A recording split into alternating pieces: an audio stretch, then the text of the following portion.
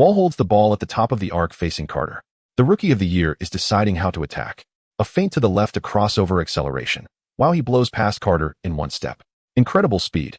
Reaching the free throw line in one stride, Wall leaps off the ground with his arm raised high. Suns center Channing Frye doesn't even have a chance to jump. Bam! A violent tomahawk dunk that shatters the rim. At the U.S. Airways Center, the ESPN commentator Van Gundy sits at the live desk, his expression animated and excited as he speaks. Amazing. Incredible speed, terrifying explosiveness, astonishing strength and wingspan. This year's rookie Wall is truly talented. With that dunk, he has scored 14 points tonight, and there are still 3 minutes and 17 seconds left until halftime. It looks like Wall is going to score 30 tonight. Another commentator, Mike Breen, chimes in, his eyes full of admiration as he watches the still somewhat raw Wall on the court. Beep, beep. Suns head coach Alvin Gentry calls a timeout. The deficit has reached 17 points. If they don't call a timeout to settle down, they will be trailing by 20 at halftime. For a team that finished third in the West last season and reached the Western Conference Finals, this is undoubtedly too terrible.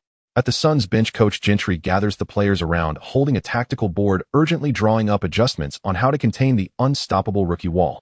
Meanwhile, near the water cooler on the bench, a player wearing the number 0 jersey, clearly a center by his height, also participates in listening to the tactics, but his gaze occasionally drifts toward the stands, clearly distracted. This player is named Subai. He is a time traveler. 3 days ago, in the tumultuous year 2020, Subai came home from work, fell asleep immediately, and woke up to find himself in a parallel Earth with the clock turned back to 2010. He had become a bench warmer for the Phoenix Suns, signed to a 10-day contract. In his previous life, he was a basketball fan, but only 180 centimeters tall. Now he stands a full 215 centimeters. Second row, 7th seat on the left, that's you. Allen Iverson, I've set my sights on you tonight. I will not let you disappear from my sight for even a second. Again confirming Iverson's position, Subai squints. At the commentary desk, Van Gundy continues, the Wizards have had poor seasons for years. The arrival of this year's one pick Wall might allow the team to rise quickly.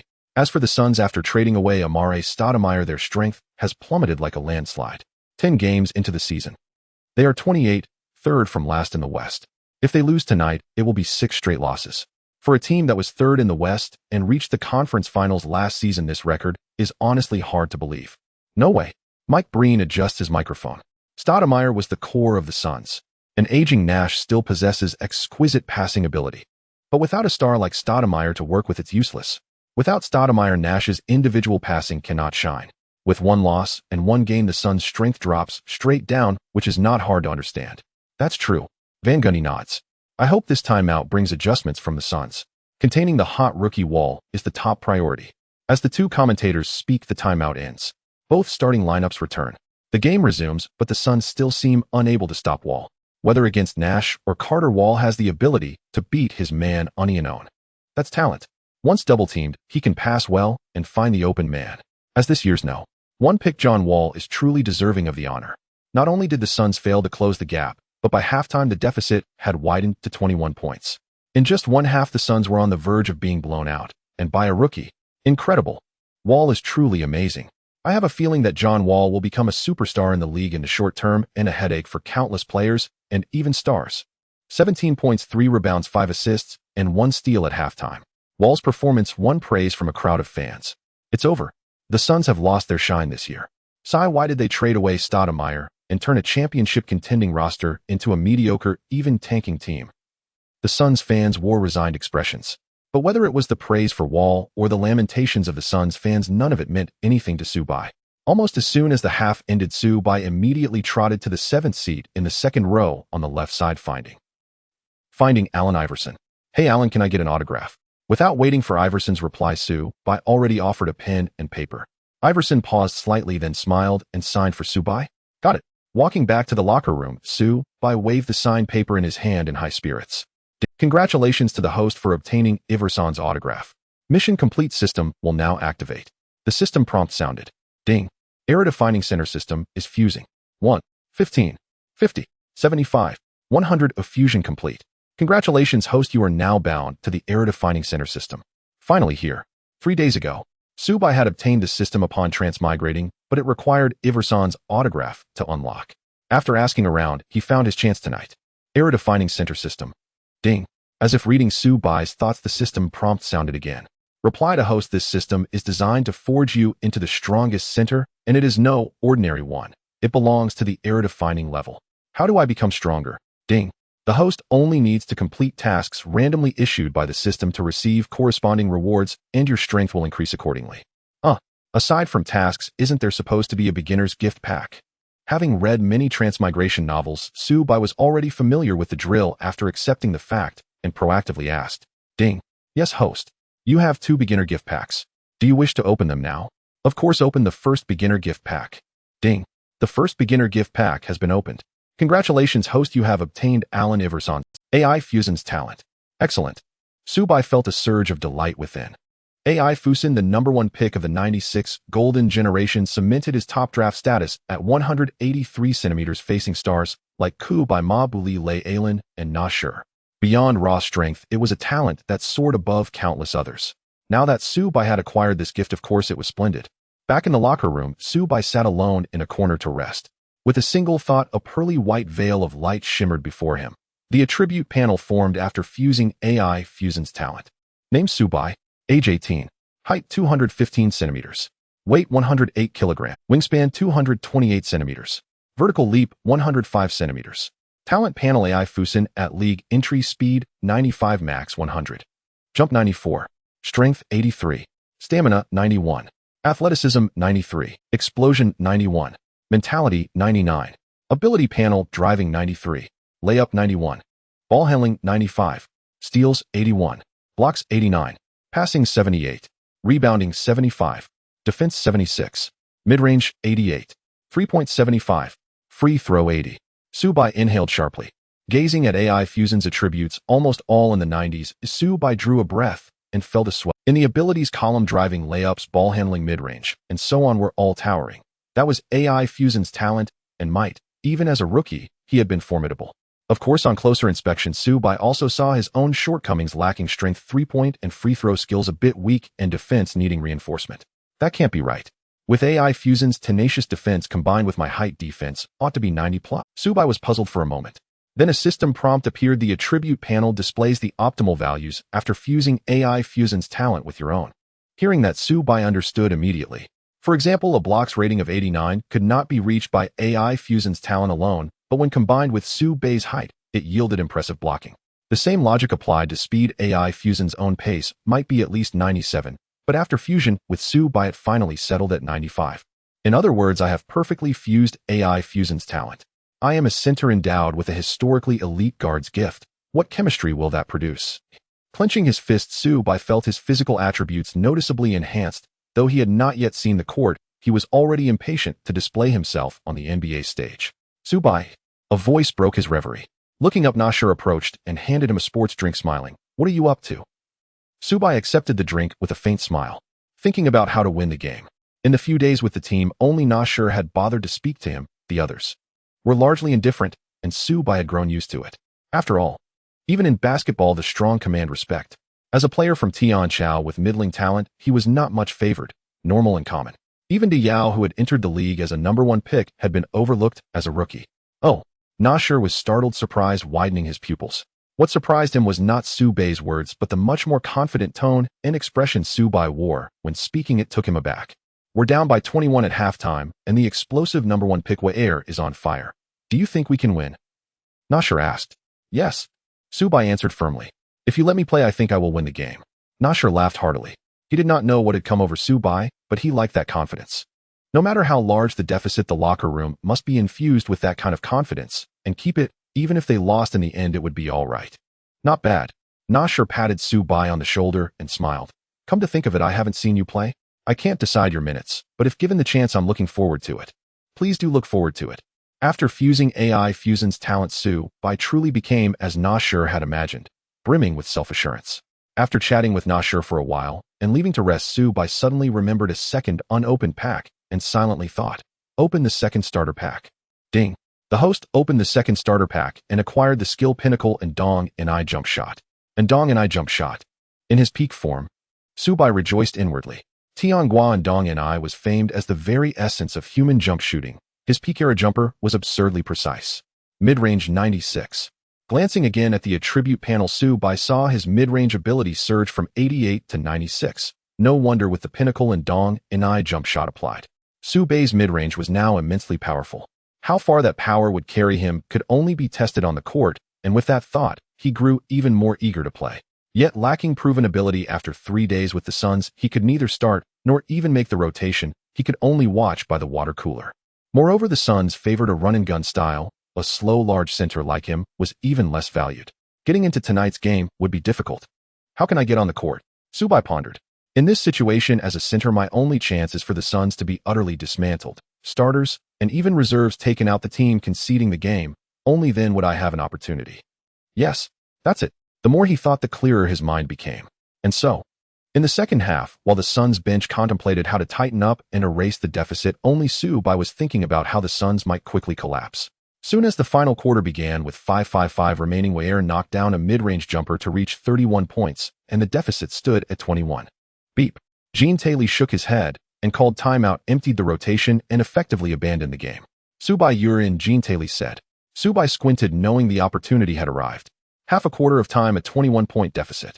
The Suns have completely given up on the game, once again accepting the harsh reality of defeat. The home fans are not surprised, with some even believing that the Suns are deliberately tanking for a rebuild this year. The starters are resting on the bench, fans are chatting in small groups, and the commentators are discussing trivial topics, with everyone's attention drifting away from the game. Yet the game continues. After the timeout, Su-bai finally gets his chance to play. He glances at the score and the time, focusing intently. Half a quarter left, a 21-point gap. It seems quite challenging. However, it's not without opportunity. Substitute Dragic pushes the ball forward, hesitating for a moment when he sees Su-bai, a big center, standing at the top of the key, before eventually passing the ball while quickly moving to the side. He wants Su-bai to respond. However, Su-bai has no intention of passing the ball, not to mention that Dragic's current strength is quite weak, and he certainly doesn't want to waste this hard-earned opportunity to perform. Snap. Su-bai receives the ball at the top of the key, facing the Wizards' forward Cater Martin. The latter, seeing a center at the three-point line, suddenly becomes alert and rushes in to steal the ball. But Su-bai remains calm. At the moment Martin reaches out, he performs a crossover dribble, evading him and accelerating to the right, easily bypassing Martin. Martin is taken aback, having never expected this unfamiliar center to be so agile. Wow. In the moment of his surprise, Su-bai, positioned at the right side of the free throw line, jumps and releases a shot. The basketball soars into the air, tracing a perfect arc and swishing through the net. Swish. The mid-range shot is successful. All of this, though described in detail, happens in the blink of an eye, flowing smoothly and seamlessly. On the bench, Nash has been watching Su-bai intently.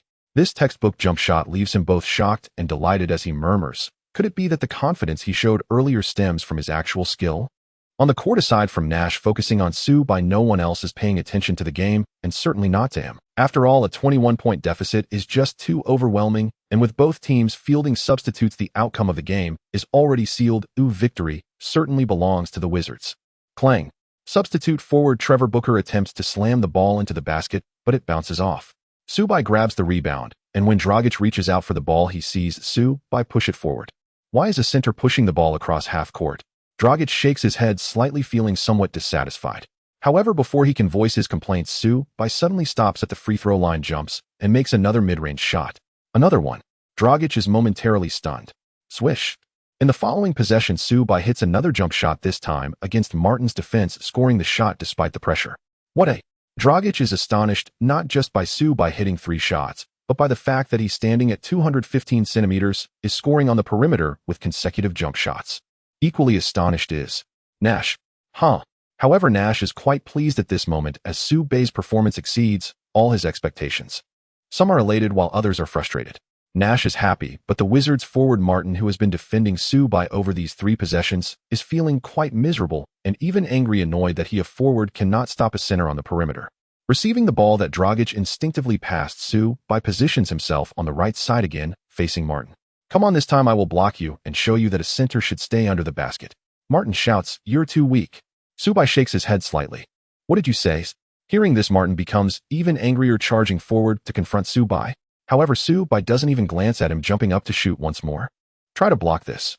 Martin's expression turns cold as he roars and reaches out to block, but at only 201 centimeters. How can he possibly block Su-bai, who stands 215 centimeters tall and possesses Allen Iverson-like agility? Swish. The basketball flies out of Martin's reach, and as he turns to look to his astonishment, the ball once again swishes through the net, hitting nothing but net. Nice shot. Dragic exclaims excitedly, and Nash on the bench is equally thrilled. Incredible. Subai's mid-range shot is just too accurate. Subai glances at Martin saying, "Hey, can you be a bit more serious? Jump a little higher and give me some Oh." Martin yells in frustration, having given his all on defense, but still being mocked for not providing pressure, especially by a rookie. His repeated defensive failures and the taunts infuriate him completely. He charges up the court with the ball, exerting all his strength to push past Subai and drive to the basket. Oomph. With a cold snort, Martin jumps up with the ball, ready to slam dunk out of frustration. However, just as he is about to dunk, a large hand descends from above, violently swatting the basketball away. Who is it? It's Subai. What a... Martin is taken aback. Wow, what kind of jump was that? On the bench, Nash is so excited he can hardly sit still. Thump. After blocking Martin, Subai jumps again to grab the rebound, passing it to Dragic to push forward. Arriving at the front court without hesitation, he finds Subai at the left high post once more. Step. Martin with bloodshot eyes charges out like a madman, trying to wrap around Subai. Yet Subai pays him no mind, bending slightly, lowering his center of gravity, then suddenly accelerating to the right, swiftly shaking off Martin. Swoosh. He then stops abruptly and leans back for a jump shot. Oh. Martin frantically charges at him, hitting Subai's arm in his panic. Beep. The whistle blows. Swish. The ball goes in. Subai scores again with a mid-range shot. Impossible. Martin bellows in frustration, unable to believe that this seemingly unremarkable center can shoot so gracefully from the perimeter. And he's 5 for 5. Swish. Subai stands at the free throw line, successfully making his free throw. In just 2 minutes, Subai scores 11 points without a miss, narrowing the gap to just 10 points. Beep, beep. Wizards head coach Philip Sanders calls a timeout. Despite having a 10-point lead, he feels the need to take a timeout to understand this unfamiliar center who has captured everyone's attention. On the Suns bench, Subai sits on the chair, shaking his shoulders and arms, feeling quite satisfied with his newly revived body. In just 2 minutes, scoring 11 points. Subai, you can do it. Nash jogs over to Subai, handing him a white towel, giving him a hearty pat on the back and smiling in praise. Subai takes the towel to wipe his sweat, shrugging and smiling lightly. It's just that the opponent is too weak. It doesn't mean much. If I were facing someone like Wall, it might be more meaningful. You're too modest. A timeout. Is there really a need for a break during such garbage time? On the commentary seat, Van Gundy furrowed his brow, while Mike Breen glanced at the game, his pupils suddenly constricting as he exclaimed, "Huh. Only 2 minutes have passed, and the deficit is just 10 points. What a..." Hearing this, Van Gundy was also taken aback. What's going on? The two commentators who had been chatting idly quickly checked the stats. Van Gundy looked at the data in astonishment, saying, "The Suns center wearing number 0, Subai, played for 2 minutes and 3 seconds, hitting 5 of 5 shots and making 1 of 1 free throws for a total of 11 points. Subai, Mike Breen exclaimed in surprise, quickly confirming the information again, and said, "It really is him, the player Subai from the Heavenly Dynasty. He couldn't even make it into the rotation before. What's with this 5 for 5 and 11 points? Hey." The more Van Gundy looked at the data, the more astonished he became, exclaiming, "Mike, Subai is a center standing at 215 centimeters tall. How is he shooting so accurately from the outside?" "Yeah."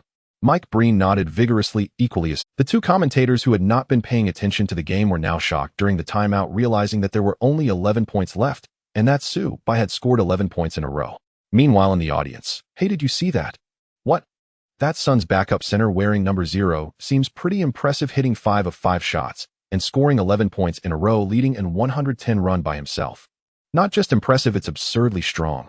Yeah, he's a center who hits all 5 shots and does it with outside jump shots and even step-back jumpers. It's simply unbelievable. His offensive style doesn't resemble that of a center at all, but more like that of a guard. Who can stop someone like..." "Exactly. So strong. Who is this number 0? Does the Suns really have such an incredible center? How come I've never heard of him before? Hey, didn't the commentator just say his name is Subai and that he's from the Heavenly Dynasty?" "The Heavenly Dynasty? I thought only y'all had some skills. What's up with this Subai? Who cares as long as he's strong? Maybe there's a chance for a comeback tonight."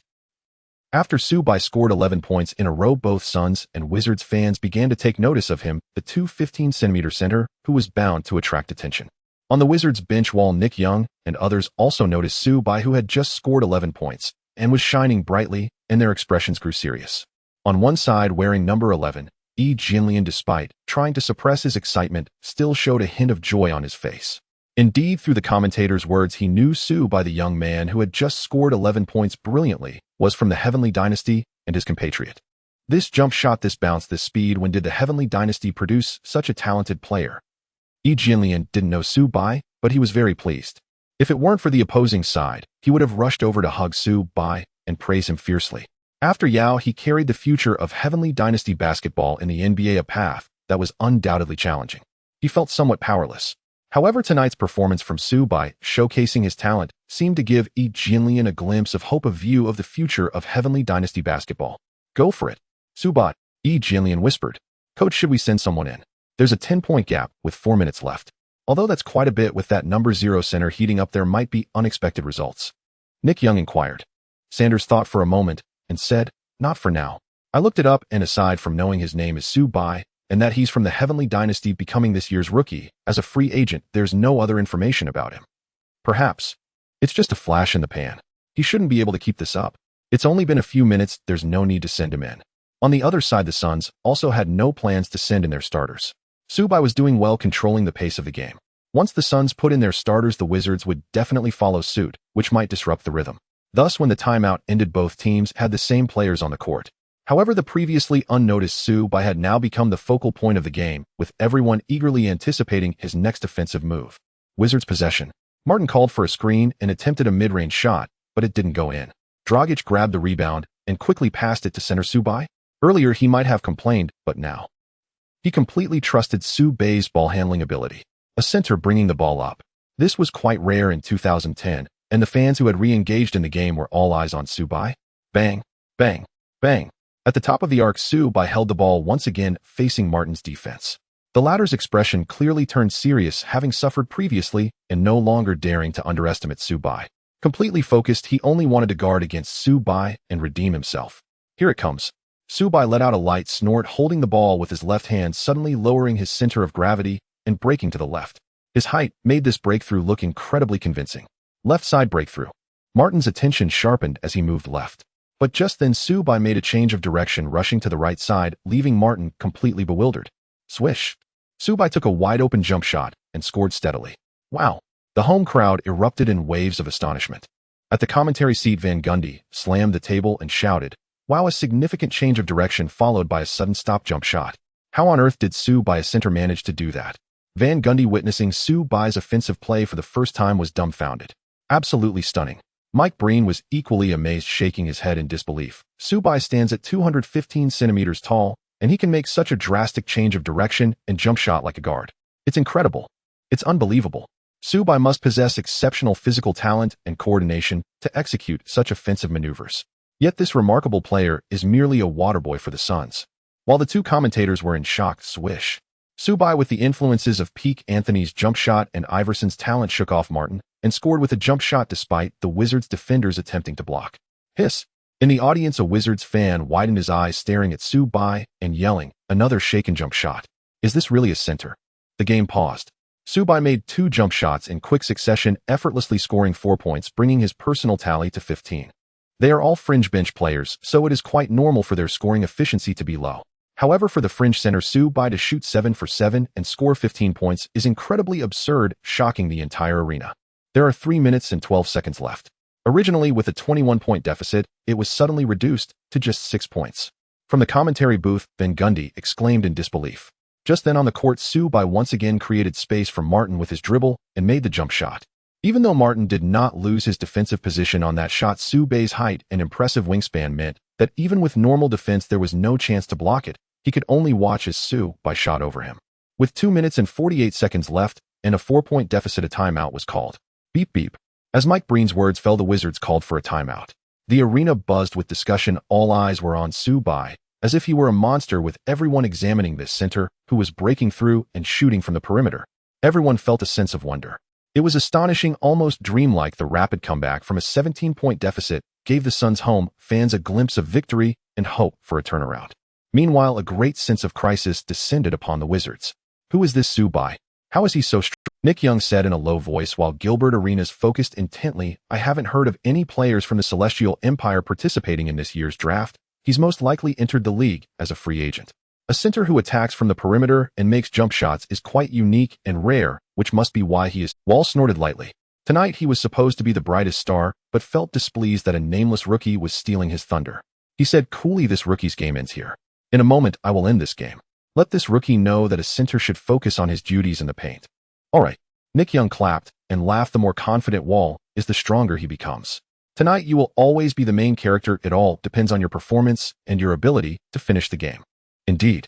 Once the general arenas also laughed. Subei's performance is certainly impressive, but in terms of talent and strength you are definitely the strongest among this year's rookies. Oh, Wall, who was fearless as a newborn calf, felt invigorated by the compliments. He clenched his fist, ready to finish the game. Beep beep. The timeout ended. All the starters returned to the court. The Wizards starters: shooting guard Nick Young, point guard Arenas, point guard Wall, power forward Andre Blatch, and center JaVale McGee. The Suns starters: point guard Nash, shooting guard Richardson, small forward Grant Hill, center Channing Frye, and center Subei. Subei replaced Carter and continued on the court. With 3 minutes and 12 seconds left and a 4-point deficit, the battle was about to erupt. TSK. The 21-point gap was narrowed to just 4 points in a matter of minutes thanks to Subei, a center from the Celestial Empire, forcing the Wizards starters to be called back. Amazing. The Wizards regained possession. Wall brought the ball up, facing Nash at the top of the arc, his eyes filled with determination. He bent down and suddenly accelerated, driving towards the basket, quickly overpowering Nash. Swish. With full speed, he charged into the paint, shooting off the backboard under Frye's block. Swish. It went in. Wow. Wall, as the #1 pick, proved his worth by scoring hard against Nash, breaking the Wizards' scoring drought that lasted over 3 minutes, bringing the deficit back to 6 points. Tonight, the challenge for the Suns to win is still quite significant. Wow, it's Subei again, receiving Nash's bounce pass and hitting a jumper from the left high post, answering back. Although McGee followed him, his defensive footwork was too slow. Van Gundy exclaimed in surprise. Mike Breen also looked shaken in the final quarter. Subei has already scored 19 points, and he is 9 for 9, maintaining a 100 shooting percentage. Strong. So strong. Oh. Wall, noticing Subei's quick response, narrowed his eyes, locking his gaze onto Subei. Nick Young pushed the ball towards him, facing Richardson unknown. Wow. After a signature change of direction and a step-back three-pointer, it unfortunately didn't go in and hit the rim. Fortunately, McGee grabbed the rebound and passed it out to Wall on the perimeter. Bang, bang, bang. Wall with the ball called for a screen, reaching the top of the arc and found Subei. Whoosh. Without any nonsense, Wall's eyes sharpened as he made a quick crossover, accelerating to the right, his first step as quick as lightning. He faced the center, able to blow by with just 1 step. However, tonight, he couldn't shake off Subei. Oh, you're keeping up. You do have some skills. Wall's eyes shimmered as he accelerated again, suddenly stopping and stepping back, creating half a step of space from Subei before shooting a fadeaway jumper. But just as the ball left his hand, smack! Subei, who had leaped off the ground, extended his long arms, blocking the shot and sending the basketball flying into the crowd beyond the 5th row, causing an uproar. Oh my God! Subei! Subei blocked Wall, blocking the #1 pick, who was in excellent form tonight. No way. Though I had already shaken him off, I still got blocked. Subei is so strong. Fans gasped, all in disbelief. TSK. Wall snorted, visibly displeased. Just a bit of luck. Out of bounds. The Wizards still retained possession, but there were only 7 seconds left on the shot clock. With 3 seconds left, the sideline inbounds pass had Nick Young receiving the ball on the left side, attempting to drive against Richardson, but he missed the layup. Smack. Frye secured the rebound. Nash received the ball and pushed it forward, reaching the top of the arc, handing it off to Subei, to this hot and confident center. Step. Wall stepped out and appeared in front of Subei. Subei glanced at him, then lowered his center of gravity, reading the defense, and began to dribble slowly to find his rhythm. In the next moment, whoosh. Subei suddenly accelerated, charging to the right side. So fast. Subei's speed exceeded what Wall had anticipated. Wall's eyes widened, gritting his teeth as he chased with all his might. But just then, Subei suddenly stopped and pulled the basketball back between his legs. Wow. Wall, losing his balance, surged toward the basket. Swish. Subei took a mid-range shot and hit it steadily. He glanced dismissively at the stumbling Wall nearby, shaking his head slightly. The #1 pick is nothing special.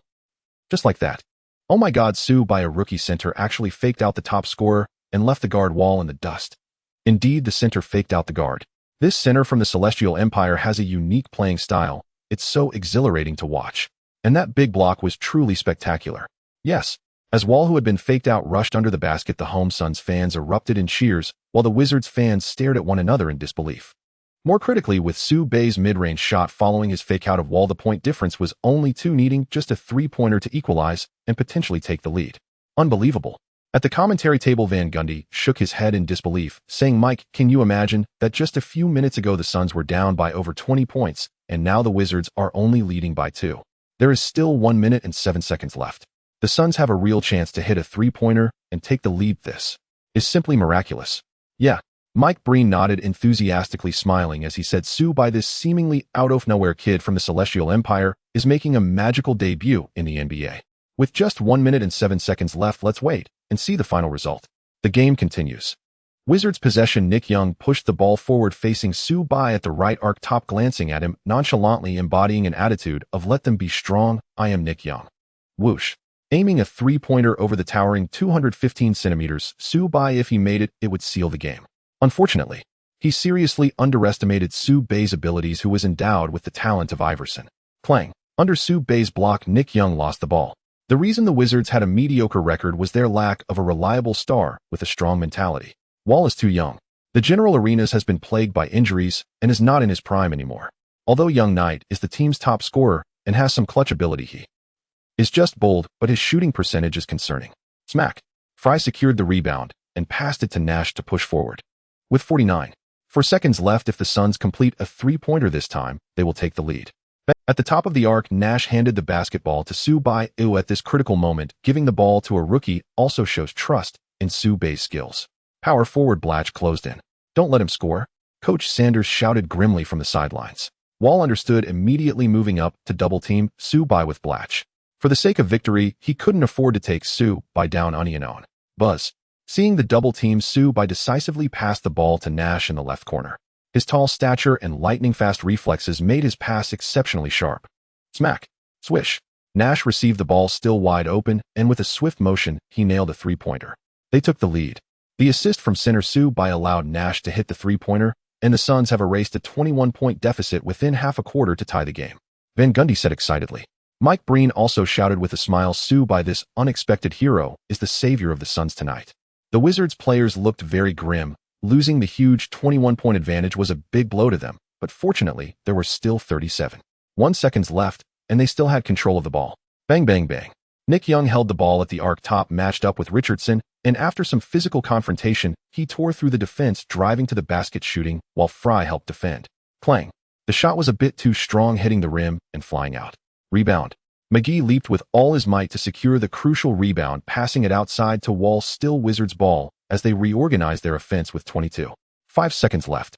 Wall controlled the pace, steadily scoring while trying to give the Suns as little chance as possible for the next attack. By stepped up to defend. At this crucial moment, a 215-centimeter center is defending a lightning-fast guard. This scene is truly delightful to witness. Van Gundy chuckled. "What's the big deal?" Mike Breen chimed in. By is not just any center. His extraordinary physical talent allows him to defend guards unknown on the perimeter. On the court, as the time ticked down to just 10 seconds, Wall's eyes gleamed with determination as he dribbled slowly, searching for an opportunity to attack. By also focused intently. This defensive play was crucial for him, and he had to make it. It would greatly benefit his future contracts and endorsements. Just then Blatch suddenly rushed up to set a screen. Wall took the screen circled around By, and from the right high post faced Grant Hill's help defense, shooting a mid-range jumper. Swish. It went in. Wow, Wall hit this crucial jumper, taking the lead by 1 point. Truly impressive for a top draft pick to remain calm under pressure in his debut. Mike Breen shouted excitedly. Van Gundy also praised Wall. Is amazing hitting this jumper. He has already scored 35 points tonight, and the Suns have only 4 seconds left, and the Suns have no timeouts left. Therefore, this potential game winner will decide the match. With 4 seconds left, the Suns without any timeouts inbound from the backcourt. Nash passed to By at the baseline, who received the ball and sprinted at full speed. 7 seconds, but midcourt. 3 seconds, at the right arc top. 8 seconds, at the right high post. By came to a sudden stop, but there were still Blatch and Wall in front of him. However, he had no time to worry. He stopped abruptly to shoot. No. To be more precise, By pulled back after the sudden stop and took the jump shot. Whoosh. Facing the forehands of Blatch and Wall closing in, he released the basketball just as the red light lit up, signaling that time was up. The basketball spiraled toward the hoop, capturing the hearts of all the fans in the arena. Amidst the tense anticipation of countless fans, the basketball traced a beautiful arc in the air and then fell into the net. Swish. It went in. Center Bay's fading jump shot completed a game winner. Boom. The arena fell silent for a moment, then erupted in cheers and shouts like a tidal wave. A soft chuckle, then an exclamation of disbelief. Su Bei's game winner left Fan Gandhi shaking his head and laughing in amazement, a backward-falling fadeaway to seal the victory. Su Bei's center actually rose into the defense and finished the fadeaway. Micah Bulin was equally stunned. In the final half-quarter, the Taeyong team's rookie center went 11 for 11 from the field, pouring in 23 points with 3 rebounds, 1 assist, and 1 block. With 4 seconds left, he produced the buzzer beater, leading the Taeyong to an epic comeback. Incredible. Su Bai was simply extraordinary. In the commentary booth, Fan Gandhi and Micah Bulin heaped praise on Su Bai. In the arena, a roar of cheers, shouts, and exclamations rose as one. Su Bei's NBA debut played out like a massive detonator exploding deep beneath the sea, sending towering waves that seemed intent on tearing the Western arena's roof away. They won. The buzzer beater, Su Bei's buzzer beater, had completed the reversal. The Taeyong bench leapt up dancing and celebrating. Na Shi Shier Ka Teta La Ji Chi and others' eyes alight rushed over to Su Bai. They crowded around him, luxuriating in the thrill of the comeback. Indeed, in just half a quarter, a staggering 22-point turnaround, a swing from utter despair to rapturous triumph. There is nothing like that rush. And the architect of that epic reversal, Su Bai, was indisputably the brightest star of the night. While Taeyong players and fans were elated, the Cheatsai players wilted heads down and faces ashen, unable to comprehend what had just unfolded. How could we let it slip? Wa'er muttered gloomily. On the Cheatsai bench, Yi Jinlian wore a look of mingled joy and sorrow. He was sorrowful that his team had been swept aside despite a 22-point lead, yet proud that his compatriot Su Bai had displayed such prodigious talent, offering a glimpse of Tianqiao basketball's future.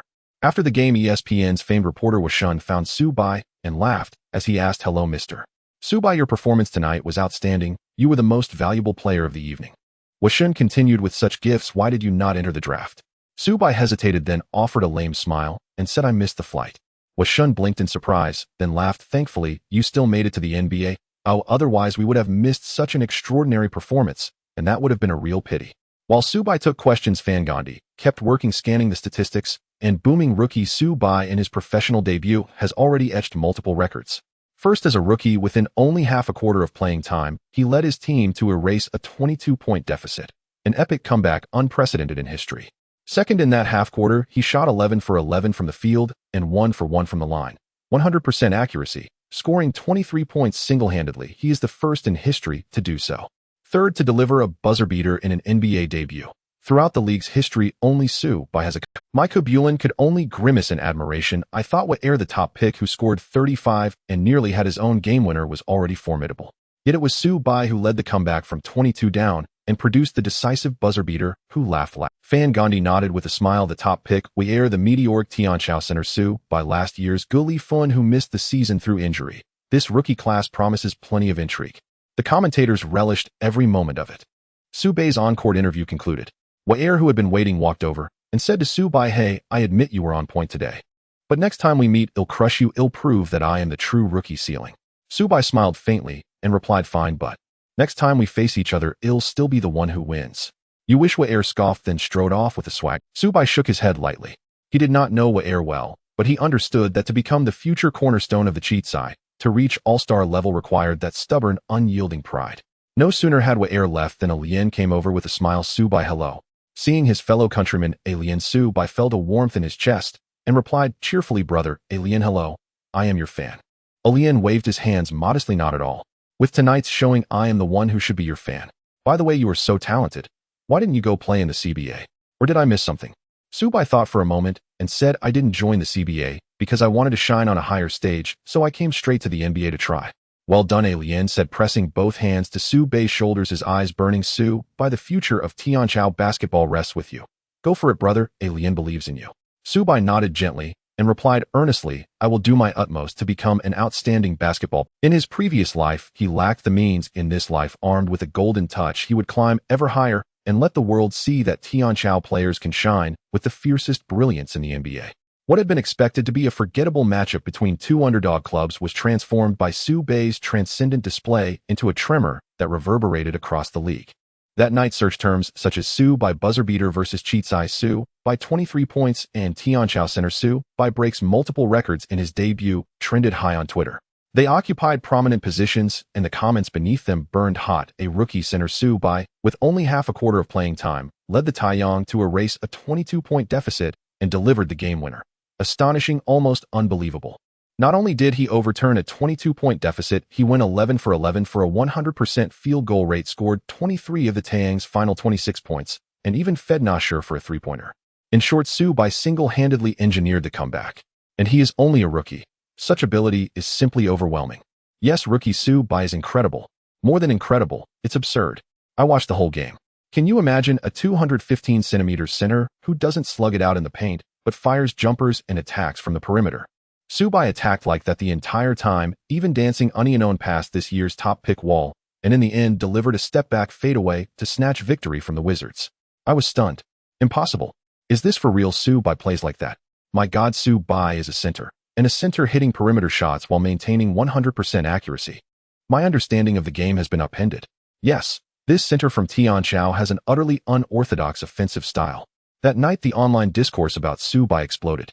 By the next day the game had only grown in notoriety. Suns reserve center Su Bai rescues his team, pouring in 23 points in a half and delivering a game-winning jumper to stun the Wizards, an epic comeback. From the Houston Chronicle. Shocking.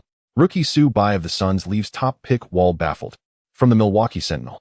The Deyao second generation, the Tianchao center Su Bai erased a 22-point deficit with a barrage of precise jumpers. Sourced from Me News Agency. Suns stun the Wizards. Wizards top pick Wall scored 35 points with 3 rebounds and 5 assists, yet against Su Bai's flawless 23 points. The perfect shooter, the Suns completed a 22-point reversal. The rookie center Su Bai delivered the final blow, leaving the night dim for his opponents. From the Boston Herald. 2010. Even though MIGA's internet wasn't as pervasive, the frenzy generated by newspapers, news outlets, and radio broadcasts made last night's Suns-Wizards clash spread like wildfire. The tale of Su Bai outshining top pick Wall, orchestrating a comeback, and delivering the knockout shot, made him famous overnight.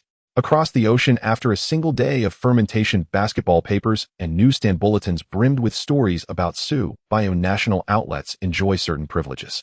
At Dido 5th High School Grade 1 Class 3, a group of boys clustered during the morning break, poring over a copy of the Basketball Daily spread across their desks.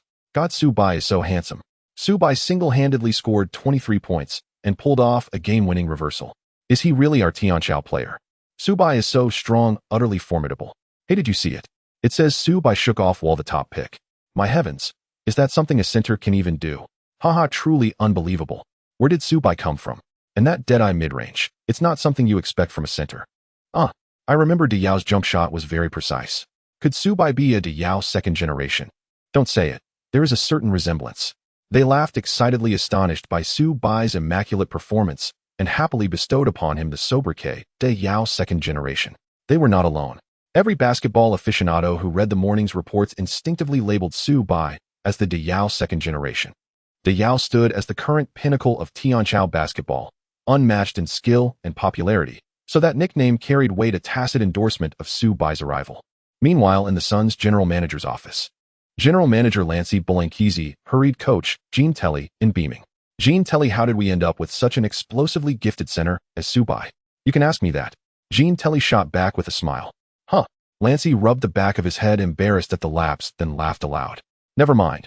What matters is you put him in last night. A treasure like that, if we'd shelved him, I would have regretted it forever. Gene Telly was in high spirits and chuckled. Lancey, what did you think of Su Bai's performance? Perfect. Lancey snapped his fingers, paused, and said, if a perfect score is 100, I'd give Su Bai 200. Do you know why? Why? Gene Telly asked with a laugh. Lancey smiled and replied, Su Bai's raw talent is obvious, but it's his style of play that's crucial. If he can sustain this, he might reshape the league's landscape. The league has been drifting from post play toward perimeter basketball, entering the small ball era. Gene Telly took the thought. You mean Su Bai could return the small ball era to a center-centric model? No. Lancey shook his head, smoothed his cuff, and said softly, small ball will remain small ball. It would become an utterly unconventional form of small ball. Gene Telly smiled knowingly. I see. He then added with a hint of caution, one thing to remind you, Su Bai is only on a 10-day short-term contract. There's about a week left. Lancey nodded, a bright glint in his eye. This treasure, I'd stake my life to secure him. At the same time, front offices of the Spurs, Rockets, Bulls, and the like, having witnessed Su Bai's superlative outing, all turned their attention to him, intent and resolute in their pursuit. In short, Su Bai's one-game rise drew considerable league attention. Yet that attention lasted only half a day, soon eclipsed by a far hotter matchup on the horizon. Tonight the Suns face the Hornets.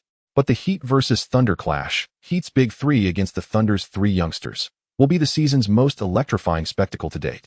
Last year, the Thunder acquired Harden. With Durant, Westbrook, and Harden forming that prodigious trio, the Thunder leapt into the ranks of contenders. And that summer, LeBron James departed the Cavaliers after 7 years to join the Miami Heat, bringing in Bosh to form the Heat's big three: LeBron, Wade, and Bosh. The league was stunned. The Heat had begun the season on a 10-game winning streak undefeated. They seemed like villains in a comic book, menacing yet invincible. Many wished a superhero would rise to restore the league's balance. Perhaps the Thunder's trio could be that hero that made the collision of these titans a national obsession. No matter how dazzling Subai's performance, it could not compete with the spectacle of this primetime duel. Afternoon. Sun training facility. Nash, Richardson, Dragic, and other players are engaged in routine practice. Swish. Swish. Swish. Dragic sinks a corner three-pointer. Nash drains an open three. Richardson drives hard to the rim and finishes with a powerful reverse dunk, showcasing his explosive leaping ability. Everyone's arrived early today. Carter's cheerful voice rings out as he greets the team. Just as he heads toward the locker room to change, he notices someone entering through the doorway and pauses, faintly surprised. Rich Paul. Isn't he LeBron James's agent? What's he doing at our facility? Nash leans in and says he must be here to see Subai. Why? Carter asks, puzzled. Dragic gestures toward the adjacent lounge and smiles, because before Rich Paul arrived, Bill Duffy and Jeff Austin had already come calling. Carter instantly understands. Subai's just made a name for himself. No wonder agents are lining up. Exactly. Dragic grins enviously, a center with all-star caliber guard athleticism and elite mid-range shooting. How could he not be in demand? Indeed. As Dragic notes, even before Carter's arrival, Bill Duffy and Jeff Austin had already. Bill Duffy arrived first, spoke briefly with Subai, then departed. Shortly after, Jeff Austin entered and is now inside the lounge speaking with Subai. Rich Paul walks and glances around, spots Nash, and approaches with a smile. Steve, do you know where Subai is? Right over there, but you might need to wait a moment. Nash points smoothly toward the nearby lounge. Thanks. After thanking Nash, Rich Paul heads toward the lounge, the very room where Subai is meeting with Austin. Once Rich Paul departs, Carter chuckles. Impressive. These three agents are all top tier, especially Rich Paul, one of the NBA's most renowned representatives. Subai's truly fortunate to have caught their attention simultaneously. Absolutely, Nash nods, then adds. Yet this fortune stems entirely from his ability. Meanwhile, inside the lounge, Austin cuts straight to the point. Mr. Subai, I'd like to represent you, to maximize your interests. I'm confident I possess the capability to do so. At present, my roster includes only a few stars, Stephen Curry of the Warriors among them, which means I can devote exceptional focus and energy to your career. I hope you'll place your trust in me. Very well, Subai replies with a calm smile. Please allow me some time to consider. Of course. Austin leaves behind his contact information and departs. Bill Duffy represents Mike Conley and will later add Andrew Wiggins, Zach LaVine, and Aaron Gordon. But Subai remains unaware of these future signings. He feels no particular connection to Duffy. As for Austin, though Subai isn't deeply familiar with him, he does recognize that both Stephen Curry, the baby-faced assassin, and Giannis Antetokounmpo, the Greek freak, are on his roster. That evokes a certain favorable impression. Should I choose Austin? Subai hesitates. Knock, knock, knock. A knock sounds at the door, then Rich Paul enters. Subai recognizes this prominent agent immediately. Mr. Subai, hello. I'm an agent, Rich Paul. Hello, Mr. Rich Paul. They exchange brief pleasantries. Without delay, Rich Paul continues, Mr. Subai, the extraordinary talent and prowess you displayed against the Wizards were truly remarkable. I believe a partnership between us would yield mutual success. You may not yet know this, but it bears mentioning as it strengthens my case. LeBron James, the King Chris Paul, the point guard, and this year's #1 overall pick John Wall, are all under my representation. Each has risen to great prominence within the league, and I command abundant resources capable of elevating a prodigious talent like yourself to unprecedented financial heights. Would you consider it? Subai falls silent in contemplation. Indeed, aligning with a proven, well-resourced agent could accelerate his earnings and minimize missteps. Yet he refrains from answering immediately. For today, he faces 3 compelling options, and perhaps more still. He needs space, clarity, and time to reflect carefully. Mr. Rich Paul, may I ask for a little time to consider your offer? Of course. Rich Paul isn't surprised by the response. In fact, he admires Subai's thoughtful demeanor, his prudence, and his unusually sharp commercial instincts for a rookie. Here's my contact information. I'll follow up with you in a few days. With that, he hands Subai a business card and departs once it's accepted. Who should I choose? Subai gazes at the 3 cards in his hand, pauses thoughtfully, then tucks them away. deciding to set the question aside for now and instead focus his full attention on tonight's clash against the Hornets. In basketball, as in life, supremacy belongs to raw ability. Subai knows this truth intimately. Only by delivering dazzling performances and demonstrating undeniable elite-level power can he expand his options, widen his horizon, and claim true autonomy. 8:00 p.m. Ford Center Arena. The Thunder host the Heat, a marquee matchup. Oklahoma City secures the opening possession. Kevin Durant receives the ball at the top of the arc and immediately confronts LeBron James's defense. A battle between two franchise cornerstones begins. Tension crackles, then erupts. Thump, thump, thump. Facing LeBron Durant's competitive fire blazes. With his signature double crossover, sharp, forceful, deceptive, he jolts past, halts, abruptly rises into a high-arcing jumper. LeBron leaps to contest. Yet Durant releases the shot anyway. Swish. A crisp, clean net ripple, and the ball drops cleanly through. Good. Roar. A direct stare down, right in LeBron's face. The arena erupts in cheers. But on the ensuing possession, LeBron powers through Durant, bulldozing his way to the basket for a thunderous finish, answering in kind. An explosive opening exchange. Such electrifying intensity stirs the crowd into a frenzy. And Russell Westbrook, one of the Thunder's famed Big Three, refuses to be outshone. With turtle-like tenacity and explosive athleticism, he shreds the defense and attacks the rim with ferocious authority. Swish.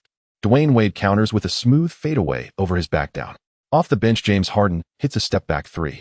Then Chris Bosh, the Dragon King, catches LeBron's kick-out pass in the left corner and buries the three without hesitation. Whoa, is this what superstar duels look like? Brilliant. Absolutely breathtaking. The Thunder's Big Three versus the Heat's Big Three, elite-level scoring barges, relentless physicality. This game surges into full-blown fever pitch from the opening tip. Go Thunder. Crush the Heat's Big Three, and let them know that even super teams crumble before absolute unassailable talent. Go Heat.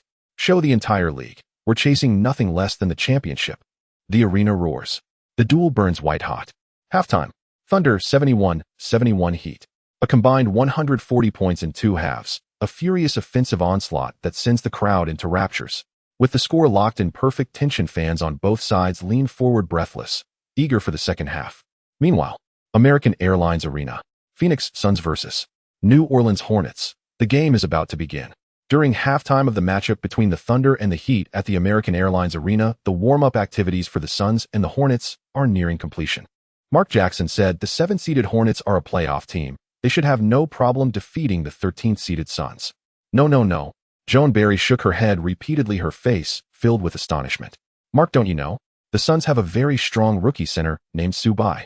Last night, he led the Suns to a 22-point comeback against the Wizards in just half a quarter, even executing a buzzer-beater turnaround.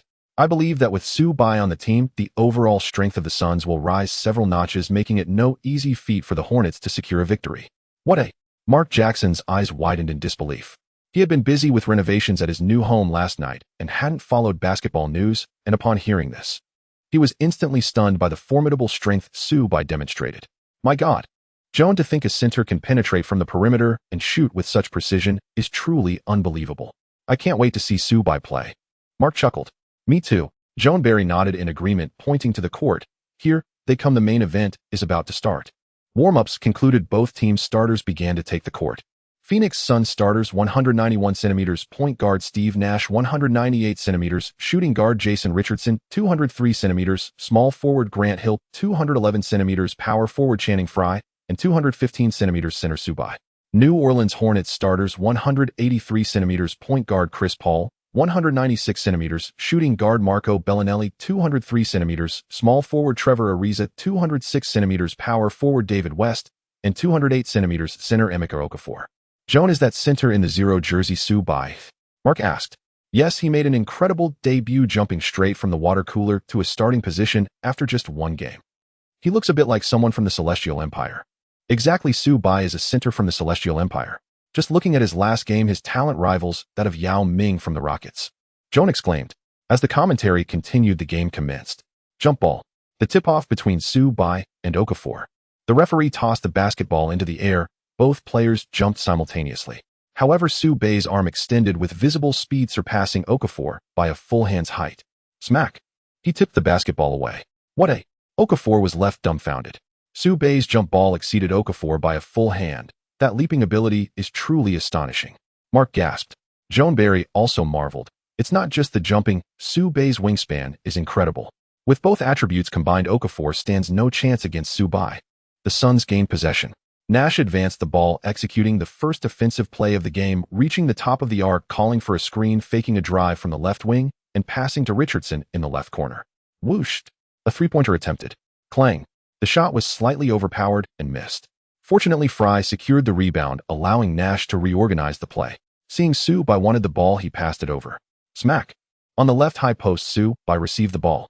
David West stepped up to defend, but at 206 centimeters, he was clearly shorter than Su Bai by half a head. However, facing a rookie center who was holding the ball on the perimeter, this two-time All-Star at the peak of his career at 30 was full of confidence. Su Bai slightly lowered his center of gravity, preparing to attack. Hey, rookie center, you think you can drive past me from the perimeter? Are you serious? West closed in. Su Bai glanced at the paint, shrugged. Of course, even though I'm a center, I find the perimeter suits me better. West shook his head, clearly unconvinced, and said, come on, throw the ball into the basket behind me if you think. Here I come. With that, Su Bai made a sudden move, bursting to the right with lightning speed, bypassing West in just one step, as fast as a gale, almost impossible to defend. Given that West was a power forward and was inherently slower, Su Bai's burst made the visual impact of his move even more striking. Wow! The front row spectators gasped in astonishment. Swish! Su Bai stopped abruptly and shot a mid-range jumper reminiscent of Anthony's jump shot. With this wide-open shot, there was no reason to miss, and it swished through the net for 2 points. So fast. West was taken aback, unable to believe that a center could possess such speed. This must be a fluke. I must have not been paying attention to let him get past me. In self-consolation, West found Su Bai again during the next offensive play, glaring with intensity, fully determined to defend against this center. However, he couldn't manage it. Swish! With no flashy moves, just sheer speed and precision on the jump shot, Su Bai once again got past West and completed another jumper. Suns 4-0 Hornets. Ha ha ha. Nash laughed heartily, running over to high-five Su Bai. Su Bai's lightning-fast speed left him both astonished and exhilarated. In short, he was simply very happy. Amazing. From the commentary booth, Mark Jackson leaned forward, staring at Su Bai, exclaiming, what is this? Are we sure this is a center attacking and not a guard? Ha ha ha. Joan Barry laughed. Have you ever seen a 215 centimeters tall guard? Tisk tsk. Mark Jackson couldn't help but click his tongue. Su Bai is astonishing. No, his talent is terrifying. A center's height, yet able to penetrate and shoot like a guard. West stands no chance. Indeed. Su Bai breezed by two-time All-Star West as if crossing a road in the morning. On the court, West's expression was quite poor. As a distinguished All-Star power forward, he was being scored upon repeatedly by a rookie center in a two-point jumper. This was utterly embarrassing. Damn it. West was fuming with shame, gritting his teeth, glaring at Su Bai, wishing to pin him down and rub his face into the ground, as if only that could restore his dignity. The game continued. Paul brought the ball up, meeting Nash at the top of the arc, changing direction rhythmically, seemingly ready to drive hard against Nash's defense before suddenly making a backward pass to West in the left low post. Wide open. Whooshed. Known for his precise mid-range shooting, he attempted a shot from the open space, and with a crisp sound, the basketball hit the rim and bounced out, allowing Su Bai to grab the rebound. Did that miss? West clenched his fists, feeling quite discouraged. After being scored on twice by Su Bai, his mentality began to crumble and his performance declined. He quickly shook his head, trying to calm himself down, retreating to defend the front court, realigning with Su Bai at the free throw line. Thud, thud, thud. Su Bai swiftly changed direction with the ball in his hands, lowering his center of gravity as he faked a drive with his left hand before suddenly rising for a jump shot, with West lunging forward. But Su Bai was simply too tall. Whooshed. The basketball flew over West's head as if guided by GPS, heading straight for the basket, swishing through the net. Damn. West once again dunked on, cursed angrily. Following that play, Su Bai faced West once more, still at the free throw line, executing the same offensive move for another jump shot. Oh, West shouted as he lunged forward, but the next moment his pupils suddenly constricted because Su Bai hadn't even jumped. He collided straight into him. Beep beep. The whistle blew. West collided with a player, committing a foul. Su Bai leaned against him, twisting to shoot, but missed, earning a chance for free throws. Clang. Swish. The first free throw was missed, but the second one succeeded. Beep. Beep. Hornets coach Monty Williams quickly called for a timeout. In just a few minutes into the game, Su Bai had made 3 out of 3 shots, scoring 7 points in a row, leading to a perfect start at 7-0, forcing the Hornets to call a timeout. If there were any flaws, it might just be the one missed free throw. Intense. So intense. Mark Jackson praised endlessly while Joan Barry agreed, saying, Su Bai's precision is one thing, but the key is that he scores from the perimeter. It's rare for a center to attack like this, truly extraordinary. Indeed, Mark laughed, I think. Coach Monty must be at his wits' end, unsure of how to deal with such a player. Are you kidding me? What speed is this? What kind of shooting is this? Is this really a center attacking? I've never seen anything like it, and I truly can't defend against it. Wes spoke rapidly, feeling dazed. Can't defend against it. Chris Paul pressed his lips together, somewhat dissatisfied, and said, a center can't survive on the perimeter. It's not that Subai is fast, it's that your defense has issues. All right then. Wes did not refute. After being teammates for several years, he understood Paul too well, especially his desire to win. A 0-7 start brought about by a rookie center was too much for him. He could understand Paul's current feelings. Perhaps it would only be after Paul faced Subai directly that he would truly know how strong Subai was. Coach Monty, holding the tactical board, stepped in front of everyone and said in a serious tone, Subai, this center is more formidable than we imagined, especially in his offensive style. It's extremely rare. West's slow footwork made it normal that he couldn't keep up. Next, let the faster Ariza defend him while West assists on the side, ready to trap at any moment. On the offensive end, let Chris deal with him. He has plenty of experience in small ball tactics, especially against centers. Chris can always toy with his opponents. Continuously scoring on him will destroy his confidence and crush him. Paul nodded slightly upon hearing this. That is indeed the plan. Chris, be serious and don't underestimate him. West reminded, and Paul nodded again. Don't worry, I know my limits. I will give this floating center a lesson. On the Suns bench, manager Lance laughed heartily, having come specifically to watch whether Subai was a fleeting star or if he would continue to shine with precision and strength. This 70 runs spoke volumes. Gentry, we truly struck gold. Lance was quite excited. Gentry also looked pleased. Sending off Stoudemire this summer was initially meant to lead the team towards a rebuild, but Subai's emergence disrupted everything. Not enough, we need to give it some time. Subai, everyone is watching, don't let us down, Gentry said, glancing at Subai with a slight smile. Soon the timeout ended. The game continued. Hornets possession. Paul controlled the ball at the arc. Ariza stepped up to set a screen, evaded the defense, matched up against Hill, set another screen, and returned to the arc. Against Subai, TSK. Monty has indeed changed tactics, letting Paul exploit the mismatch against Subai, Mark noticed. Joanberry nodded and said Chris' ability to go small against big players is renowned in the league. I wonder if he can do the same against Subai. On the court, Subai looked at Paul in front of him, guessed his intentions, narrowed his eyes. You want to take me unknown? It seems not easy. Bang, bang, bang. Paul's attack had begun, dribbling with cross steps to find rhythm, suddenly accelerating to the left with the ball in his left hand. Sizzle. He abruptly stopped, bringing the basketball back while dribbling between his legs. His moves flowed seamlessly, but Subai kept pace with him, showing no signs of being faked out, remaining right in front of him, causing Paul to frown. Whooshed. Once again he dashed out, and seeing Subai shift his weight, he abruptly stopped and pulled the ball back again. Subai was momentarily faked out. Wow, the arena erupted in noise. Wow. Rookie Subai just blocked Paul, the Hornet King, right after being faked out. His defensive range is just too wide. Sizzle. The sound of sneakers scraping against the floor echoed as Subai defied gravity, forcefully shifting his weight and leaping up after Paul released the ball. Like a shooting star in reverse, he reached the apex in an instant. With his large hand, he had enough height to control everything, slapping it down with authority. Smack. He firmly caught the basketball in his palm, landing steadily on the floor, having just blocked Paul. Subai, already tall, appeared even more prominent compared to Paul's height at the peak of his jump, giving the block a feeling of a giant descending. The visual impact was extremely strong. Boom. The arena erupted with thunderous cheers. Wow, rookie Subai just blocked Paul, the Hornet King, even after being faked out. His defensive range is astonishing. His reflexes are incredibly quick too. Exactly, he regained his balance in an instant and jumped so high. For a center to do this is truly remarkable. The Suns' home fans were in a frenzy. On the bench, Dragic exclaimed, Chris Paul completely faked out Subai, but still got blocked. Subai's talent is simply outstanding. Indeed, Carter said, looking shocked. Generally, centers who get faked out by Chris lack the speed and jumping ability to block him, even if they have the height. But Subai managed to do it. This guy, even CP3 had no answer for him. He truly is an unconventional center. Easy. Subai mumbled nonchalantly as he moved the ball up the court. Paul, having just been blocked, felt a jolt inside. The murmurs from the audience and Subai's lighthearted taunt combined made his expression grow colder. Bang, bang, bang. At the top of the arc, Subai held the ball as Ariza closed in. West also stepped out, and the two attempted to double-team Subai. Swish. Subai decisively passed the ball to Nash, who then shifted it to Fry under the basket for a small hook shot. Clang. It missed. Okafor grabbed the rebound, and Paul received the ball once again, finding Subai on the perimeter. He wanted to take him unknown, but No matter how he tried to break through, he was overshadowed by Su Bai. With Su Bai's height of 215 centimeters, combined with Iverson's agility, his defense was nothing short of a nightmare for the 183 centimeters tall Paul. Clang. Paul forcing a shot ended with a miss. Fortunately, West managed to grab the offensive rebound and scored, finally breaking the Hornets' scoring drought. Suns, 7-2 Hornets. Suns possession.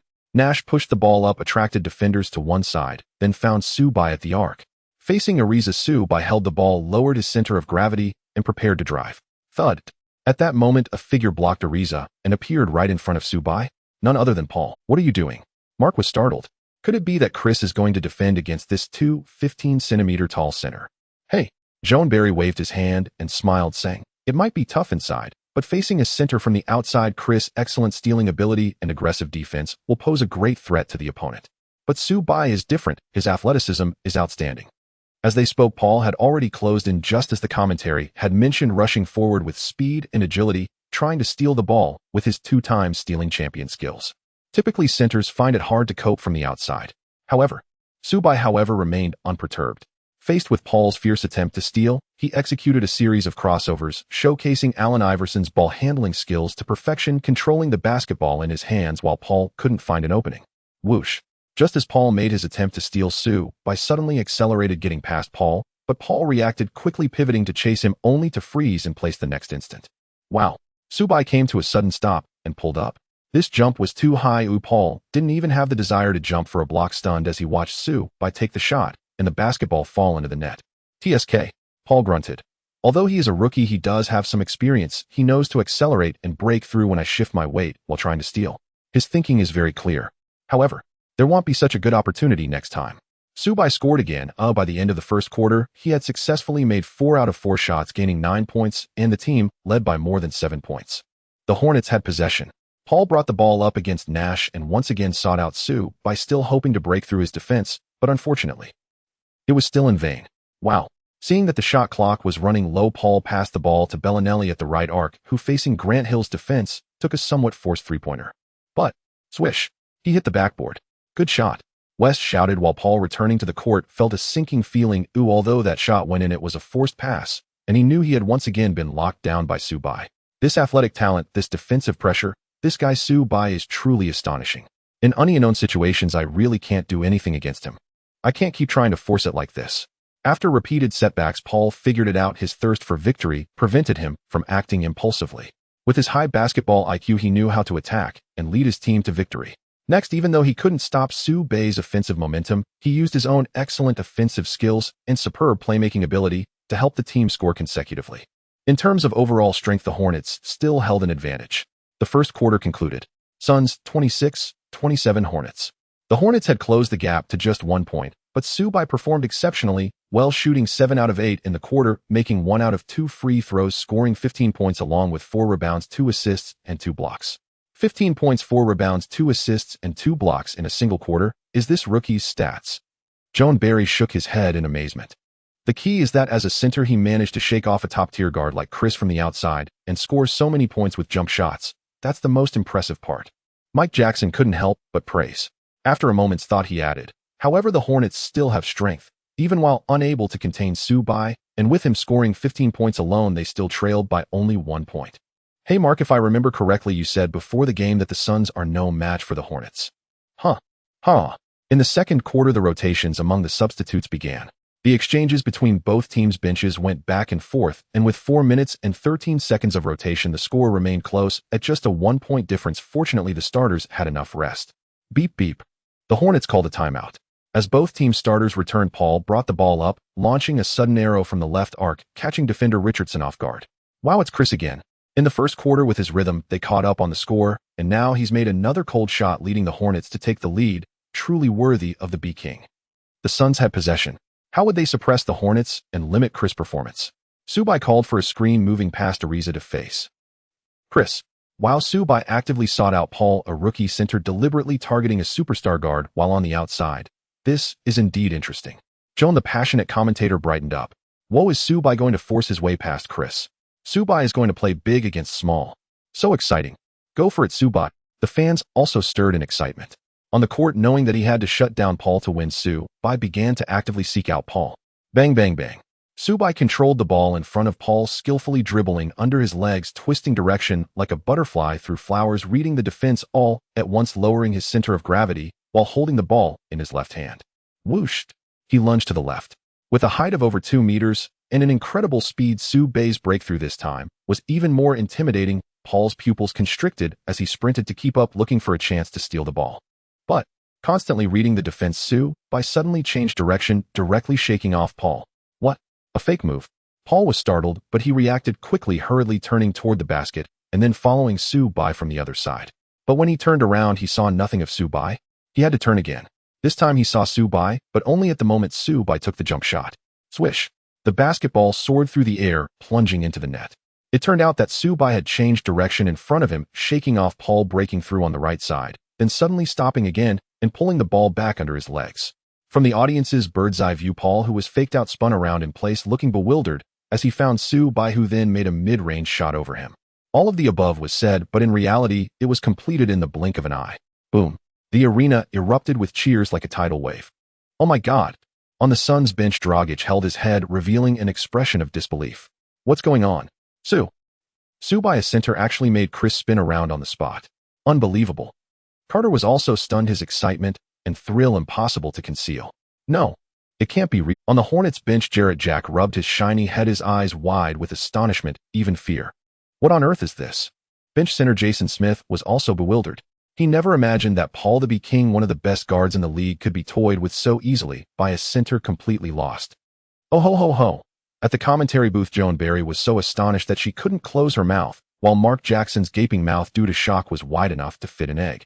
After a few seconds of being dumbfounded, he chuckled. It has always been Paul taking on smaller players, but tonight the tables have turned.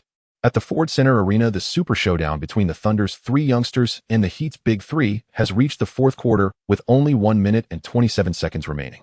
Thunder, 118-119 Heat. The Heat are temporarily leading by 1 point. The Thunder have possession of the ball. Durant holds the ball at the left arc, facing LeBron's relentless defense once again. The two have been trading blows all night, and the outcome is about to be decided. Swish! With a single dribble, he suddenly rises up. Durant against LeBron's defense launches a three-pointer. With his astonishing height and terrifying wingspan, even LeBron cannot block his shot. Swish! A perfect shot. That was a gutsy play by Durant. The commentator couldn't hold back his praise, but LeBron remained calm, pushing the ball forward and swiftly launching a cold-blooded three-pointer, in return regaining control of the game. Westbrook pushes the ball forward, accelerating with a zombie jump shot. Clang! No good. Fortunately, Durant leaps to grab the bouncing rebound, but Wade and Bosh rush in with a double team, forcing Durant to bear the defense. Swish! He forcibly leans back. With enough height and jumping ability, he manages to take the shot, but it gets disrupted and fails to go in. LeBron secures the rebound and passes to Wade, who advances and requests the ball at the high post on the left side, only to be met with a double team from Durant and Westbrook. Swish! Seeing the situation turn, LeBron decisively passes the ball. Wade cuts in from the free throw line using a deceptive step to shake off Perkins and effortlessly scores with a layup. The Heat lead by 3 points. Only 22. 4 seconds remain for the Thunder. For the last attack, the Thunder must hit a three-pointer to tie the game and force overtime. How will they attack? Indeed, the ball is entrusted to Durant. Holding the ball at the arc, he faces LeBron, not rushing into an attack, but slowing down the tempo, searching for the best opportunity. 10 seconds, 8 seconds, with no screens or help defense, Durant lowers his center of gravity, breaks to the right, then fakes and rises up for a shot against LeBron's defense. Did he make it? Oh no, he missed. Bosh secures the rebound and throws the ball into the air as time expires. The Heat ultimately win by a 3-point advantage, defeating the Thunder on their home court. It was a thrilling and intense showdown, but the Thunder's 3 youngsters are still a bit too young. The emergence of the Heat's Big 3 is aimed at taking down the league and claiming the championship. Their formation is indeed formidable and unmatched. If the Thunder's 3 youngsters can't do it, who can stop the Heat's Big 3? Accompanied by the passionate commentary from the announcer, the arena erupts with deafening cheers as the Heat's Big 3 revel in the celebration of their victory. Smack! LeBron, Wade, and Bosh high-five each other, seeing a trophy in each other's eyes. The shimmering golden championship trophy. Their existence is solely for the championship. Now let's turn to the matchup between the Suns and the Hornets. Center Subai dazzles as he fakes out top-tier guard Paul, spinning in place, igniting the fiery atmosphere of the Suns' home arena. Even though the score is close, the Suns completely control the momentum of the game. Beep, beep. Coach Monty is forced to call a timeout. Coming back from the timeout, Paul deliberately reduces his matchups with Sue by while forward Ariza struggles to keep up and guard Bellinelli can't match the height against Sue by who possesses the shot of the peak Anthony. Almost invincible. As the second quarter ends, Sue by scores 13 points along with 2 rebounds and 2 assists. 28 points, 7 rebounds, 4 assists, and 2 blocks in the first half, helping a bottom team in the West defeat a playoff-caliber team by 7 points. Rookie Sue by. Too strong, exclaimed John Barry. Indeed.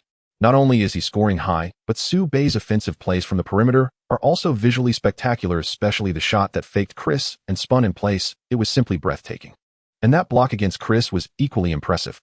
Exactly, a rookie center dominating both offensive and defensive ends against the Hornet King is truly remarkable. It's a phenomenon in play.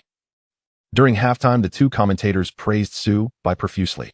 Meanwhile, in the Hornets locker room, Coach Monty scratches his head, urgently discussing with Paul and other players how to limit Sue by and his unique offensive style. Soon the second half begins. After the change of sides, the Hornets gain possession. Paul controls the ball, looking for opportunities, calling for a screen, breaking to the left, faking to the east, and swiftly passing to West, who cuts in for a mid-range shot. Swish. It goes in. Nash inbounds from the baseline. Sue by catches the ball and advances to the top of the arc, calling for a screen, finding Paul again, going strong against the smaller defender. Whoosh. Paul lunges forward quick and fierce. Smack. He swats the basketball out of Sue Bay's hands, but Sue Bay quickly recovers, not losing the ball, dribbling back to face Paul's defense. Easy. Paul. Clearly this statement is a response to Sue Bay's earlier block against him in the first quarter. Sue Bay recognizes it, smiling lightly. Hey Chris, you really don't think that stealing the ball from me once means you can stop me, do you? Isn't that the case? Paul retorts, trying to provoke Sue Bay. As he hoped, Sue Bay looks a bit annoyed, and in the next moment, swish. Without dribbling or faking, Sue Bay rises up for a jump shot right in front of Paul. What a... Paul's heart skips a beat and he hurriedly jumps to block, but the height and arm length difference is too significant. His attempt at a block is futile as the basketball flies over his fingertips at an unreachable height. Swish. Accompanied by the crisp sound of the net. The basketball swishes through the hoop, while Sue Bay shoots over the defense, scoring right in front of Paul. Yes, that was scoring right in front of him. With 10 minutes and 13 seconds left, Sue Bay receives a screen, dodging Ariza's defense, rushing to the right high post. Seeing Paul coming to help, he suddenly stops and rises again, shooting in front of Paul, scoring once more. Swish. Another one goes in. With 8 minutes and 13 seconds left, Sue Bay receives a pass from Nash at the free throw line, and Paul quickly wraps around, but Sue Bay remains calm, holding the basketball high, then shooting right over Paul again. The cutest height difference, no. An absolutely unreasonable shot. Still scoring right in front of him. Damn it. Paul yells as he jumps to block, slapping Sue Bay's arm. Beep beep. The whistle blows. Swish. Sue Bay slightly interfered with, still makes the shot. With 5 minutes and 14 seconds left, Sue Bay encounters Paul again in transition, as always ignoring the defense, taking a jump shot, scoring again right in front of Paul. My God. John Barry shakes his head, clicking his tongue, after being stolen by Paul once. Sue Bay no longer drives, but adopts a more brutal approach. Aiming directly for a jump shot over Chris, had a precise mid-range shot that crushes Chris. Throughout the third quarter, Sue Bay hit a total of 7 shots, scoring 15 points, with 6 of those points coming from long-range shots that disregarded his defenders, culminating in a 153 offensive blitz. This extended the lead from 7 points to as much as 19 points. At the end of the third quarter, the score was Suns 75-56 Hornets. Impressive. Mark Jackson looked at the score almost in disbelief and said, a 19-point gap at the end of the third quarter. One might think the Suns are among the top 3 teams in the West. John Barry chuckled and said, perhaps not before the last game, but now. This team has an extraordinary center, Sue Bay, with phenomenal offensive abilities, who scored 43 points, grabbed 9 rebounds, dished out 5 assists, and blocked 4 shots in just 3 quarters. I believe, in the near future, the Suns will rise to the top 3 in the West. Oh, Mark blinked and said, with Stoudemire, the Suns were 3rd in the West last season. Are you suggesting that Sue Bay could reach Stoudemire's level? He might surpass that, he remarked during the commentary. As the final quarter began, Sue Bay knocked Westbrook off balance and ruthlessly overwhelmed Paul. Coupled with a massive 19-point lead, the Hornets' offensive state drastically declined. The gap widened further. With less than 5 minutes remaining, the lead had grown to over 20 points. Beep, beep. The struggling Hornets called a timeout, substituting in backups and conceding the game, allowing time to devolve into garbage time. In this quarter, Sue Bay did not take any shots, securing 3 rebounds and making 1 assist. Ultimately, there was no miraculous comeback like Sue Bay's previous performance, as the Suns decisively defeated the Hornets, led by Paul, by a 17-point margin, claiming their 2nd consecutive victory. After the game, Hornets head coach Monty Williams stated in the press conference, "One center breaks through guards from the perimeter, while another has precise shooting from outside. Subai, this rookie center from the Celestial Empire has completely changed my perception of traditional centers. He is genuinely impressive tonight. We lost to him alone. However, part of it is also due to my players not being familiar enough with his offense. I believe that in our next matchup, they will be able to contain him." Monty's remarks were heartfelt. Fans who heard this interview after the game, even those who still did not know Subai, developed a significant interest in this center from the Celestial Empire. An hour later, after all the games had concluded, discussions about tonight's match exploded on Twitter. Hey, did everyone watch? The super clash between the Thunder's Big Three and the Heat's Big Three was absolutely thrilling. I saw it. It was thrilling, a fierce battle between the powerhouses that remained tense until the last moment. However, the old foxes LeBron and Wade ended the game decisively. What can you say? One is the king, the other the Flash, and then there's the Dragon King.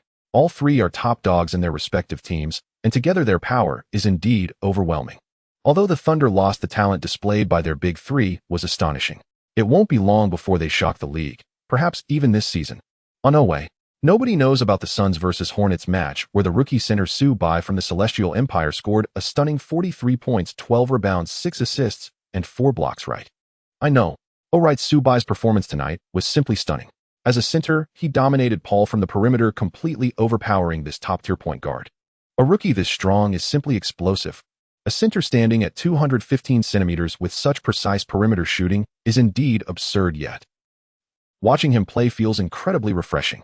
It seems many people think Subai performed even better. Durant scored 29.7 rebounds and 2 assists. LeBron had 27 points, 8 rebounds, and 7 assists. Wade contributed 26.6 rebounds and 5 assists, while Subai had 43 points, 12 rebounds, 6 assists, and 4 blocks.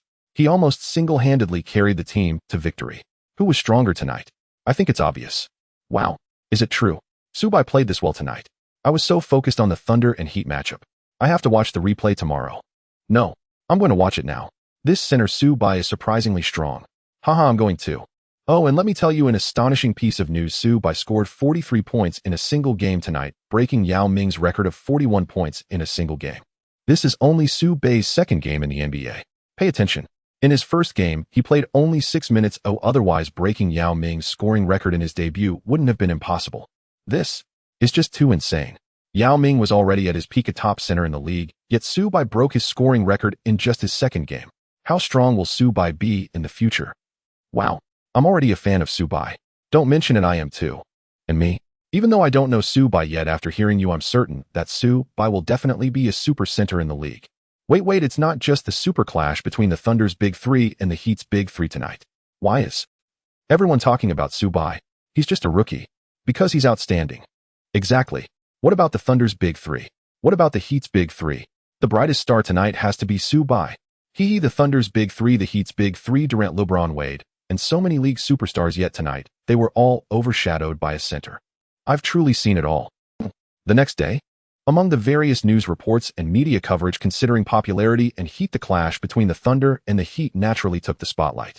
However, the space allocated for Subai, this rookie center, was not lacking at all, breaking Yao Ming's single-game scoring record with 43 points, 12 rebounds, 6 assists, and 4 blocks, while blocking and outplaying Paul. This series of events forced various newspapers to make room. In the afternoon at the Suns training facility, when Subai arrived for training, everyone actively greeted him much more enthusiastically than before. In response, Subai smiled at each of them. He understood that this was the treatment he received after showcasing his skills in 2 games. Subai, well done. Nash approached with a thumbs up, beaming with joy.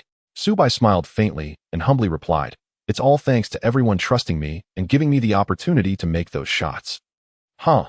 Nash laughed heartily. "I love your humility. Players, come here for a moment." At this moment, Coach Gentry called everyone over, holding a schedule in his hand, and said, "My upcoming opponent, the Warriors, Cavaliers, Knicks, Clippers, and Thunder. The strength of the Warriors and Knights is relatively average, especially the Knights. After LeBron's departure, they have become disorganized and have directly fallen into the ranks of losing teams.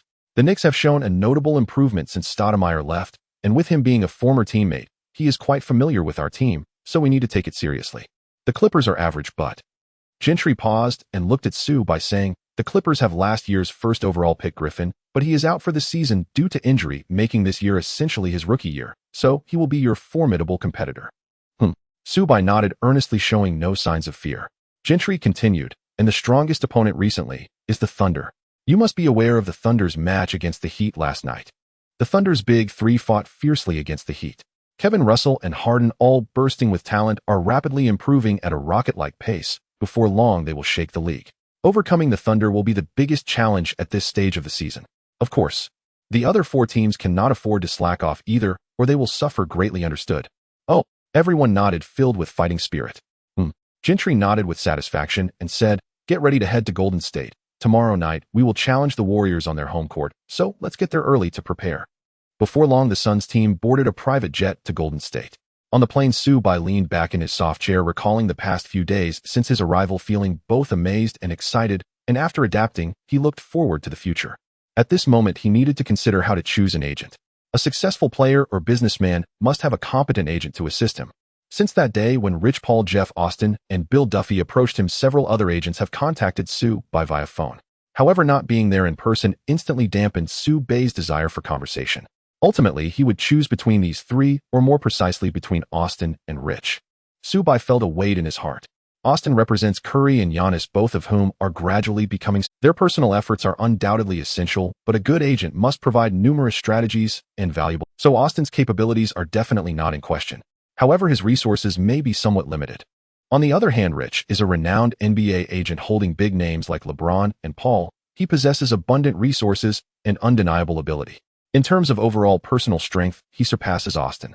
However, it is precisely because he has stars like LeBron and Paul that if I follow Rich, will I not receive adequate attention? Will he only be able to spare limited energy to help me? That is very likely.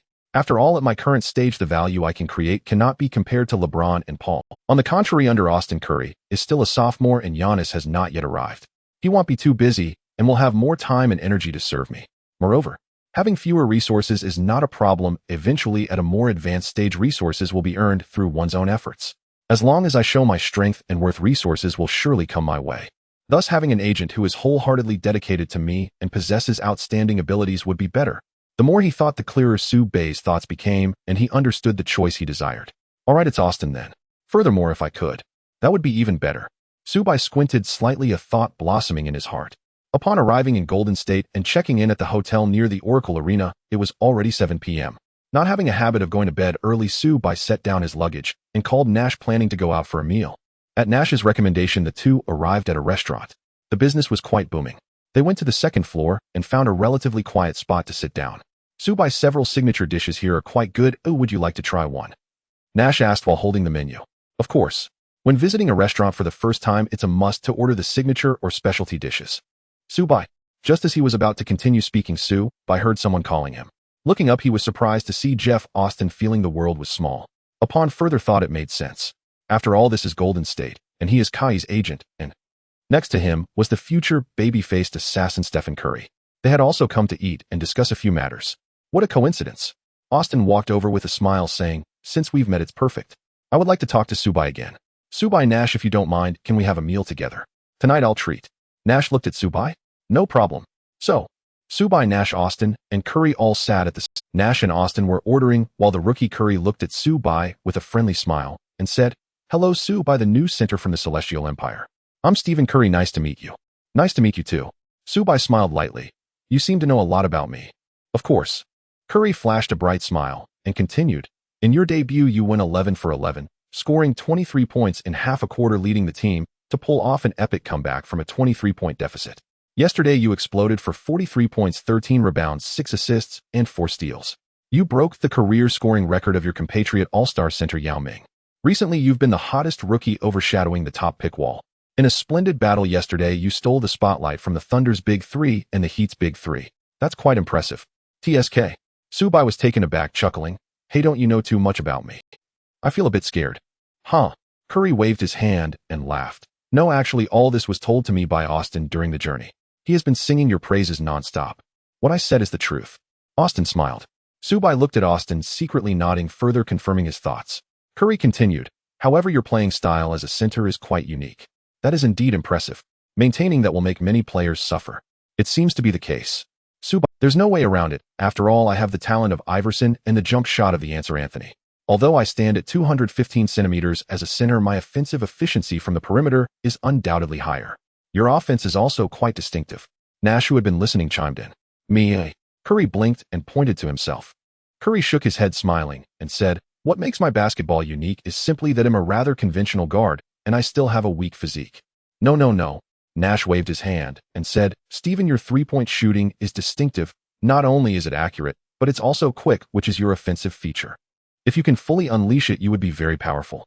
However, your position overlaps with Monta Ellis, which prevents you from fully realizing your potential, making your statistics appear average."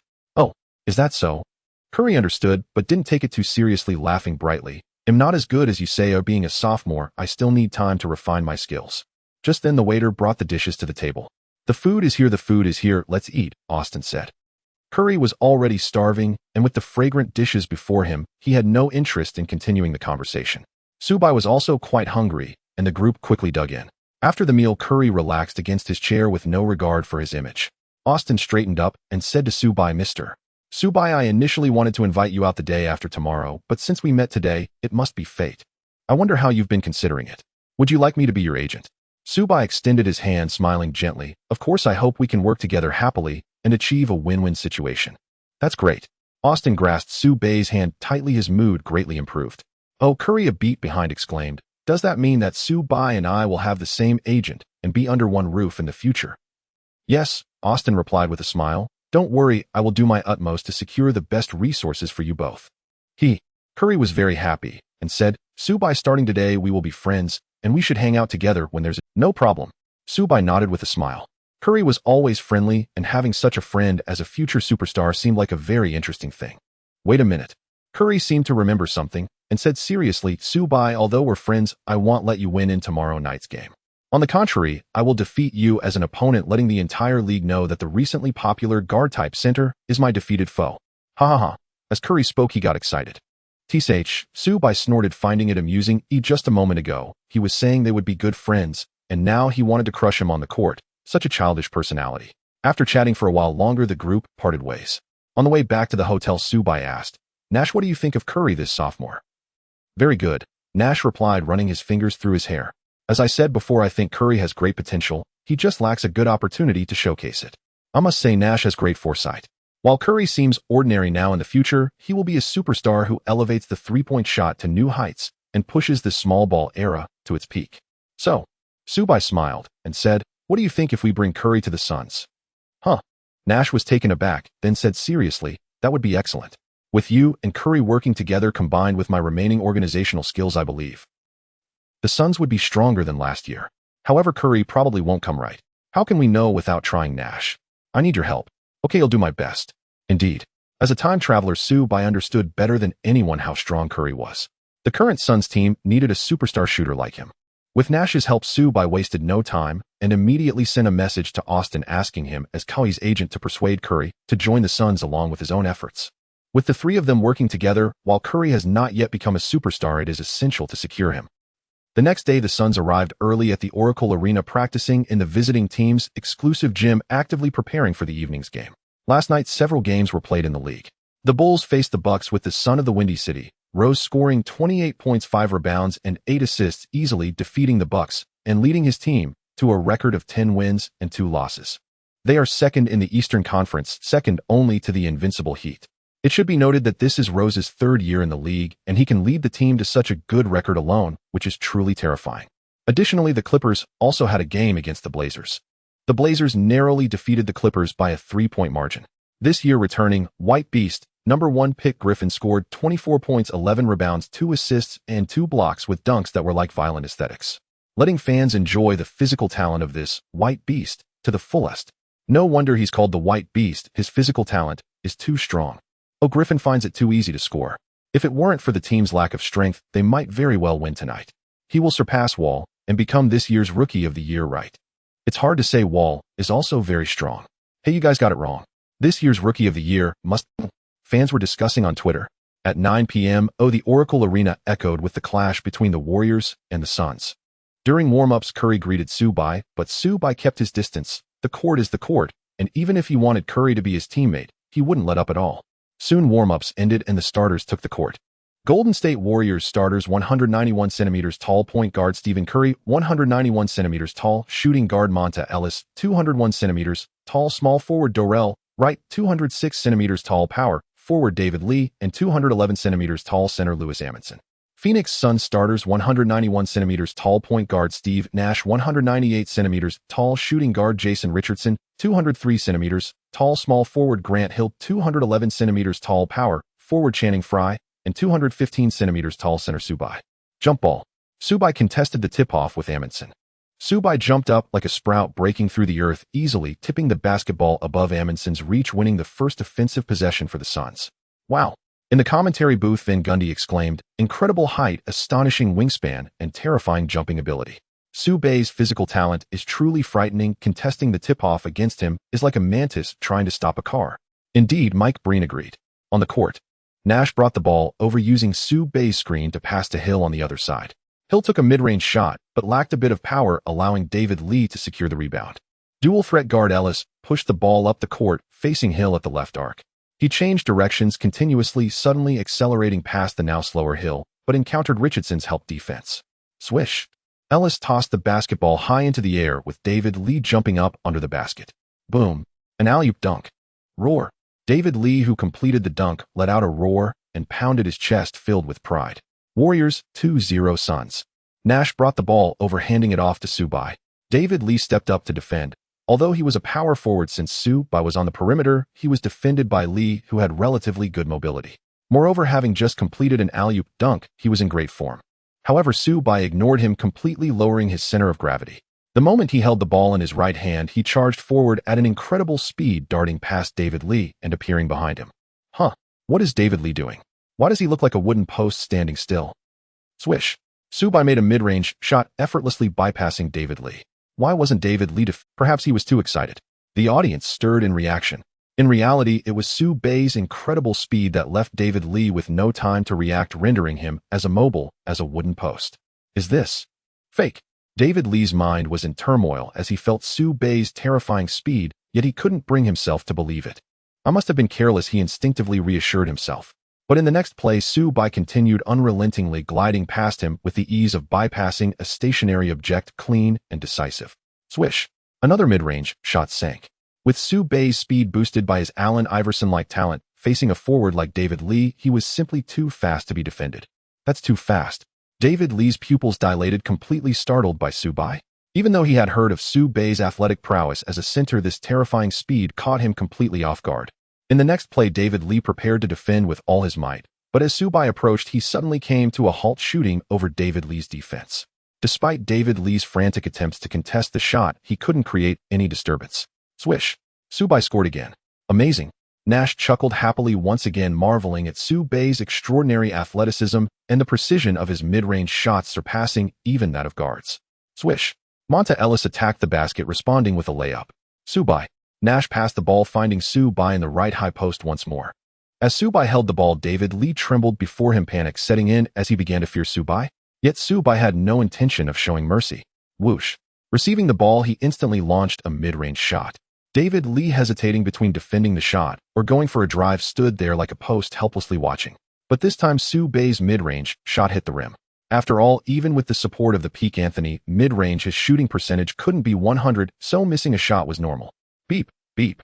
Even though the shot didn't go in, Warriors head coach Keith Smart called for a timeout to halt Subai's unstoppable offensive momentum. While the second Yao Ming, Subai, just like in the previous game, used his sharp drives and accurate jump shots to help the Suns gain an advantage on the court. Van Gundy exclaimed. "The second Yao Ming?" Mike Breen questioned, to which Van Gundy replied with a smile. "Over in the Celestial Empire, everyone is calling Subai the second Yao Ming. Indeed, a center as outstanding as Subai can be compared to Yao Ming, particularly in his peak form." "No." Mike Breen shook his head. "Subai is indeed impressive, but after watching him in 2 games, I feel his offensive style is different from Yao Ming's. Aside from height and ethnicity, to be honest, he doesn't resemble Yao Ming at all, so he can't be called the second." Van Gundy pondered for a moment and nodded. "It does seem to be that way." On the court, the timeout concluded. The player defending Subai for the Warriors had shifted to small forward White, hoping that the taller, quicker White could limit Subai. However, he was completely overthinking it. White's speed was utterly trivial in comparison to Subai. Moreover, aside from speed, height, wingspan, and explosiveness, Subai effortlessly tore through the defense of this 19th pick from 2004. Swish. Effortlessly executed, Subai scored with a jump shot. The Warriors lead the Suns by 6 points in the first quarter. Subai scored 14 points in this quarter, hitting 7 out of 9 attempts with a remarkable 77 shooting rate, said Mike Breen in astonishment. Indeed, for a center, this is simply extraordinary, he added. Van Gundy concurred, stating, "To be honest, none of the Warriors' starters can single-handedly contain Subai's perimeter offense. The reason they are only trailing by 6 points is due to the solid performance of Ellis and Curry, who have kept the score close. In other words, if the Warriors want to win tonight, they shouldn't focus on shutting down Subai, but rather concentrate on their own offense and continuously score to have a chance at victory." That makes sense, and there's more. During the break, the two commentators analyzed the game. Meanwhile, in another match, the showdown between the Lakers and the 76ers unfolded at Staples Center, where the arena was packed, filled with buzzing excitement. Such is the allure and market of a big city. No, more accurately, it is the charisma of Kobe and the city of Los Angeles that draws such crowd. In the past 2 years, Kobe, having moved on from Shaq O'Neal, led his team to a consecutive championship, reviving the Lakers after a brief slump. With 5 championship rings and 2 Finals MVP awards, Kobe has solidified his title as the best player in the league. If LeBron's move to Miami to form a super trio with Wade and Bosh was aimed at taking down the league for the championship, then Kobe, already with 5 championship rings, has formally challenged the god of basketball, Jordan, in an attempt to shake his standing as the greatest of all time. The defending champion Lakers, along with Kobe, are currently the hottest and most popular team in the league. As the game began, Kobe hit 2 beautifully executed three-pointers from the perimeter. Swish! The crisp sound of the net echoed as the three-point shots went in consecutively. Boom! Kobe's stunning offense instantly ignited the atmosphere in the arena as his teammates Gasol, Bynum, and Odom showcased their skills. In less than half a quarter, the Lakers had built a 10-point lead, forcing the 76ers to call a timeout. The strength of the defending champions and Kobe's dominance made the home crowd even more electrified. Even though the 76ers called a timeout, the Lakers had already taken full control of the game. The focus returns to the Warriors' clash with the Suns in the second quarter, starting with a battle between the Suns. Lin Shaheo, who joined the Warriors as a free agent this summer and normally averages only 3.1 points a game, came in and scored 5 points with a combination of drives and shots, almost helping the Warriors tie the score. With 4 minutes and 17 seconds remaining, Lin Shaheo's sudden surge allowed the Warriors' bench to close the gap, bringing both teams back to even ground. Beep beep. The Warriors called a brief timeout. As the starters returned, Curry brought the ball to the top of the arc, calling for a screen, and drove towards the right side to create a mismatch against Subai. Oh, Subai looked at Curry and scoffed, saying, "Curry, are you planning to take me on Onion?" Hey. Subai looked at Curry's serious demeanor and chuckled, saying, "Don't speak so solemnly, as if you can easily defeat me. Here I come." Curry snorted and stopped the small talk, accelerating on the left wing to attempt to shake off Subai with speed. But Subai would not allow it, having just been shaken off. In the next second, he caught up again. Curry realized he hadn't escaped and suddenly made a sharp turn, charging to the right side and creating some space, launching a three-pointer. It was extremely decisive, yet there was a hint of unreasonable arrogance. However, as the basketball was shot, Subai's long arm came in, slapping the ball away out of bounds. "You can block that." Curry was astonished. With his quick release and a slight height disadvantage, it was rare for any player in the league to block him, especially with a front cover, yet Subai appeared so indifferent. Curry knew that Subai had done it effortlessly. Truly unconventional. Curry shook his head. The Warriors had 8 seconds left on the shot clock. 8 seconds left, and instead of Curry, the team's star player, continuing to hold the ball, it was passed to Ellis. Whooshed. With a screen, Ellis turned into a whirlwind, charging into the paint, swiftly spinning to evade Fry, and scored with a left-hand layup. Ellis, the dual threat guard, truly deserves to be the Warriors' star. Such sharp offense is simply commendable. Curry still needs to hone his skills. The Suns took possession. Nash pushed the ball up, handing it off to Subai at the top of the arc, while also screening for him and moving to the side. Subai mismatched against Stephen Curry. As the two came close, Curry felt an invisible pressure and absolute force stemming from height. "Steven, block me, and he'll get back at you," Subai provocatively stated. TCH. Curry snorted, unable to articulate the unrealistic statement of "I want to block you." Whoosh. Subai smiled faintly, accelerating past Curry. Although he lacked strength in the center, he found it easy to match up against the smaller Curry. With one step of confrontation, Curry staggered back. Swish.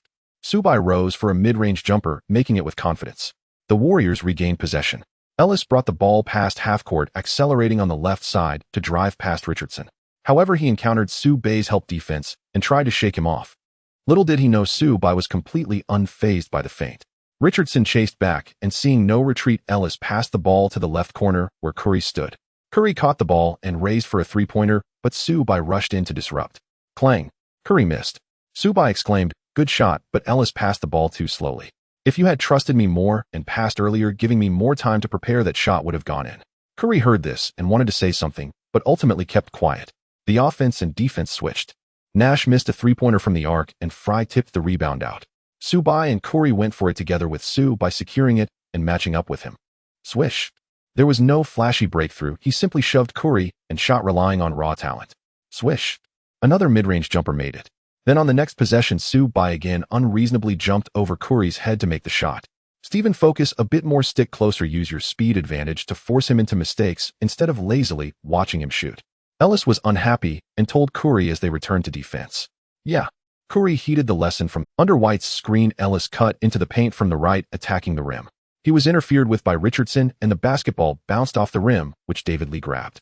Swish. He passed to Curry, who was wide open, a chance for a shot, but Ellis had already reached out for the ball. Curry passed it, but Ellis, facing a double team, had no choice but to pass it back to Curry on the perimeter. However, this time Subai was guarding him. With the shot clock winding down, Curry jumped high, releasing a forced three-pointer that ultimately ended in a clang. "You didn't take the good shot earlier, and now you're forcing a shot. There's nothing to be done." Ellis did indeed have an offensive opportunity just now, Subai said.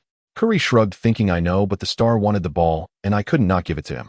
From then on until halftime, Subai continued to take advantage of opportunities to score on Curry, while each time Curry attacked, regardless of whether he scored or not, he had to be praised lavishly. Moreover, he would occasionally instill in him that he was strong, but just overlapping positions with Ellis prevented him from showcasing his abilities. Thus, Curry remained caught between being overwhelmed by Subai's dominance and receiving his praise, while also occasionally facing criticism from Ellis. Ellis performed exceptionally well tonight, exhibiting remarkable efficiency. In contrast, Curry struggled under Subai's defense, often facing setbacks despite being praised by Subai, as his offensive efficiency remained dismal. Thus, the increasingly widening gap in the score only fueled Ellis' dissatisfaction as he repeatedly berated Curry. If it weren't for Kawhi's good temperament and disposition, he would have exploded by now. Swish. With yet another successful mid-range shot by the end of the third quarter, Subai had tallied 34 points, 8 rebounds, 3 assists, and 4 blocks, leading the Suns to a resounding 15-point victory, dominating both offense and defense, even from the perimeter. For the Warriors, Ellis recorded 21 points, 5 rebounds, and 6 assists, showcasing a perfect dual-guard performance.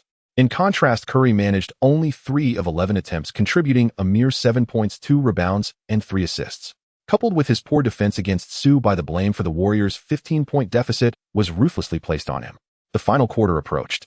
Subai continued to seek scoring opportunities against Curry on the offensive end, while instilling the notion in Curry that he was indeed strong, just lacking chances to perform well. Ellis occasionally delivered a few additional blows. The relentless pressure left Curry feeling somewhat bewildered, questioning whether he truly belonged on the Warriors.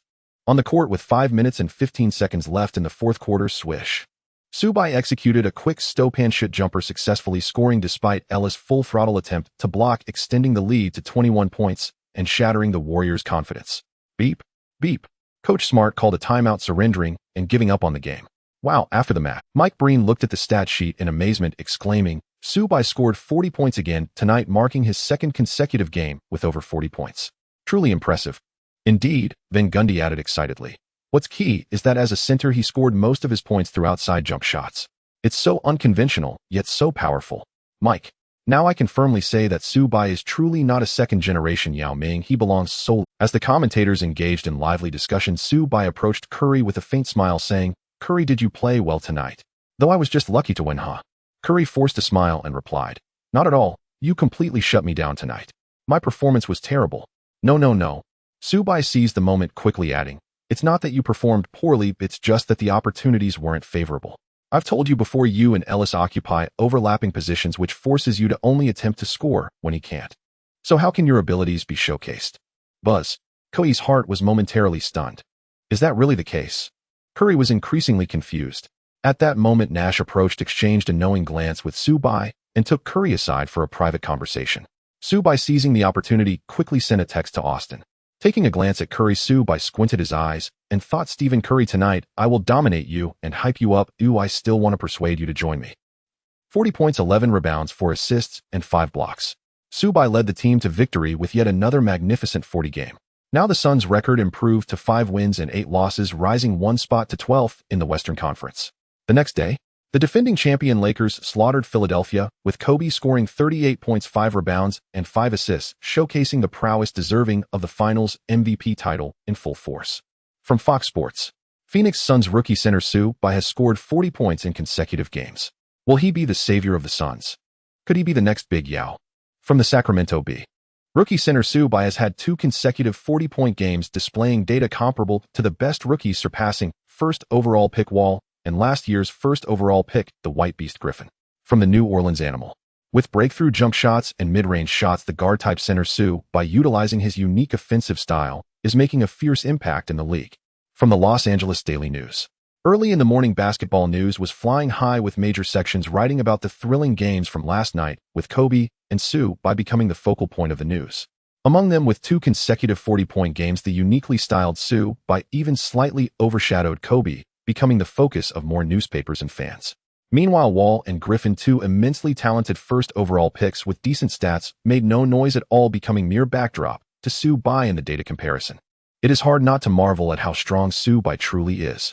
In the Wizards' locker room, John Wall, who was resting, looked at the articles on the news, his body trembling slightly as he stared at Subbai's picture in the newspaper, muttering, "Subbai, in our next matchup, I will surely annihilate you." Around the same time, Clippers training facility. "What? Subbai, I got outplayed by a center who didn't even enter the draft." Griffin, who was seriously practicing free throws, was shocked upon hearing this news, especially when his teammate mentioned Subbai's recent achievements. Griffin stopped his free throws, unable to suppress a grin. "A center who likes to shoot from the perimeter has stolen my thunder. Subbai, you seem to have gone a bit too far." Meanwhile, in the Lakers training facility, swish, swish, swish. Kobe Bryant was practicing his three-point shots, having trained for over 3 hours. His shooting touch was on point, and he continuously made three-pointers, leaving a group of newcomers in awe. Swish. He hit another three-pointer cleanly. Kobe took a deep breath, satisfied, and headed to the resting area, where Gasol brought him a towel, water, and a basketball newspaper. Gulp, gulp. Taking big gulps of water, Kobe leisurely opened the basketball newspaper. Not looking would have been better. Upon seeing it, Kobe's expression subtly changed. After scoring 38 points, 5 rebounds, and 5 assists against Philadelphia, he had expected the headlines to be all about him today, only to find that Subbai had stolen much of his spotlight. Subbai, rookie, center from the Celestial Empire, with consecutive 40-point games. Looking at the keywords in the news, Kobe's eyes kept gleaming. To the side, Gasol remarked, "Kobe, this rookie is a guard-type center, fast, accurate in shooting, and with a unique playing style. He's quite formidable." "A guard-type center?" Kobe smiled, faintly intrigued. "Interesting. I want to experience what it's like to face off against a 215 centimeters tall guard."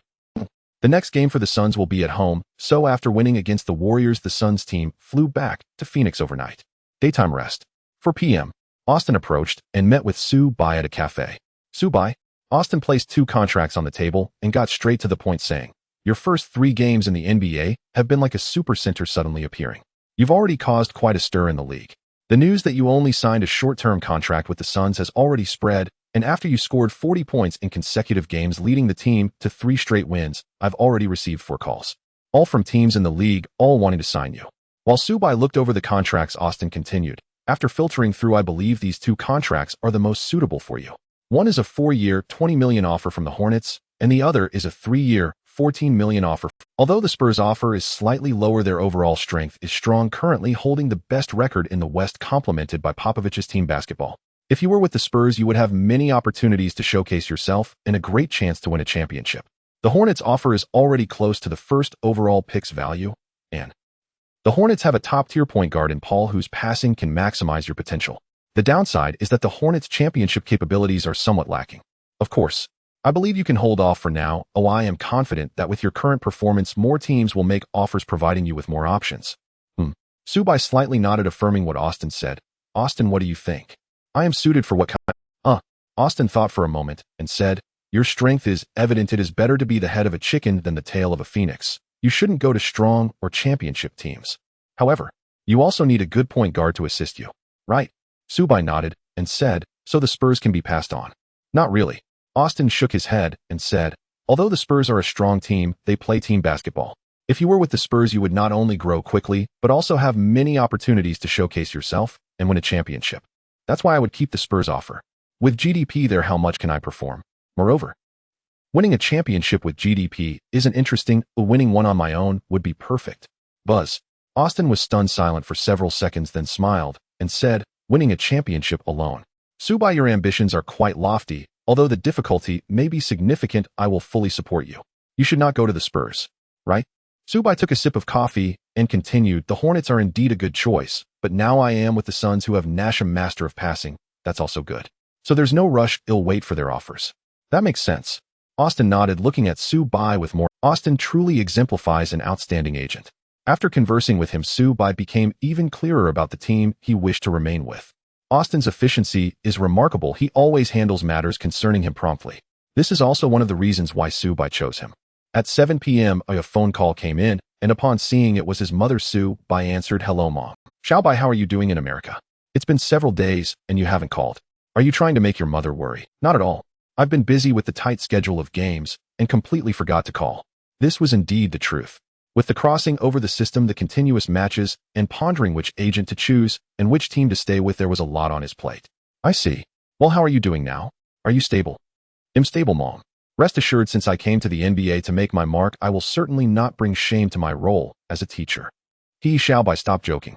Subai's mother, Tang Shueli, is a teacher who hopes Subai can also become a teacher, contributing to the future of the country, though she has an open mind. Subai's interest in playing basketball was supported by her. Mom, I'm doing great, and I've made friends. You, on the other hand, take care of yourself at home. I know. My students are my friends. Don't worry about me, but you, being in a foreign land, must always protect yourself, understand? Understood. Subai chuckled. Who would dare bully someone as tall as me? Just relax. By the way, Xiaobai, in some time your cousin will come to America, so make sure to take care of her. I'm going to be late for class. Talk to you later. Huh, cousin. Beep, beep, beep. Before Subai could ask who she was, his mother had already hung up. He didn't even have a concept of a cousin in his memory. It might be a parallel world, so some things have changed. It's not surprising that the parallel version of me has a cousin, and Mom said she would come to America. So she should contact me, right, he thought. Subai didn't dwell on it too much. He was genuinely busy. At this peak of his career, he had no time to manage other matters. He tossed his phone on the table and went to shower. The hotel bathroom is so poor, the facilities are lacking. I must change to a small villa when I have money. The next evening, the Suns returned to their home court to face the Cavaliers. This year's Cleveland Cavaliers without LeBron are truly pathetic, worse than the Suns without Stoudemire. Last season they were first in the Eastern Conference, but this season they are last. LeBron's departure caused the value of Cleveland to plummet by several $100 million. They have truly lost both talent and wealth, reduced to a bottom-tier team. Even without Subai, the Suns have the capability to crush the Cavaliers. Tonight, Subai played for only 3 quarters, effortlessly scoring 27 points, grabbing 8 rebounds, providing 2 assists, and making 4 blocks. Notably, he also contributed 2 steals. Nash also achieved a perfect stat line with 14 points, 3 rebounds, and 9 assists in 3 quarters. By the end of the third quarter, the Suns led by 18 points, completely dominating the game. Subai's precise jump shots, reminiscent of Anthony, were not just beautiful, but also left the Cavaliers in disarray. The opposing center Varejao couldn't keep up with his footwork and failed to block him, making it impossible to guard under the basket or from beyond the arc, leaving him in utter despair. Why make me match up against Subai? That guy is not even a center. After the game, Varejao, having been completely overshadowed, angrily shouted in frustration, secretly vowing not to face Subai again. Absolutely never to match up with Subai? At the very least, I must avoid him from the perimeter. The Suns achieved their 4th consecutive victory, and after the Warriors lost to the Thunder tonight, the Suns' record climbed another rank, surpassing the Warriors to take the 11th place in the West. In the manager's office, Lance, who had just finished watching the live broadcast at his desk, couldn't help but laugh. Just then, Coach Gentry walked in and said with a smile, "Lance, what's got you so happy?" "What do you think?" Lance retorted, laughing even harder. "Of course it's because of Subai. How did I get so lucky to have such an extraordinarily powerful center?" "Hey." Gentry rolled his eyes and reminded, "Don't get too carried away. Subai is not your player. He merely signed a 10-day contract. Moreover, as far as I know, many teams have started to keep an eye on Subai, and once his contract is up, they will try to snatch him away." Snatch Subai. Upon hearing this, Lance immediately became displeased. The smile on his face vanished, and with a pout he declared, "No one is taking Subai from me. No matter the cost, I must secure Subai." Tonight, besides the Suns facing the Cavaliers, there is another high-profile matchup taking place, that is between the Chicago Bulls and the Miami Heat. Heat, Eastern Conference leaders, 13 consecutive wins, yet to lose this season. Bulls, Eastern Conference second, 11 wins and 2 losses, currently on a 5-game winning streak. A super showdown between the Eastern Conference's 1st and 2nd place. As it began, the entire arena erupted, evolving into a head-to-head battle between Windy City Rose and the Heat's Big Three. Tonight, Rose seemed like a god of war, slaying all who dared to stand in his way, single-handedly dominating the court and extinguishing the Heat's big three's fire. With 37 points, 4 rebounds, and 8 assists, Rose delivered a performance that allowed the home fans to enjoy an incredibly delightful evening. Windy City Rose ended the Heat's 13-game winning streak, showcasing the exceptional talent of this number 1 pick and reminding everyone that the Heat's big three still needed time to mesh. Moreover, even during the adjustment period, their combined strength was still formidable. The next day, major newspapers stayed up all night to write news about Sue by releasing them immediately. Of course, the clash between the Bulls and the Heat with Rose's stellar performance also dominated the headlines. Meanwhile, the NBA officials were not idle either, announcing the previous week's Eastern and Western Conference Players of the Week early. In the East, there was no doubt, as Rose averaged 27, 4 points, 3 rebounds, 8, 4 assists, 1 steals, and 7 blocks, leading his team to a 4-game winning streak, earning the title of Eastern Conference Player of the Week. And who would it be in the West? Kevin Durant of the Thunder, averaging 29, 3.7, 1 rebounds, 2, 4 assists, 1 steals, and 0 blocks, leading his team to a 31 record. Or Kobe Bryant of the Lakers, averaging 28, 5 points, 5 rebounds, 1 assists, 3 steals, and 4 blocks, leading his team to 4 consecutive victories. No, none of them. The Western Conference Player of the Week ultimately went to the Suns' rookie center, Sue Bai. When this news broke, the entire league was in an uproar. Sue Bai, that rookie center from the Celestial Dynasty, actually named Western Player of the Week, impossible. No way, a rookie overtaking legends like Kobe, Durant, and Nowitzki for Western Player of the Week. Exactly, especially Kobe and Kevin. Their stats are stellar, and their teams posted outstanding records. Surely the award should go to one of them. What on earth is happening? In the moment the NBA announced the result on Twitter, fans erupted, disbelieving, refusing to accept it, until they saw Sue Bai's stats and fell utterly speechless. Sue Bai played 4 games last weekend, averaging 33, 25 points, 8, 5 rebounds, 3 assists, 1 steals, and 5 blocks per game, and led the Suns to a flawless 40 record. And, well, he is rather impressive. And rather, my friend upstairs, did you even read those numbers carefully? Absolutely correct. Now, user under the handle Sue Bai's devoted fan chimed in, by pure per-game metrics, Sue Bai outperformed both Kevin and Kobe, topping the West in scoring and blocks last week. Moreover, bear this in mind, Sue Bai's averages were calculated despite playing only half a quarter in his first game. Had he faced the Wizards for the full 48 minutes, his scoring average would easily surpass 35 points, and all other statistics would rise accordingly. More significantly, both the Thunder and Lakers are elite franchises. Kevin and Kobe enjoyed abundant support, so their strong team records come as no surprise. Yet Sue Bai carried the Suns, then a dismal 28 squad ranked 13th in the West, to 4 straight victories almost single-handedly. That kind of solo leadership, that is true dominance. Of course, if you insist that 36-year-old Nash, 33-year-old Carter, and 38-year-old Hill count as his support, then disregard everything I've said. Also, let us not forget Sue Bai is still a rookie. For a rookie to exhibit such extraordinary leadership, truly unparalleled. Compare him with this year's No. 1 pick Wall and last year's top selection Griffin. Against Sue Bai, both fall drastically short in stats, impact, and team success. Whoa. In that single post by Sue Bai's devoted fan, drew sharp intakes of breath across the fanbase. Those who already admired Sue Bai now regarded him with awe. Truly extraordinary, and this center from the Celestial Dynasty is phenomenal. And Sue Bai's devoted fan replied again, indeed, and not merely extraordinary. Consider this. Across NBA history, only Shaquille O'Neal, back in 1992, claimed Player of the Week in his very first week as a rookie. And granted, this is week 4, but for Sue Bai it is his debut week in the league. Thus, Sue Bai stands shoulder to shoulder with the big Aristotle, becoming only the second rookie in NBA history to earn Player of the Week in his inaugural week. Even Jordan, LeBron, and Iverson, superstars who exploded onto the scene, never achieved this feat. Now you understand just how extraordinary Sue Bai truly is. Wow, and that statement sent shockwaves rippling through the entire fan community once more. As if prompted by the comment, Shaquille O'Neal himself tweeted, "Congratulations to Sue Bai of the Celestial Dynasty. Only the second rookie in NBA history to claim Player of the Week in his first week, following in my footsteps. Keep rising." Though Shaq was nearing the twilight of his career, receiving praise from a legend of his stature left Sue Bai deeply honored and stirred profound envy among fellow rookies. Rookies like Greg Monroe, Nicholas Batum, Paul George, and LaMarcus Aldridge watched closely, impressed, humbled, and compelled to acknowledge Sue Bai's sheer undeniable prowess. Of course, not all players shared the same sentiment. And John Wall, this year's No.1 pick, was en route to practice when he scrolled past the news Sue by named Player of the Week and lauded by Shaq. His gaze turned icy. Sue by, the brighter your star burns, the more exhilarated I feel. Because when we meet again, shattering, you will finally erase my humiliation and launch me into stardom. Clearly being overturned by a rookie center. In just half a quarter, after trailing by 17 points then sealed by a buzzer-beating dagger, had struck Wall hard. Meanwhile, last year's top pick, and this season's rookie, Blake Griffin sat at home scrolling through the flood of updates, eyes blazing with competitive fire. Sue by, I grow more eager to face you with every passing day. I intend to dismantle you completely. Securing Rookie of the Year will be all but certain. And it wasn't just rookies. The entire league, from players to front offices, stood stunned by Sue by's unprecedented Week 1 triumph. All eyes now turned toward this towering center from the Celestial Dynasty. And yet, even as social media overflowed with praise, one fan interjected, "So he won Player of the Week. What of it? Impressive stats. So what? Huh? Why mock Sue by like this? Is it jealousy? Envy? What nonsense is he spouting?"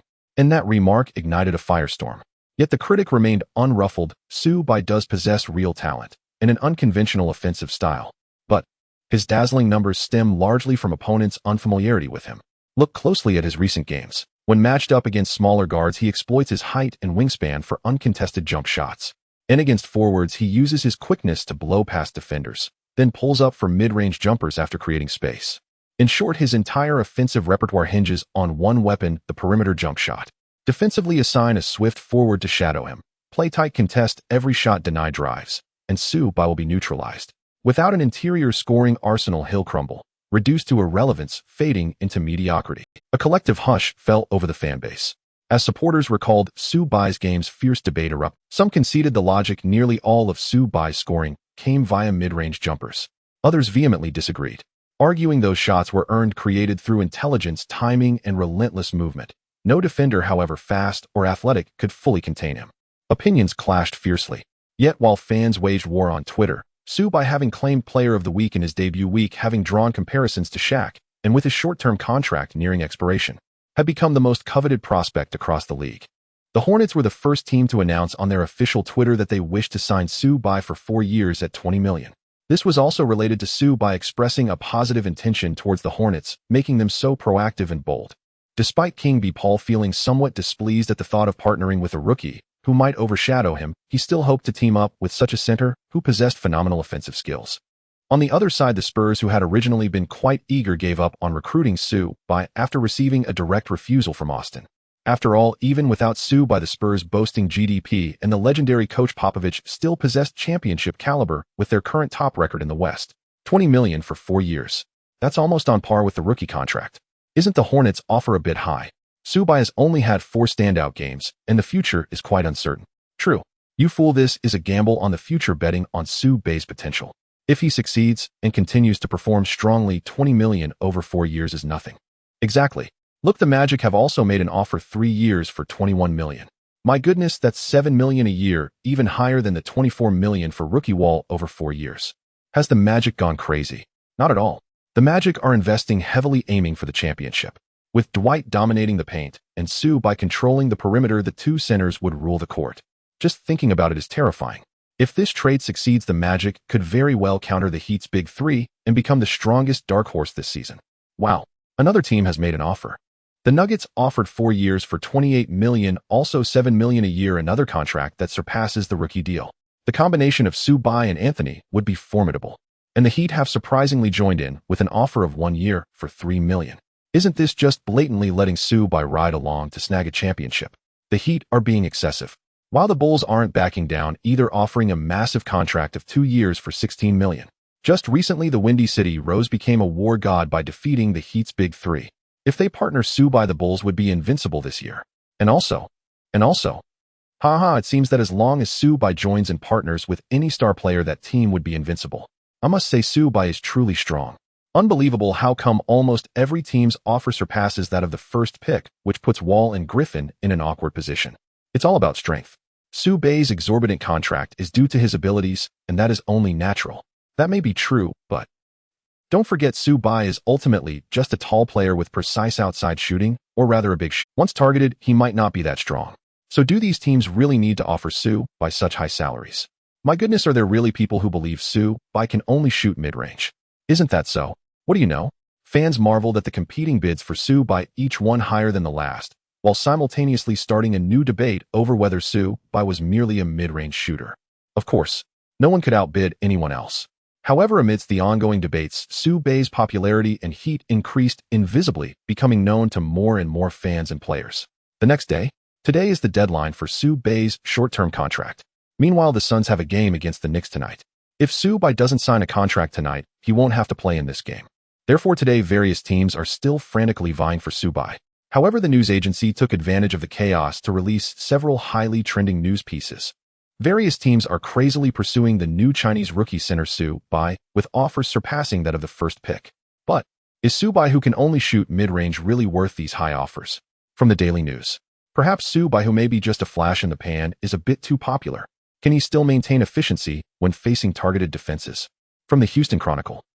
If yesterday only a part of the netizens were interacting and commenting online, today's events have brought more fans to learn about some of the negative remarks from yesterday. There are no absolutes, but it has led many fans to reconsider, even going so far as to review previous footage, pondering whether Su Bai truly only has mid-range shooting ability. Many fans believe otherwise. However, several fans, after some contemplation, think that Su Bai really only has mid-range shooting ability. After all, looking at his 4 games, the most frequent way he scored was through jump shots. But even with these news agencies frantically seeking attention, many teams still want to sign Su Bai. At 3 p.m. near the Western Conference Arena in a high-end tea house, Austin pushed 3 contracts towards Su Bai, saying now. One is the Magic's offer of 3 years for $21 million, a 21 contract. Another is the Bulls' 2 years for $16 million, and the last is the Hornets' 4 years for $20 million, a 22 contract. These 3 are currently the best offers. However, according to your thoughts, whether partnering with Howard Rose or Paul during your rookie season, you likely won't be the core player. Actually, the Hornets are a good choice.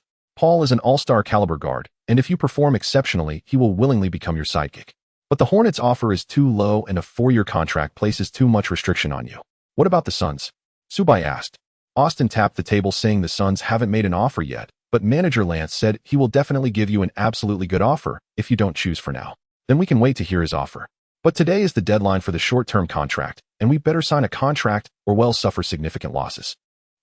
Su Bai nodded, contemplating for a moment, said, then let's go hear what manager Lance has to say. All right. Austin drove Su Bai to the Suns management. Su Bai's heart sank slightly. Just as Austin said, partnering with Paul is indeed good. His strong desire to win means that once he knows my scoring ability is strong, he will continuously create opportunities for me. But likewise, a 4-year contract for $20 million, which is even lower than Wall's, is simply unacceptable. Manager Lance promised to give me an offer that would satisfy me as long as it surpasses those from the Magic, and the Bulls teaming up with Nash would also be a good choice. Additionally, thinking of this, Su Bai asked Austin, how's it going with persuading Curry? It's going fairly well. Austin replied, you are performing so well, and I keep instilling the idea in him that his position overlaps with Ellis in the Warriors. He has already started to waver. Moreover, Nash seems to be doing some persuasion as well.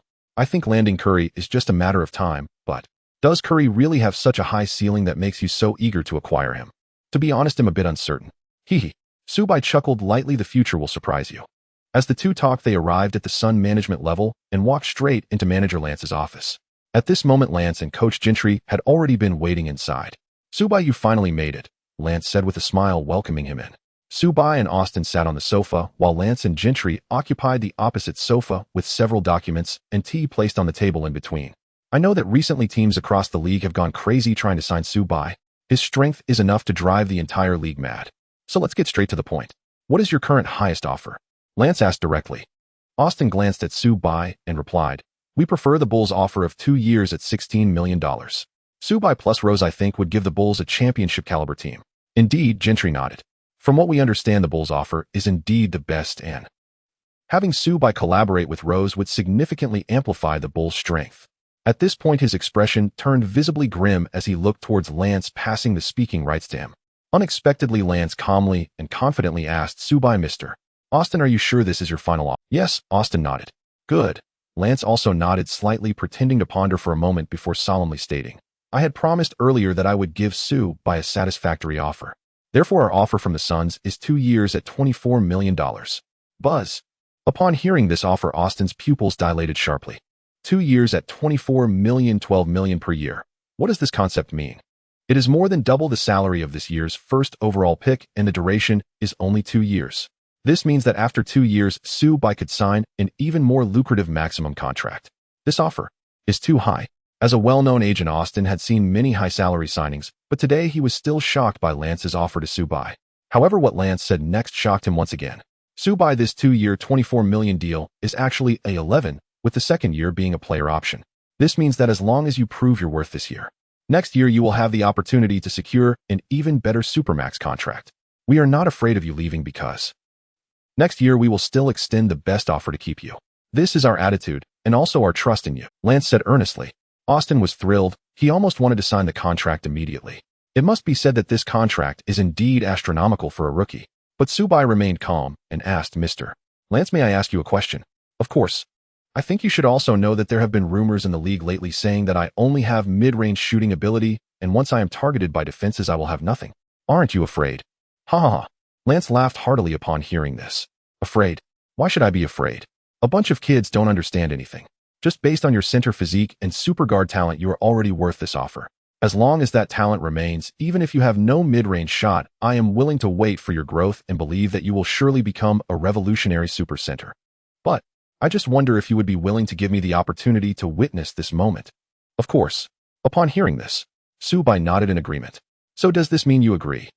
Lance was surprised, and Subai smiled, saying, if such a good contract and a manager who believes in me cannot move me, then, as a rookie, I would be too ambitious. Ha ha ha. Lance laughed, thoroughly amused.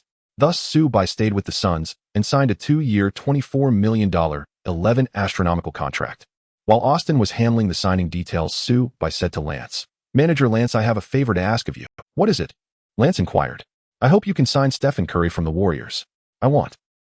The Suns' run-and-gun strategy needs a player like him. Oh. Lance was momentarily taken aback, then smiled, saying, Stephen has 3-point shooting. He is indeed suitable for run-and-gun. Since you brought it up, I will do my best if the opportunity arises. Thank you. Subai nodded with a smile.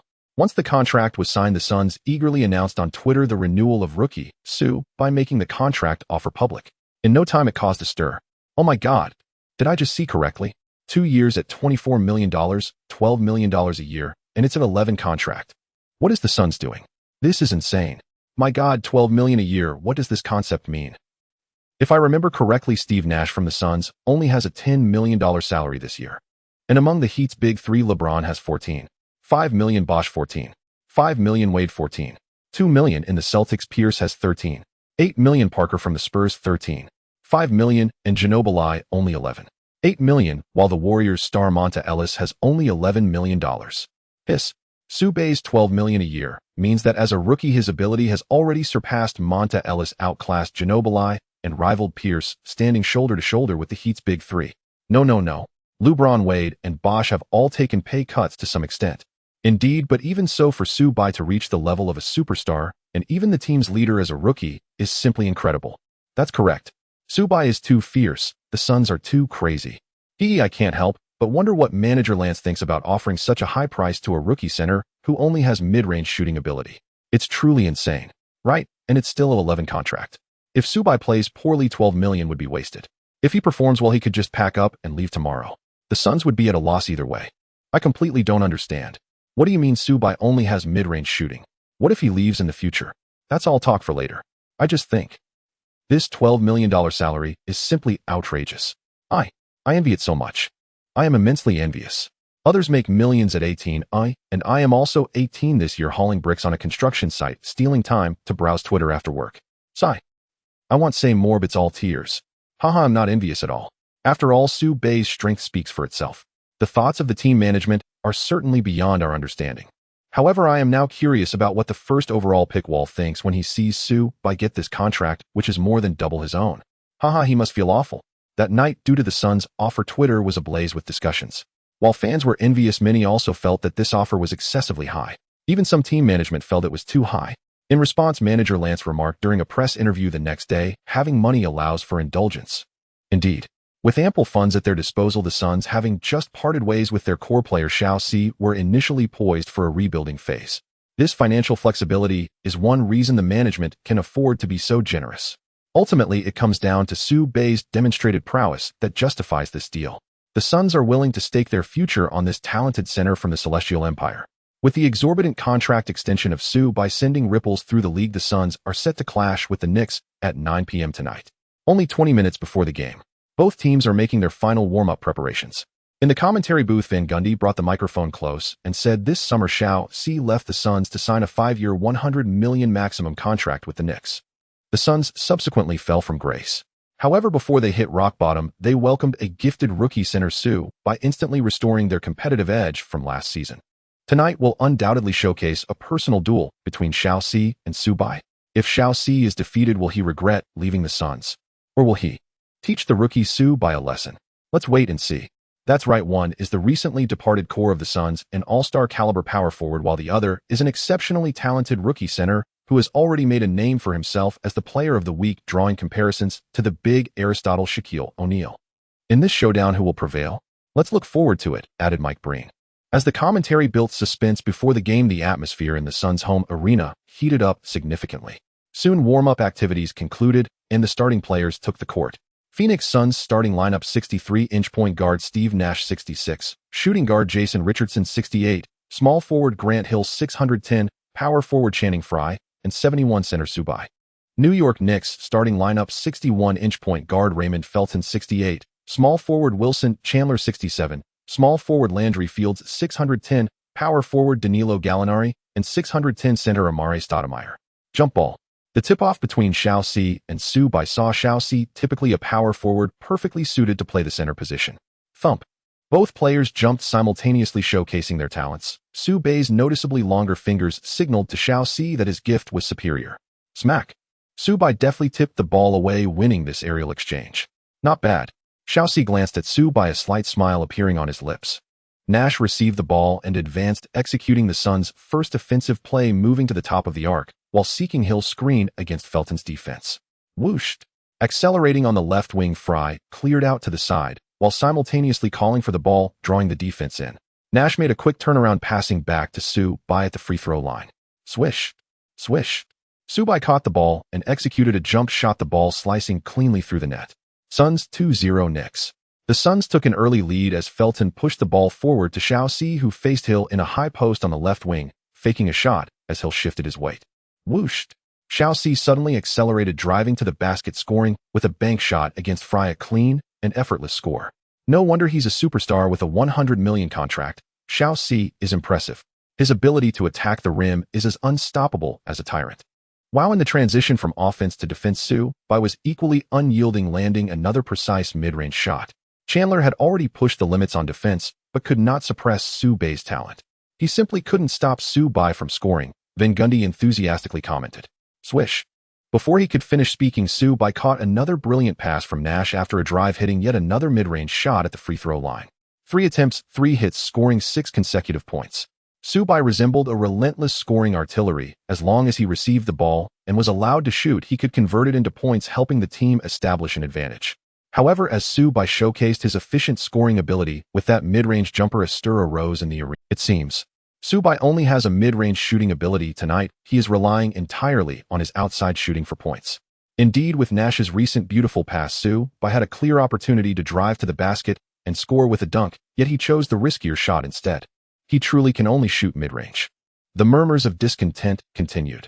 On the court, after hitting 3 consecutive mid-range shots, the Knicks adjusted their defensive strategy, with veteran Shao-C stepping up to guard Su Bai. Wow, has Su Bai really matched up against Shao-C so soon? The game escalates rapidly, and the outcome between the two will determine the course of the match. On the court, facing Shao-C, the all-star caliber starting power forward, who led the Suns to the Western Conference Finals last year, challenging the Lakers' towering interior. Su Bai felt calm inside. Possessing the skills of Allen Iverson and the jump shot finesse of Anthony, he didn't feel inferior to the guy in front of him. In fact, a spark of battle intent ignited. Boom, boom, boom. As he read the defense, Su Bai made a swift move to the right, holding the ball in his right hand, sprinting out and leaving Shao-C half a body length behind. Swoosh. Su Bai came to a sudden stop and took a jump shot. Thump. But Shao-C caught up, leaping to block the shot. Su Bai's gaze sharpened as he adjusted his shooting arc, evading the block, but losing his accuracy. Clang. The shot clanged against the rim.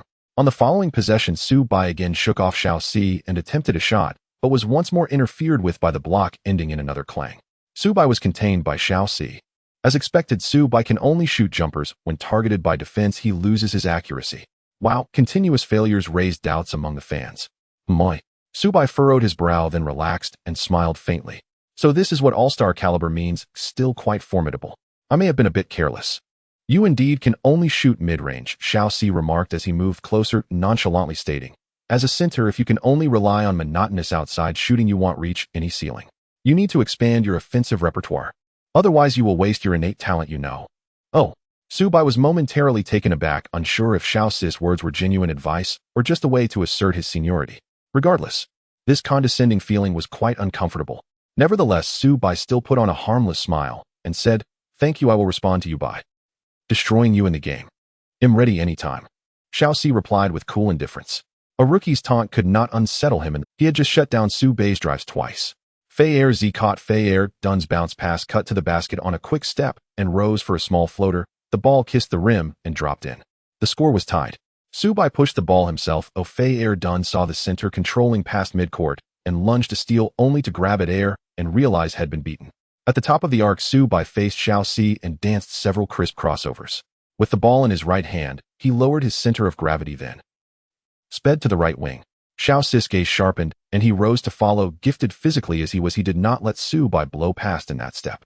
Su Bai came to a sudden stop at the free throw line, glanced at the rim, and cradled the ball in both hands. Another jumper. I've long said that such one-dimensional offense won't work against me. Xiao Si read him at a glance and lunged straight and ready to contest or even block the shot. The instant he committed, Su Bai surged into a fresh burst of speed. What? A fake? Xiao Si faltered for a moment. By then his weight had already shifted forward. A single explosive step from Su Bai left him stranded as the rookie drove straight to the rim, catching every NICC player off guard. Su Bai calmly laid the ball in. Voices in the crowd rose in disbelief. What was that? A drive? Some murmured uncertainly that it might not strictly count as a forced drive, that Xiao Si had been compelled to give ground. Yet NICC fans were simply stunned into silence as the score changed. In the commentary booth, the analysts sat up, their attention fully captured. Fan Gandhi brightened and praised. Nice play. Su Bai's pump fake was utterly convincing. Xiao Si bit on it and got cleanly beaten for an easy layup. Mai Kubu Lin opened his mouth in astonishment. Su Bai actually shook the little tyrant completely. Honestly, he doesn't play like a rookie at all. More like a seasoned veteran in the league, Fan Gandhi agreed. On the court, the contest continued to heat up. Xiao Si was taken aback by Su Bai's sudden drive, but he was far from discouraged. That single lapse meant nothing. He was confident he could shut him down in the next possession. The ball changed. Fei Air Dun brought the ball up and lofted a high pass to the left low post, where Xiao Si received it. Backing down Su Bai with sheer strength, Xiao Si had the clear advantage. After a string of physical backing and turning moves, Xiao Si hooked free with a half turn and rode. Su Bai lowered his stance, planted, and exploded upward. His terrifying vertical and astonishing wingspan allowed him to leap back and still recover. One massive hand descended, as if from the sky, to envelop the shot. With a thunderous slap, Su Bai, at the absolute peak of his leap, redirected the ball. Nasher was quick to snatch the rebound and sprinted the court, finishing the break with a composed layup. In the stands, a fan gaped in disbelief as popcorn flew from his hand. Everyone was asking the same thing. What kind of vertical is that? What kind of wingspan? One dazzling pump fake and one emphatic block. Su Bai had dominated both ends in an instant, and the arena erupted with cheers, shouts, and screams. Xiao Si curled his lip, irritated by the roar of the home crowd. It stung. To be checked by a rookie, he an all-star starter, felt humiliating. He tore through Shi Air's defense and slammed to the rim with force to answer back. That restored a sliver of pride. He then hunted down Su Bai once more, eyes cold and merciless. Only by shutting this rookie's offense completely could he reclaim every ounce of the insult had endured. They squared off again. Su Bai threaded the ball through his legs, his dribble a graceful cascade, like butterflies among flowers. Even though it wasn't the first time a 215-centimeter center handling the ball like a guard left many spectators breathless with wonder. He surged with a glance, an Iverson-like flash paired with those long legs. One stride covered an almost absurd distance. So fast. Xiao Si's heart leapt, but his reactions were sharp, and he chased full speed. As Su Bai lifted to shoot, Xiao Si lunged to contest. But once again, it was a convincing pump fake. Xiao Si was shaken off. Su Bai drew away, accelerated to the rim, and rose. Jiali Nali attempted to rotate over, but Su Bai's burst was overwhelming. There was no chance to leap. With a single-handed thunderous dunk, he detonated the rim. The arena roared, "My God!" Su Bai with an explosive dunk. Fan Gandhi exclaimed, and Mai Kubu Lin clenched his fist in excitement. If memory serves, that was Su Bei's first dunk. Fan Gondis' voice trembled with awe. Rare as they are, that dunk was utterly domineering and strikingly handsome. Some fans in the stands screamed again. Su Bei's female supporters blushed and covered their faces, overcome with infatuation. The home atmosphere surged with intensity. Xiao Si's face had gone ashen. Allowing a rookie to dunk on him was an unbearable humiliation, and being faked repeatedly was even more mortifying. Baring his teeth, Xiao Si glowered at Su Bai with a ferocity that seemed to devour. He charged at Su Bai in the front court, all emotion intent on forcing the issue, only to be abruptly checked by Na Shi, who struck unexpectedly. Na Shi ripped the ball away. A fast break ensued, but Nai Kusis' retreating defense was prompt. Na Shi met Fei Er Dun at the free throw line and did not pause, continuing to push. He then fed the ball back to Su Bai. Xiao Si, trailing closely, lunged from behind to steal. Su Bai spun, evaded with effortless flair, and accelerated toward the basket. Beneath the rim, Fei Er Dun, Fei Er Zi, and Qian De Lu stood guarding, yet Su Bei's momentum did not abate. He drove into the lane and sprang upward. Facing three defenders, he executed a skyward finger roll to avoid the block and banked the shot home off the glass. Unbelievable. My God. On the Suns' bench, Dragic's eyes widened as he shouted. A center standing 215 centimeters tall charged into the paint like lightning, confronting three defenders, executing a beautiful layup off the backboard in midair. Heavens, what kind of talent does it take to perform like this? Su Bai is incredible. Indeed, Carter also marveled, exclaiming, in all my years in the NBA, I've never seen a center who can break through with such finesse and execute a layup like that. Su Bai is truly astonishing. Wow. In the stands, the cheers echoed throughout the arena, with all the fans stunned and captivated by Su Bei's impressive layup. Beep beep. Coach Mike D'Antoni called for a timeout. Despite the Knicks trailing by only a small margin, the roaring atmosphere forced them to take a break. In the commentary booth, amazing. Mike Breen exclaimed, Su Bei's layup is breathtaking and utterly remarkable. He has delivered an offensive display that surpasses all centers. Yes, Van Gundy noted, pounding the table, equally excited.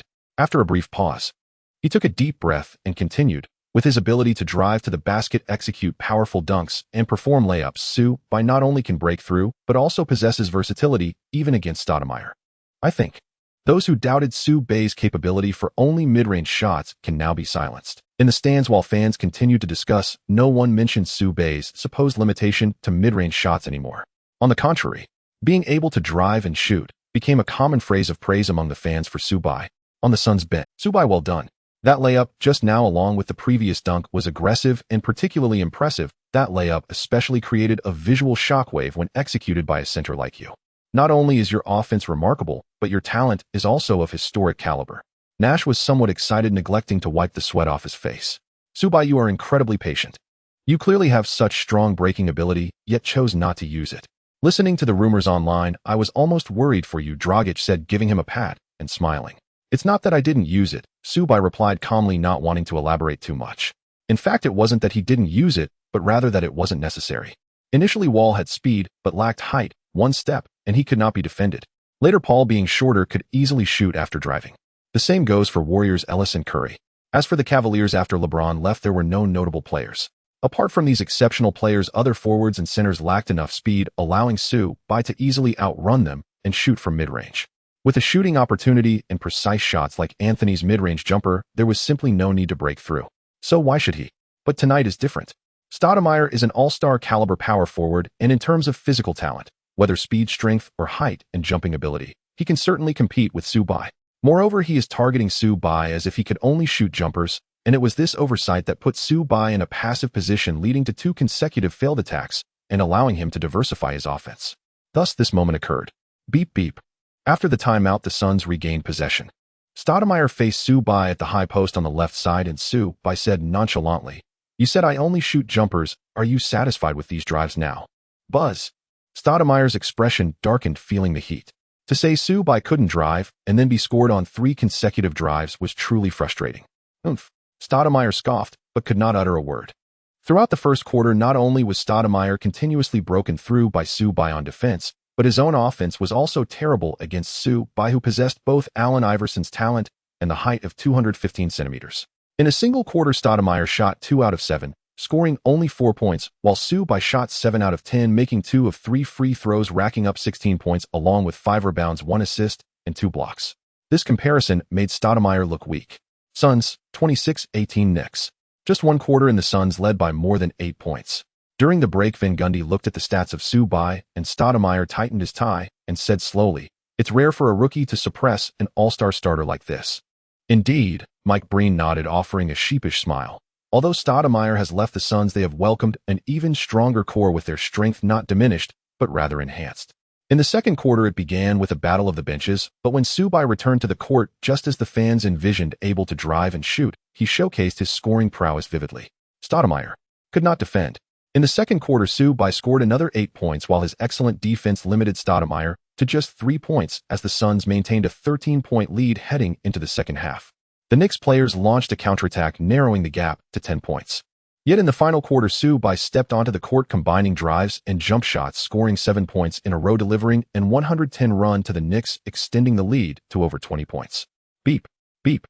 Coach D'Antoni shook his head and called a timeout, giving up the struggle. Su-Bai scored 35 points, grabbed 9 rebounds, made 4 assists, and had 4 blocks, while Stoudemire averaged 27 points. 3 points, ranking 7th in the league scoring list, but tonight, he only managed 14 points. The rookie Su-Bai, even when facing the Knicks core, an all-star caliber power forward, still put up dominant stats. This center from the Celestial Empire is truly remarkable. In just his rookie season, he is already approaching the pinnacle of Yao Ming and even surpassing Yao Ming. Van Gundy praised him highly. Mike Breen also exclaimed, "Rookie Su-Bai completely outperformed the all-star level Stoudemire. This is the player of the week. This is a super center on par with Shaquille O'Neal's achievements." Boom. As the commentators praised at the end of the game as the Suns won, the arena erupted in deafening cheers, like a tempestuous wave, threatening to overwhelm the Western Conference arena. After the game, Stoudemire, bewildered by the rookie Su-Bai, stood on the court murmuring, "That drive, that fake, that pull-up jumper, that explosive dunk, that layup, it completely exceeds my understanding of what a center should be. Su-Bai, is this kid really a center?" Shocking. All-star starting power forward Amare Stoudemire was utterly dominated by rookie center Su-Bai, reported by the Million news agency. Versatile on both drives and jump shots, rookie center Su-Bai perfectly embodies the fluid offensive artistry of a guard-style center, a refreshing breeze in the traditionally rigid world of big men. Hailing from Tianqiao, Su-Bai has repeatedly stunned the entire league with his graceful jumpers and explosive drives to the basket, proving that even a center can move with the agility and grace of a guard. The next morning, basketball reports featuring Su-Bai flooded newsstands and offices alike, sparking animated discussions among fans across schools and workplaces. 1000 M. At Su-Bai's hotel, a chime rang out, the sound of a text message alert. As Su-Bai, freshly awake and brushing his teeth, glanced at his phone. Su-Bai was overjoyed. His bank account had just been credited with $6 million US dollars. I merely asked for an advance on part of my salary, and Robert Sarver, owner of the Phoenix Suns, deposited half my annual salary outright.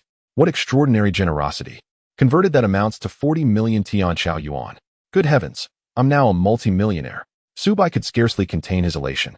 Even in his past life, he had never witnessed such a sum land directly into his own account and into his own hands. Exhilarating. A wave of pure exhilaration surged through him, and without delay, he dialed his mother to share the joy. "Mom, oh, Bai Xiao, what is it? It's quite late here." In Tianqiao, it was already 1100 p.m., and his mother Tang Shuili was drafting her teaching lesson plans. "Of course I had to tell you the good news. I've just received my first paycheck." "Wow, Bai Xiao's grown up and started earning money. How much did you earn?" Hearing the uncontainable delight in his voice, Tang Shuili's curiosity quick. Su-Bai chuckled modestly before grinning. "Just deposited $6 million US dollars, equivalent to a full 40 million Tianqiao yuan." "What a 40 million? Tang Shuili's already large eyes widened further in sheer astonishment. "Is this real, or just a joke?" "Absolutely real." Su-Bai cleared his throat lightly, then adopted the suave, measured tone of a seasoned tycoon. "Tomorrow I'll head straight to the bank and wire 2 million yuan to Ms. Tang Shuili, starting today. You're officially under my patronage." Uffed. Tang Shuili burst into laughter and believed him completely. "Bai Xiao, you tease. Keep teasing me." Tang Shuili feigned mild indignation. "Haha." Su-Bai laughed, then grew earnest. "Mom, truly, I've made something of myself now. You don't need to push yourself so hard anymore. Please step down from your role as homeroom teacher. Just teach Chinese literature. No extra duties, no administrative burdens. Simple, comfortable, and serene. Would you agree?" "All right." Tang Shuili smiled warmly. "My son's become a multi-millionaire. Yes, it's time to slow down. Still, I must see this class through to graduation. Otherwise, I'd feel deeply remiss." "Indeed." Su-Bai paused thoughtfully, then added gently, "From now on, Mom Live, however, brings you comfort and ease. We're prosperous now. We deserve to elevate our quality of life. Understood, but let me remind you, Bai Xiao, wealth doesn't justify extravagance. You haven't married yet, and in today's world, financial stability remains essential to finding a life partner. Ha ha ha. Still early, still early. Not at all early, Bai Xiao, not even slightly. My son is now outstanding in every way. I'll start arranging introductions soon. Hold on. Mom, could you please stop calling me Bai Xiao? It utterly contradicts my tall, heroic bearing and dignified presence. What's wrong with that? Let me tell you plainly. In your mother's eyes, you'll always be my little one. Forever Bai Xiao, Bai Xiao, Bai Xiao. An eternally immature woman. Su Bai, what did you just say? Now that's more like it. After a light-hearted, affectionate conversation with his mother, Su Bai finally ended the call, only for another to ring through moments later. He glanced at the screen. It was his agent, Austin. Hello, Su Bai. I have excellent news. What is it? Stephen Curry has agreed to join the Suns and play alongside you. General Manager Lance is currently negotiating trade details with the Golden State Warriors front office. Excellent. The line went dead. Su Bai stepped onto the balcony, closed his eyes, and breathed deeply the crisp, fresh air, his spirits soaring. A day blessed with dual triumphs indeed felt profoundly beautiful. The Suns would face the Los Angeles Clippers on the road tomorrow. At 5 o'clock in the afternoon, the team boarded their private jet bound for Los Angeles. At 8 o'clock that evening, 7 NBA games were scheduled league-wide, but 2 matches drew particular attention from the Suns. Clippers versus Rockets and Thunder versus Lakers. Why? Because the Suns' upcoming opponents were precisely these 2 teams, and the Clippers-Rockets clash was the first to tip off. The Rockets, currently 8th in the Western Conference, boasted shooting guard Martin skilled power forward Luis Scola and the rapidly maturing point guard Kyle Lowry. They also fielded defensive stalwart Shane Battier. Had Yao Ming remained healthy, the Rockets would have ranked among the West's elite. But this season, after returning from injury, Yao played only 5 games before being ruled out for the remainder of the campaign. Even so, the Rockets retained credible playoff aspirations. The Clippers, however, lagged far behind in overall strength. Eric Gordon's performance remained inconsistent, his three-point shooting still untapped, and DeAndre Jordan was still developing. Crucially, the team lacked an elite floor general to orchestrate its offense. Even with the prodigious Blake Griffin, the White Beast, the Clippers' 14th place standing in the West spoke volumes about their struggles. Throughout the first half, the Rockets dominated the Clippers. At halftime, they led by as many as 17 points and entered the break holding an 11-point advantage. To most observers, the Rockets would seal the game by the third quarter. Yet, after halftime, Griffin erupted. Within just 4 minutes and 16 seconds, he scored 11 consecutive points and grabbed 4 rebounds. A blistering 151 run propelled the Clippers into the lead. Beep, beep. The Rockets called a timeout. Thereafter, Griffin entered an unstoppable zone, scoring relentlessly and steadily widening the margin. Having scored only 4 points in the first half, Griffin exploded for 23 in the second, finishing with 27 points, 13 rebounds, 2 assists, and 3 blocks, single-handedly dismantling the Rockets. He completed the comeback. In the post-game press conference, an exultant Griffin declared, "Lately, it seems many fans have forgotten that I am the No. 1 overall draft pick. TSK.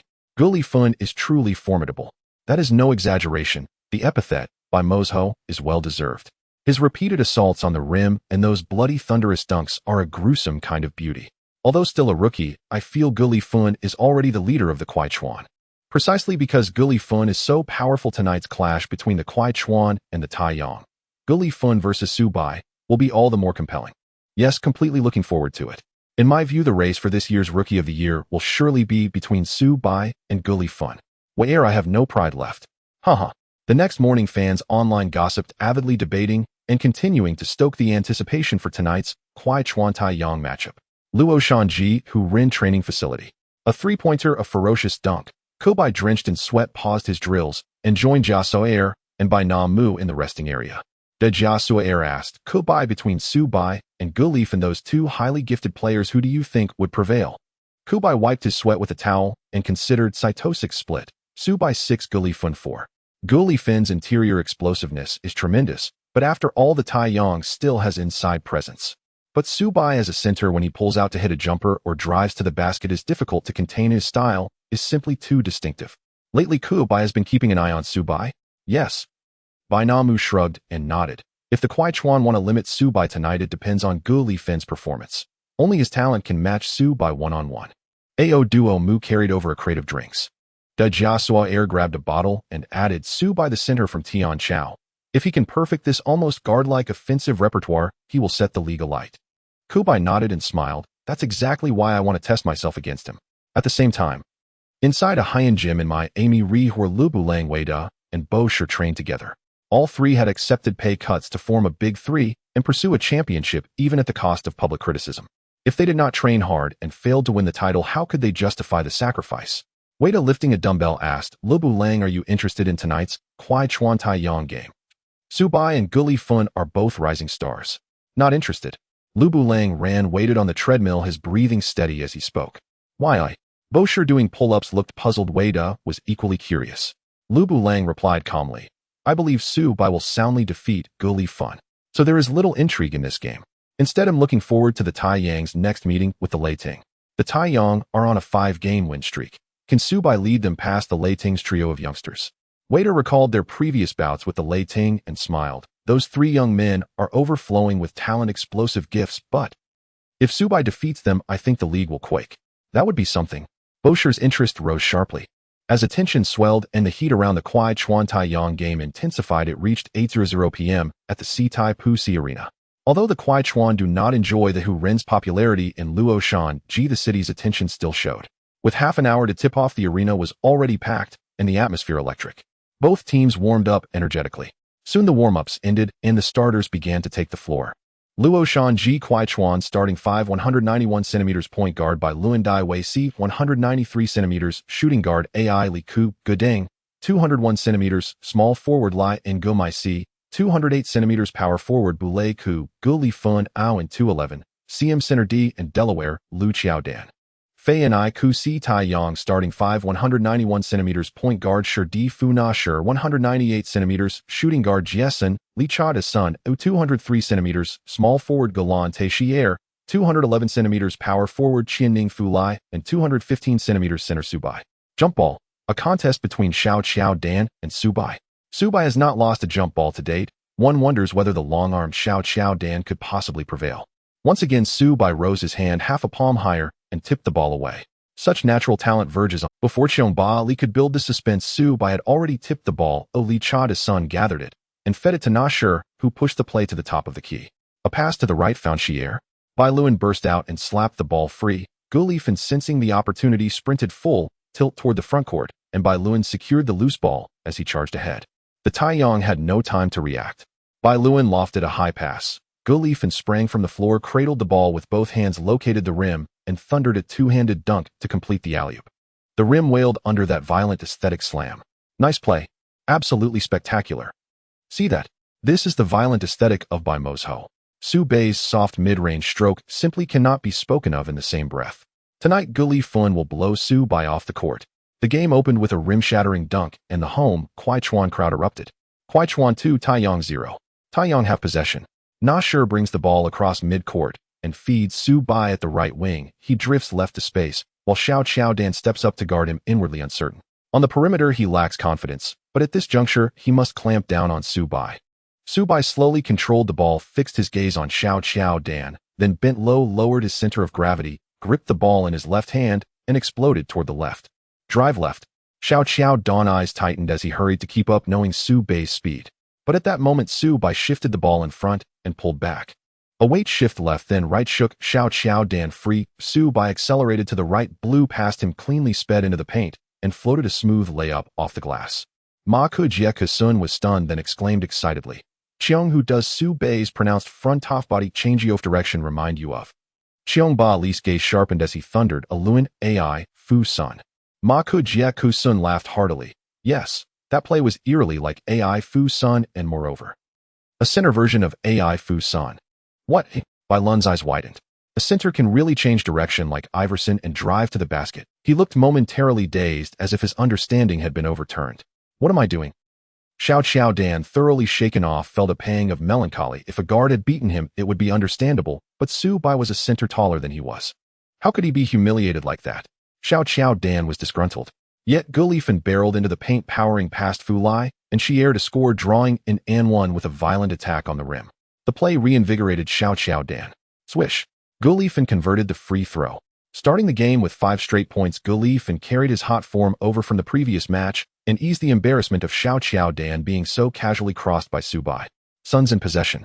Na Shur faked to draw defenders, and swung the ball to the high left position where Su Bai waited. Xiao Qiao Dan dared not step up, so small forward Gumai Si went to defend.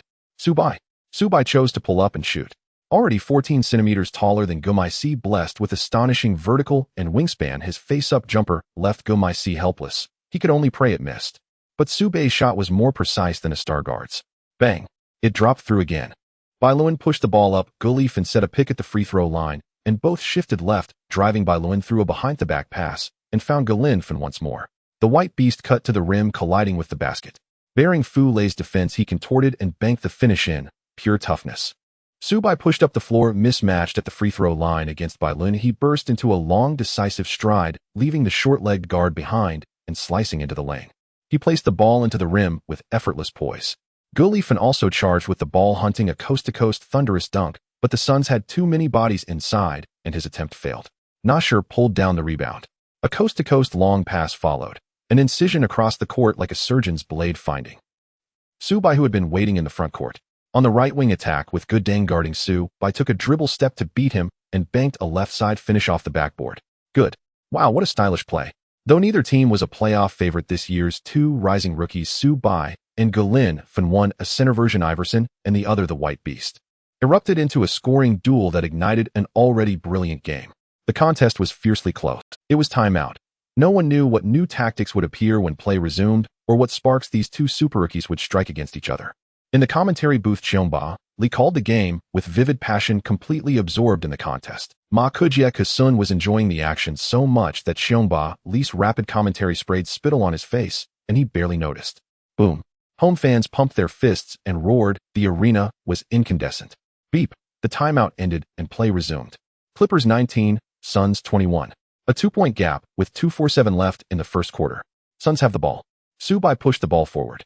Bailuan, seeing a center bring the ball up, instinctively went for the steal, but immediately realized that as Su Bai, he is no traditional center. His ball cannot be stolen nor easily disrupted. Thump, thump, thump at the top of the arc. Su Bai had the ball and was about to accelerate when a figure flashed out and stood before him, blocking the lane. Not anyone else, but Gulifan.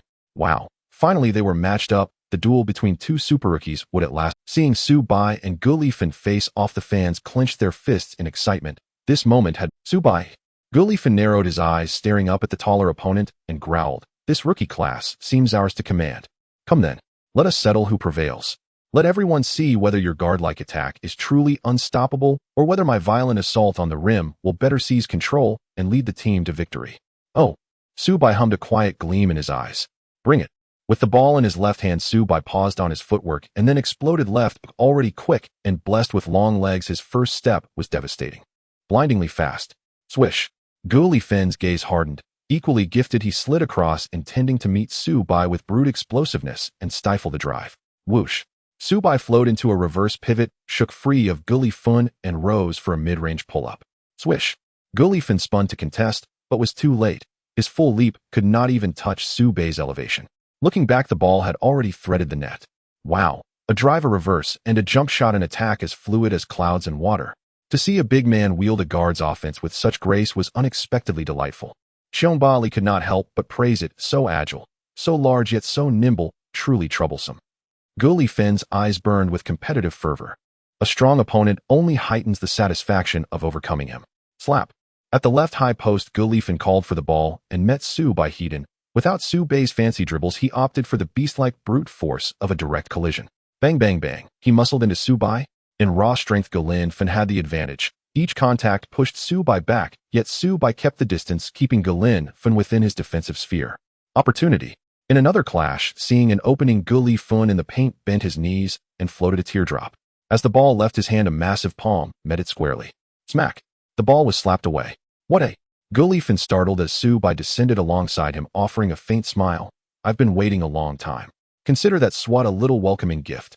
Oomph. Gulifan snorted.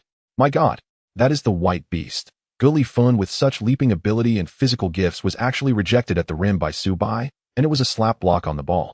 Furthermore, Gulifan had even knocked Su Bai off balance, and yet the shot was blocked. Truly unbelievable. The fans were stunned into silence. Su Bai.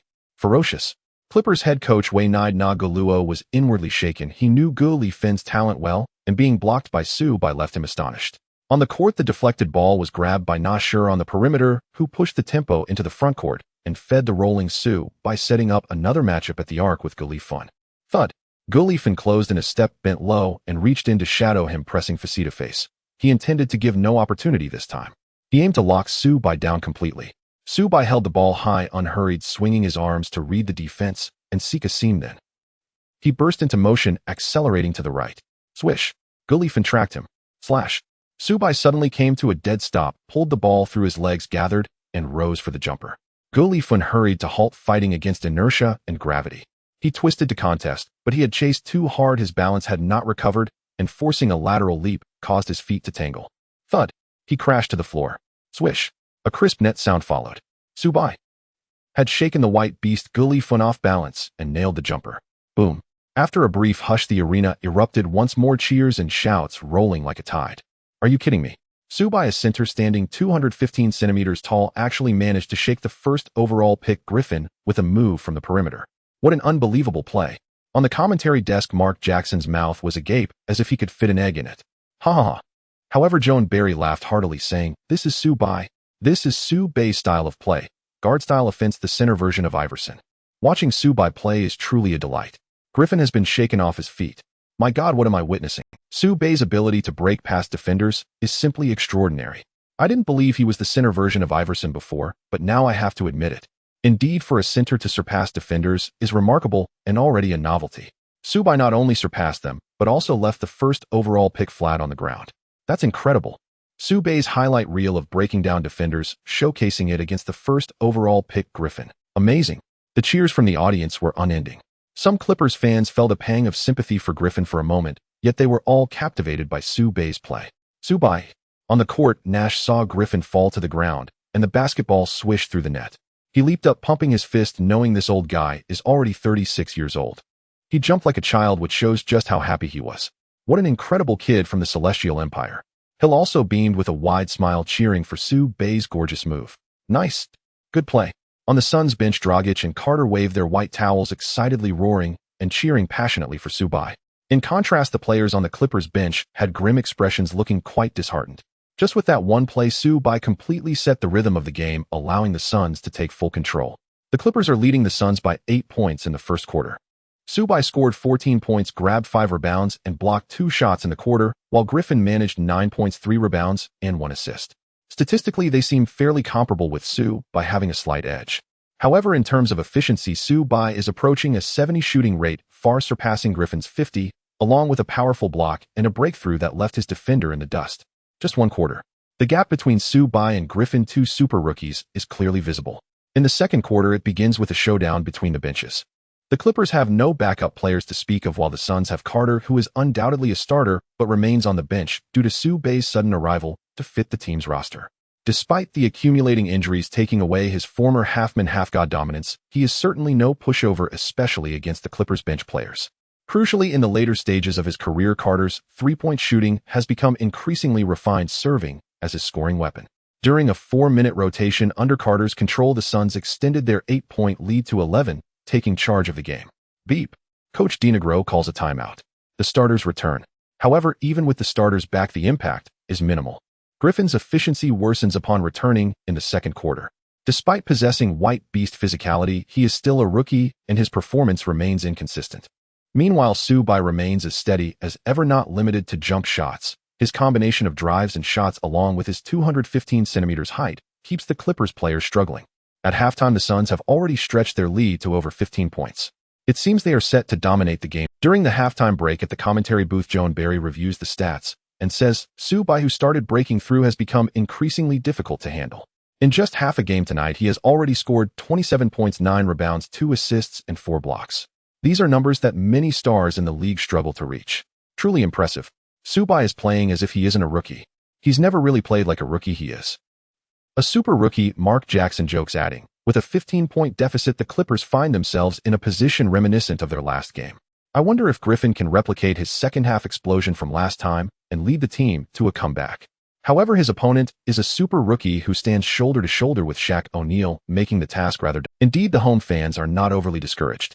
After such a large deficit in the previous game, Griffin exploded in the second half and turned the game around, so tonight The fans are also anticipating. Oomph. He is White Beast, not easily defeated. At least the underperforming Suns aren't qualified to beat Griffin yet. Go for it.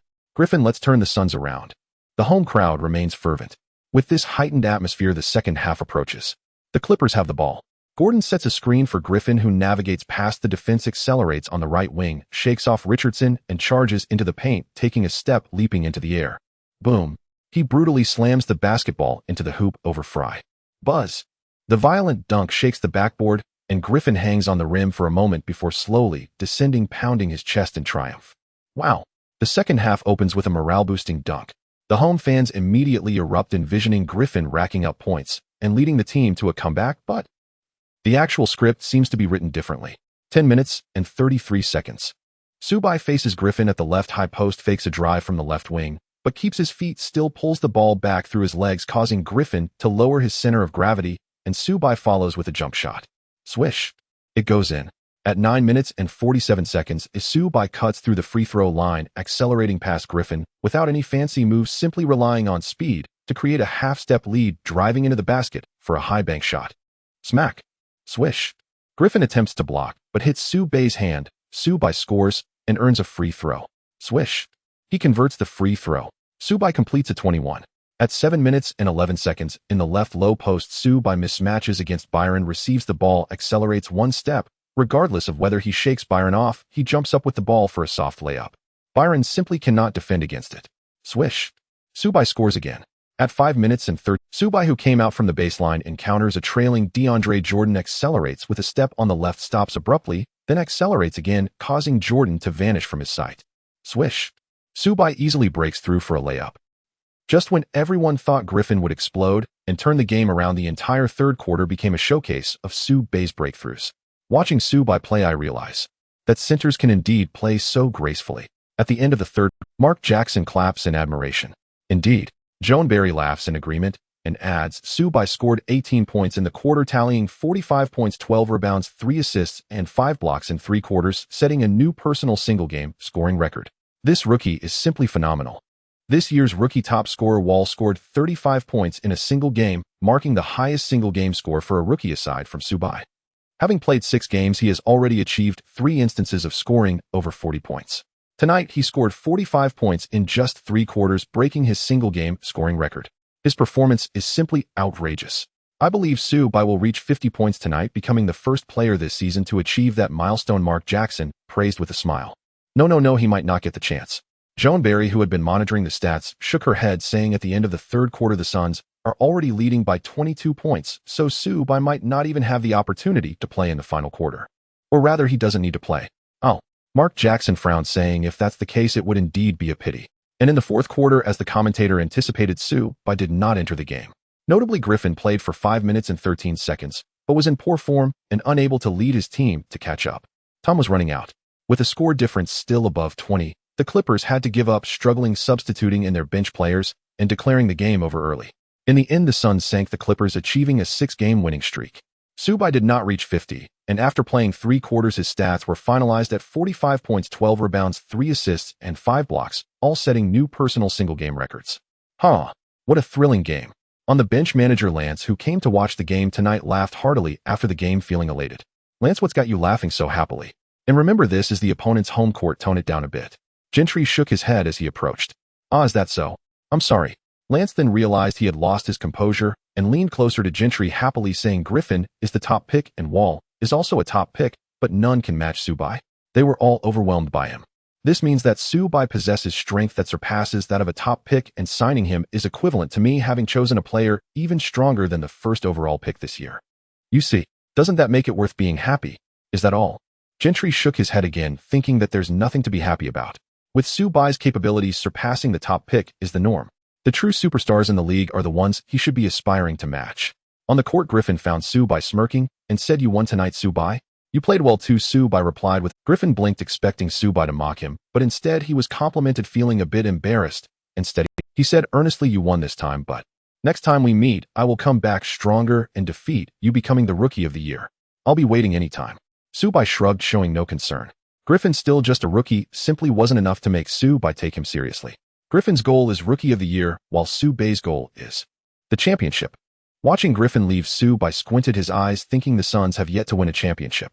If we could achieve that, it would indeed be quite an interesting matter. The next day, headlines read Suns achieve 6-game winning streak, rookie Su-bai demonstrates extraordinary leadership skills. From the Miami Dolphins newspaper. A guard-style center, the center version of Iverson center Su-bai showcases a unique offensive style, delivering a pleasing performance. Watching Su-bai play is a joy. From Fox Sports. Early in the morning, major news outlets began actively publishing stories about Su-bai. Outside a neighborhood in Phoenix, several elderly men were gathered together playing chess, sipping tea, discussing recent amusing events while enjoying their leisurely retirement. Hey, have you heard? The Suns have a new rookie center named Su-bai. He seemed to have outmaneuvered his opponent unknown from the perimeter, apparently quite impressive as a top pick. What's his name? Griffin, one thin old man, exclaimed in surprise. The White Beast. I know him. He's quite talented and will surely become an all-star level player. Wait, what did you say? He got outmaneuvered by a center from the perimeter. How is that possible? Really? A center outmaneuvering? What kind of news is this? It must be fake. In our day, centers were all about battling inside. How could they float outside?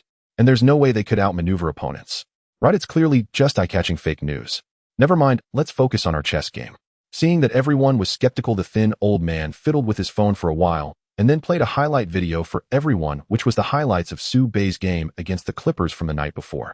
Then upon seeing Su-bai outmaneuver Griffin, all the elderly men were dumbfounded, especially the one who knew Griffin, who nearly dropped his reading glasses in shock. Who? The old man took a deep breath, calming himself for a while, adjusted his glasses, and slowly said, "Is the era changing?" Meanwhile, the online community was buzzing with discussion. Su-bai outmaneuvered Griffin. Haha, it seems my Su-god might be a bit too good. Not just impressive, it's simply brutal. Honestly, I envy him so much. I'm only 183 centimeters, and in school, I only get to fight for rebounds inside. But Su-bai is 215 centimeters, outmaneuvering the top pick from the perimeter. It's truly a world of difference. Not only outmaneuvering, but against the White Beast Griffin, he scored 45 points in 3 quarters along with 12 rebounds and 5 blocks. Su-bai's strength is simply boundless.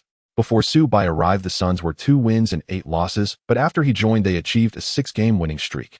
This incredible leadership ability makes me question whether he's really a rookie. The person above, be more confident and remove the doubt. Exactly, Su-bai isn't just a rookie, he is a super rookie, a super center. Su-bai is indeed impressive, but the Bulls, led by Rose of Windy City, are also unstoppable. After the Heat's unexpected loss to the Wizards yesterday, the Bulls with Rose are quickly catching up to the Heat, aiming for the top spot in the Eastern Conference. Wall, who has always been in the background compared to Su-bai, finally showed some toughness last night, though it largely stems from the big three of the Heat's constant errors. However, the fact that they won against the Heat cannot be denied. This year's top pick finally has a hint of present. Regardless, this year's 3 strongest rookies, Su-bai, Griffin, and Wall, I believe the strongest among them is undoubtedly Su-bai. Bingo. The series of exciting games from last night kept the fans enthusiastically discussing. However, it's not just the fans. Many people are also paying attention to the rising star Su-bai. At the Nike building and Adidas building, the 2 major powerhouses in the NBA sneaker market. At this moment, 2 different managers in 2 different offices are carefully reviewing the data and videos of the same person on their computers, occasionally breaking into satisfied smiles. And that person is Su-bai. The next morning, in the office of the Suns, manager Lance and Gentry sat across from each other on the sofa. Previously, Su-bai mentioned wanting Curry. How's the trade with the Warriors going? Gentry asked. Lance stroked his chin and replied, settled. I traded Richardson and Hill for Curry and small forward Reggie Williams. It's a decent trade. Decent. Gentry frowned and said, Richardson averages 19, 3 points and 4 rebounds per game, and he has years of experience in the NBA. Isn't trading him for a second-year player a loss? Although Hill's offense is no longer what it used to be, his experience is still significant. Lance shook his head and replied, no. Let's not talk about Hill for now, but we can't underestimate him. Firstly, Stephen Curry also averages 18, 6 points, 9 rebounds and 8 assists per game, which is not inferior to Richardson, and he achieved this under Monta Ellis. Moreover, regarding the experience, you mentioned Curry might be slightly lacking, but he is younger with a higher ceiling. More importantly, I believe in Nash and Su-bai's vision. What a... Gentry was taken aback.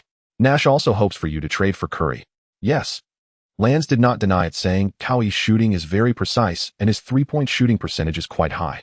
The backcourt of Nash and Curry holds great potential. That is true. Gentry agreed. Lance continued, Nash, Curry, and Carter plus. The unstoppable Su-bai, now on a 6-game winning streak, seems to be a formidable record. This year we have a chance to contend for the championship. At this point, Land's eyes sparkled with enthusiasm, and his expression gradually became excited. A team that initially aimed for a tanking season suddenly possesses the strength to challenge for the championship. How can this drastic transformation not invigorate someone? Right? Gentry's eyes also sparkled with fervor. Land slightly suppressed his excitement and said, "As for Hill, the Warriors must have him, otherwise this trade cannot go through. Additionally, they also want Richardson, but as compensation, we must trade for small forward Reggie Williams. Hill may have extensive experience, but at 38, the Suns with Subban and Curry are younger and more for a fast-paced strategy. Thus I chose to trade him." "Oh, I see." Gentry nodded in understanding while Lands asked, "Gentry, what do you think our lineup is missing right now? Or rather, who do you think would be better to trade for Reggie Williams?" Reggie Williams entered the league as a free agent last year and averaged 15.8 points and 4.7 rebounds last season, which is quite good. However, we probably can't give him too much ball time. Exactly. Listening to Land's, Gentry clapped his hands with a smile. Seeing Land's confusion, Gentry said, "I recently discovered a forward with great potential. Given that the team lacks forwards, why not trade Reggie Williams for him?" "Who?" "This year's 10th pick, the Pacers' backup, small forward, Paul George." Upon hearing this, Lands looked up some stats and shook his head, saying, "Averaging 20 minutes per game with only 7.8 points, 3.7 rebounds, and 1 assists. Can he do it? Trust me, he will surprise you soon." Gentry's eyes were confident. Lands was half convinced, hesitatingly saying, "Okay, I believe you. At worst, he'll give him some time to grow." At 9 p.m., the Suns' locker room was brightly lit. Subban, Nash, Carter, and other Suns players gathered here because tonight the Thunder will face the Magic, and tomorrow the Suns will take on the Thunder. The Thunder are also the strongest opponent Subban has encountered since joining the Suns. This must be taken seriously. However, before this game arrives, there is also a matchup between the Heat and the Spurs, which is a highly anticipated game. The Heat's big three are still strong, even though they just unexpectedly lost to the Wizards. Now facing the West top, Spurs, they seem like the villains in a movie. Powerful and evil. Just in the first half, their crushing offense has the GDP struggling to breathe, currently trailing by 11 points. At this pace, they will be blown out by the end of the third quarter. Nash analyzed. "Yes." Carter nodded and said, "How can they not be strong? LeBron carried his team to the finals single-handedly. Wade even won the FMVP, and Bosh was the Raptors' leader. These three together can truly dominate the court. They will be even fiercer in the playoffs. Oh, honestly, I have no idea how to beat the Heat's big three in the playoffs. They are just too strong." "That may be true." Dragic nodded and added, "But even if they're that strong, they lost to the Wizards last night, which shows they can be beaten." "No."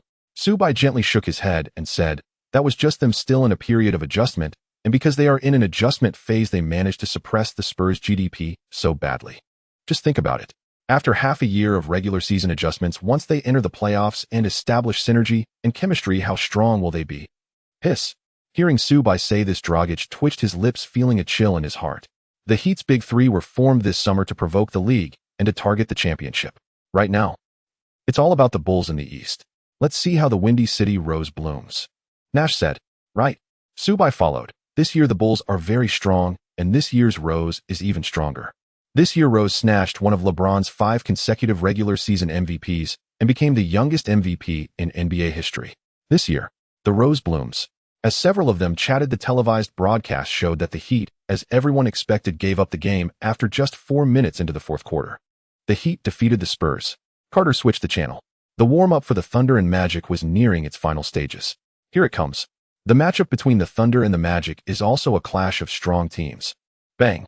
Just then the locker room door was pushed open and Coach Gentry walked in accompanied by a player. "Stephen Curry," Carter exclaimed in surprise. The Suns players were all surprised by Kyrie's sudden appearance, except for Nash and Subban. Subban stepped forward, looked at Curry, and smiled slightly. "Curry, welcome." Jean Taylor, seeing the confusion among the crowd, briefly explained the details of the transaction. Regardless of the circumstances, the fact that such an outstanding player as Curry could join made everyone very happy, and with Kyrie's cheerful demeanor, it didn't take long for everyone to become familiar with him. The reason Curry came here was undoubtedly due to the contributions of Subban, Nash, and Austin. In the previous battle against the Warriors, Subban had pummeled Curry and then persuaded him, continuously instilling the idea that he overlapped with Monta Ellis' position.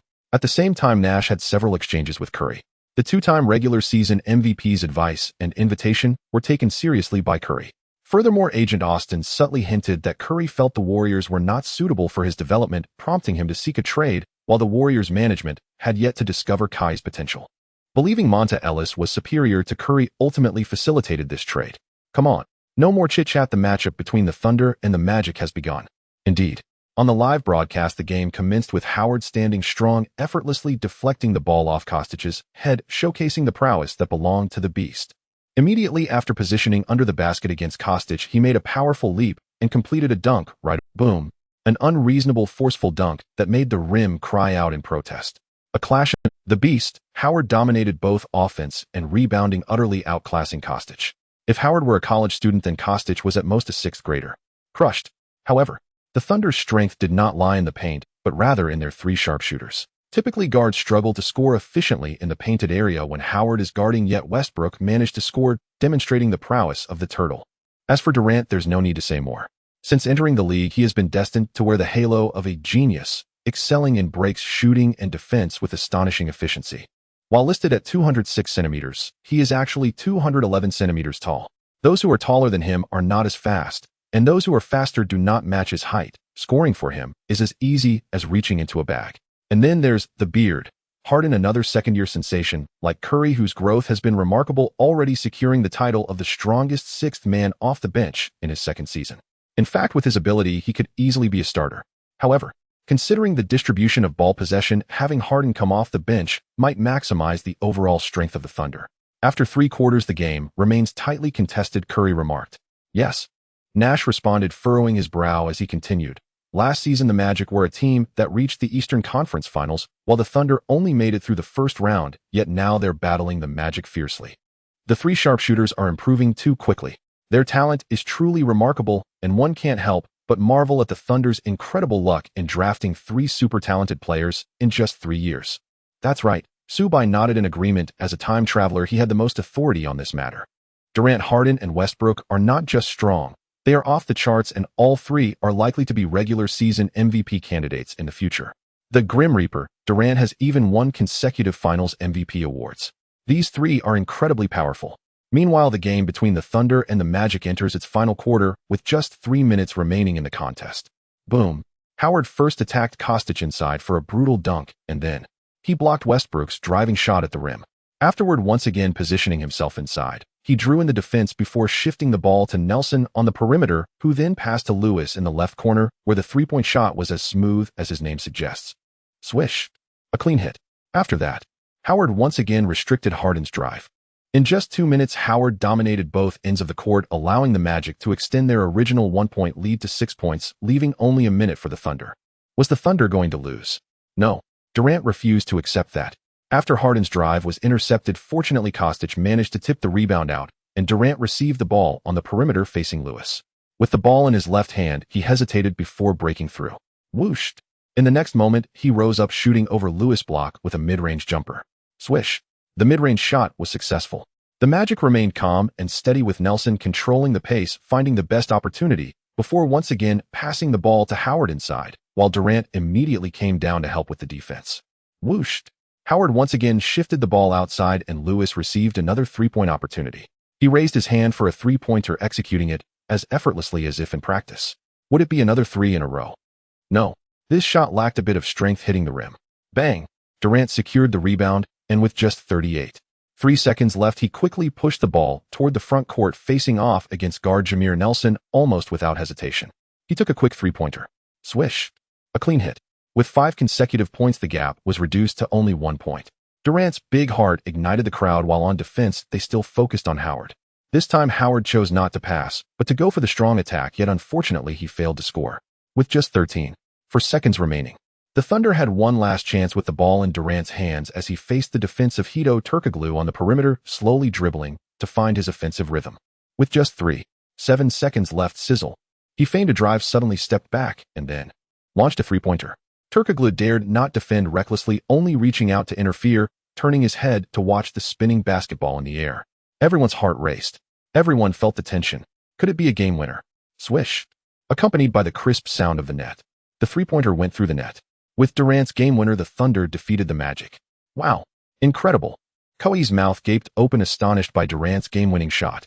Kevin is amazing. Dragic also stared blankly as Durant scored 8 points in a minute, reversing the score by 6 points and completing the game winner, leaving Dragic in awe of that immense heart. Truly fierce. Nash shook his head in admiration, saying, "These 3 have such high talent, and rise in strength so quickly. This year they are very likely to be a dark horse. That's right, Carter nodded, speaking solemnly. The Thunder's 3 sharpshooters are so strong, everyone must take the game against the Thunder seriously tomorrow, and we cannot afford to be careless. Everyone nodded in agreement. The Thunder's 3 sharpshooters, huh? Subai murmured, his eyes ablaze with enthusiasm. The next day, newspapers covering the Oklahoma City Thunder had flooded the media landscape, propelling the team's popularity to unprecedented heights, second only to traditional powerhouses like the Miami Heat, Chicago Bulls, San Antonio Spurs, and Los Angeles Lakers. Yet another force was rising, the Phoenix Suns, riding a 6-game winning streak, and now electrified by the arrival of Chinese center Subai and the acquisition of Stephen Curry. What? Steph joined the Suns. They're reinforcing midseason after so many regular season games.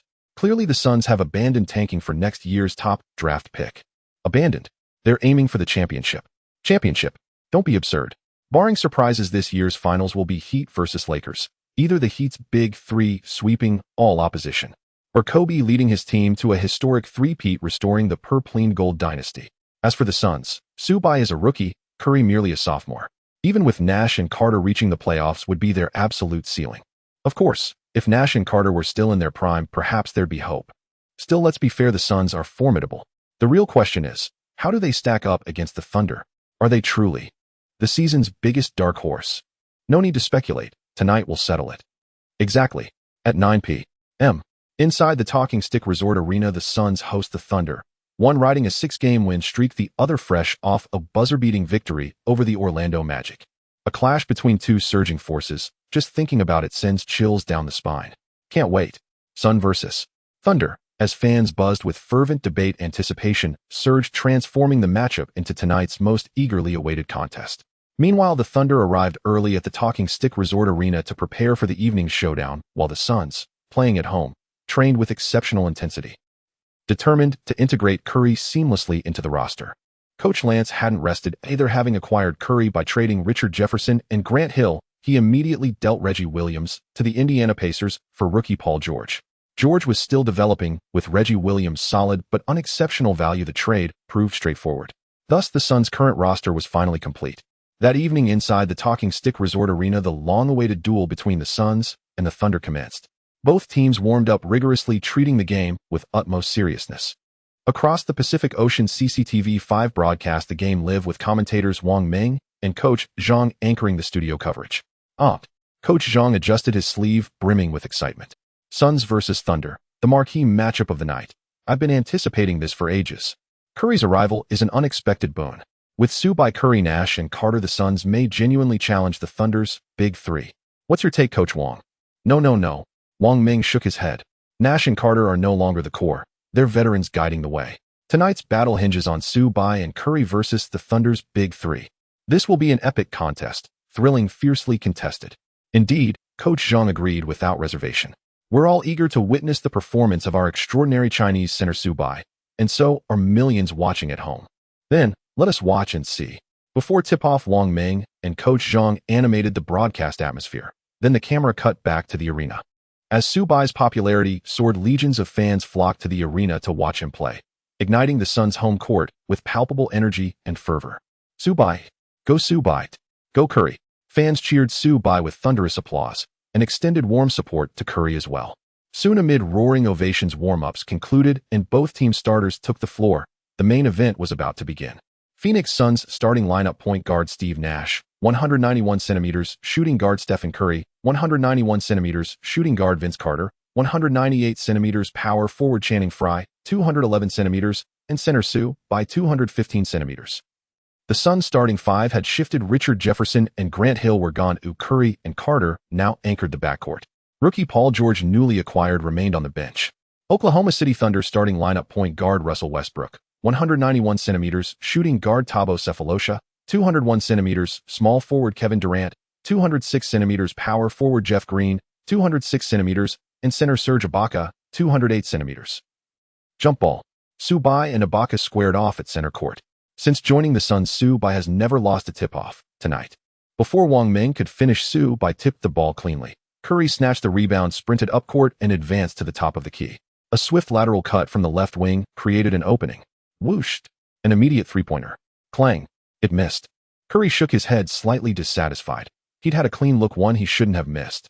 But Nash approached, reassuring him, "It's fine. Perfectly normal." Curry nodded. Subai stepped over and slapped his palm, a gesture of solidarity. Even after becoming the baby-faced assassin, he'd still miss wide-open threes. It meant nothing. Possession changed.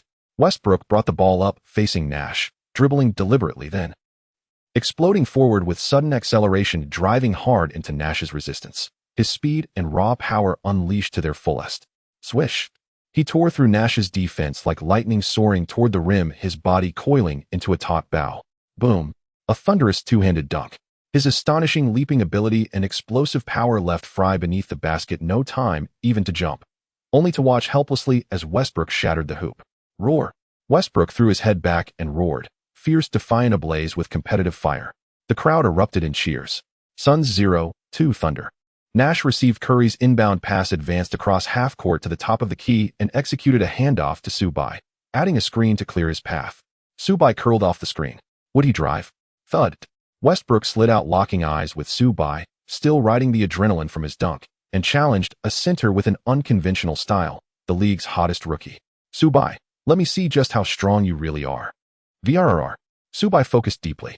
He knew full well the prodigious talent standing before him. Not a trace of fear flickered in his gaze.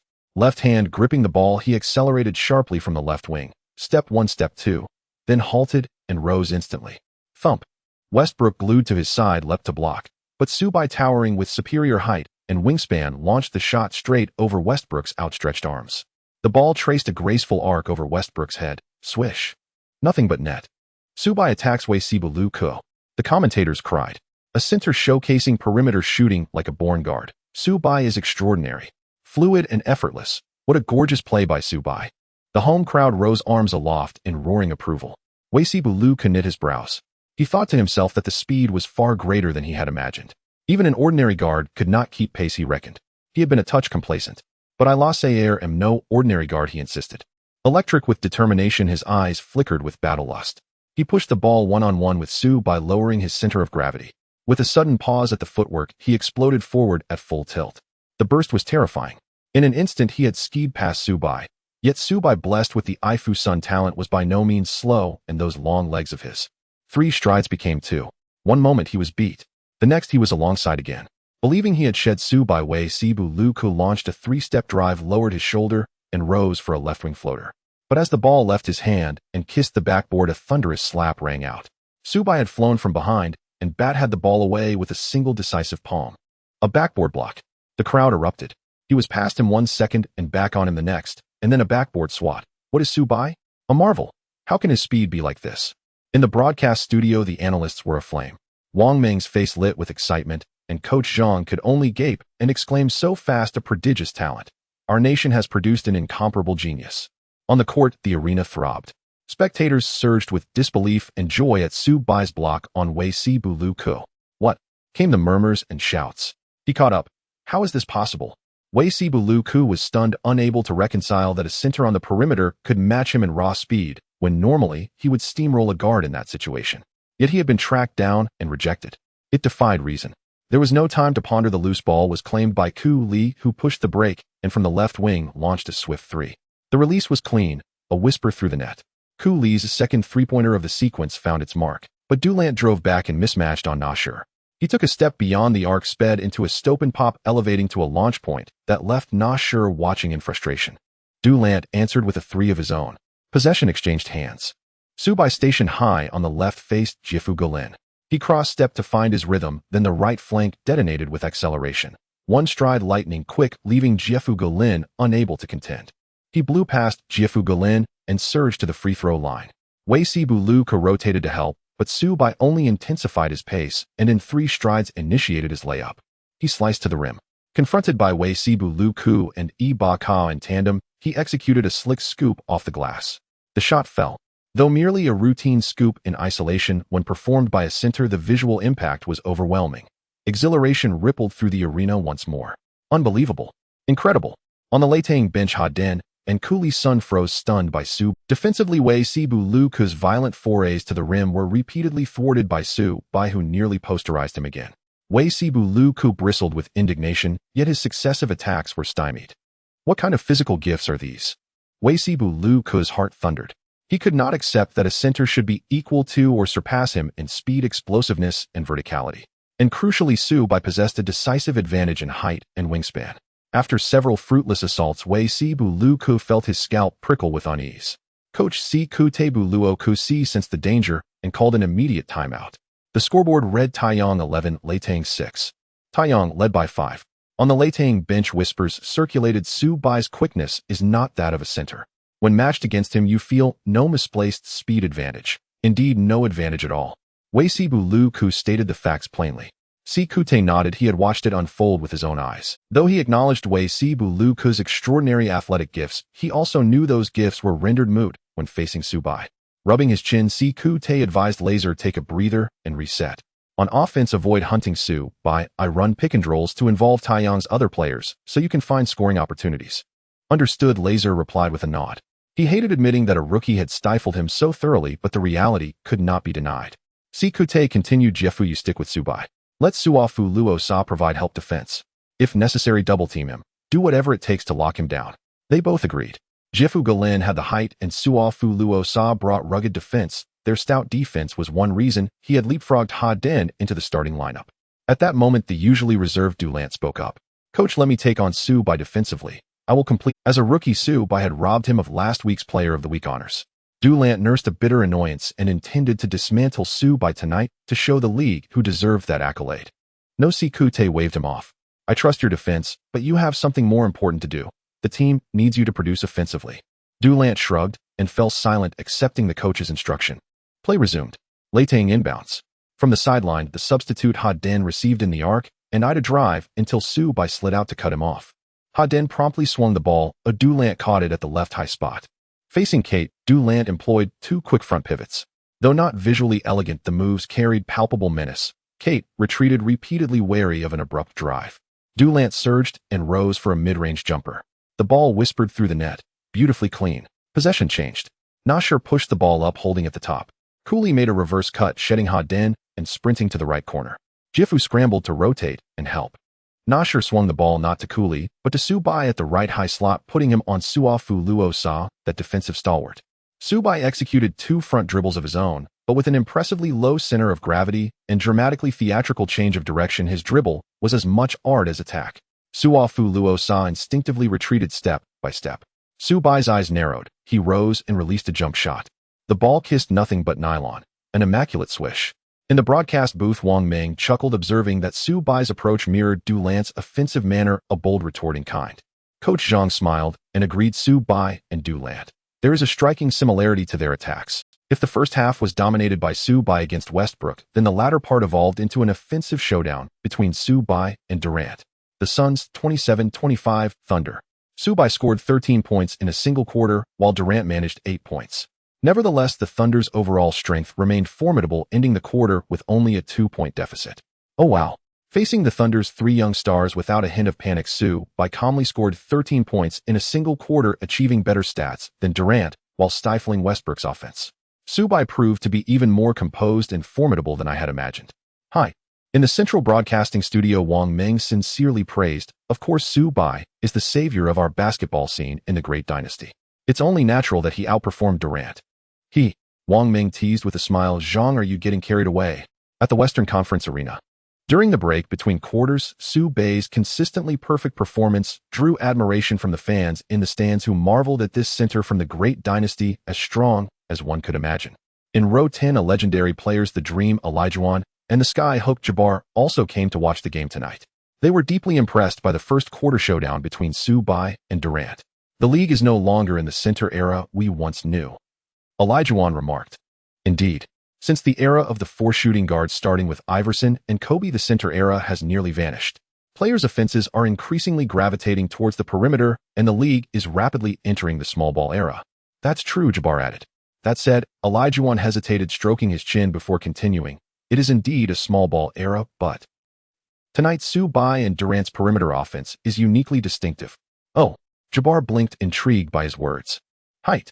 Olajuwon chuckled, saying, Durant's official height is 206 centimeters, but he's actually 211 centimeters, which is undeniably center height. Su Bai stands at 215 centimeters, and that's just the beginning.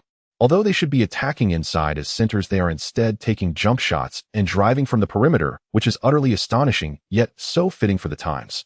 Exactly, Jabbar nodded in realization, smiling. Times are always changing, and they await those who will bring about that change. I believe that person will appear soon. The older generation of legendary stars conversed thoughtfully. On the court, the second quarter commenced. First, it was a showdown among the substitutes. On the Thunder's side, Harden officially led the team, while the newly arrived rookie Paul George also got playing time. However, in terms of offensive capability, Harden is now more than twice as strong as George. In his second year as a rookie, Harden demonstrated impressive finishing ability in unknown situations, whereas George struggled to find efficiency against NBA-level defenses. However, defensively, George is quite proactive. This is one of the reasons Gentry values him. George's physical gifts allow him to contribute significantly to the team through solid defense, even if he is slightly weaker on offense. In a team that doesn't lack offensive options, a defensive player like him is coveted by every team. With 5 minutes and 13 seconds left on the clock, Harden led the team to score 3 points, helping the Thunder close the 2-point gap and even take a 1-point lead. Beep, beep. Gentry called a timeout, substituting the well-rested starters back in as the Thunder also replaced their starters. Suns possession. Nash held the ball at the top of the arc, faked a drive from the left wing, and successfully drew the defense before passing back to Subban at the top.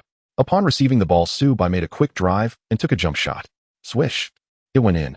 Jeff Green's defense was solid, yet he was powerless against the sheer dominance. On the next possession, they executed the same strategy.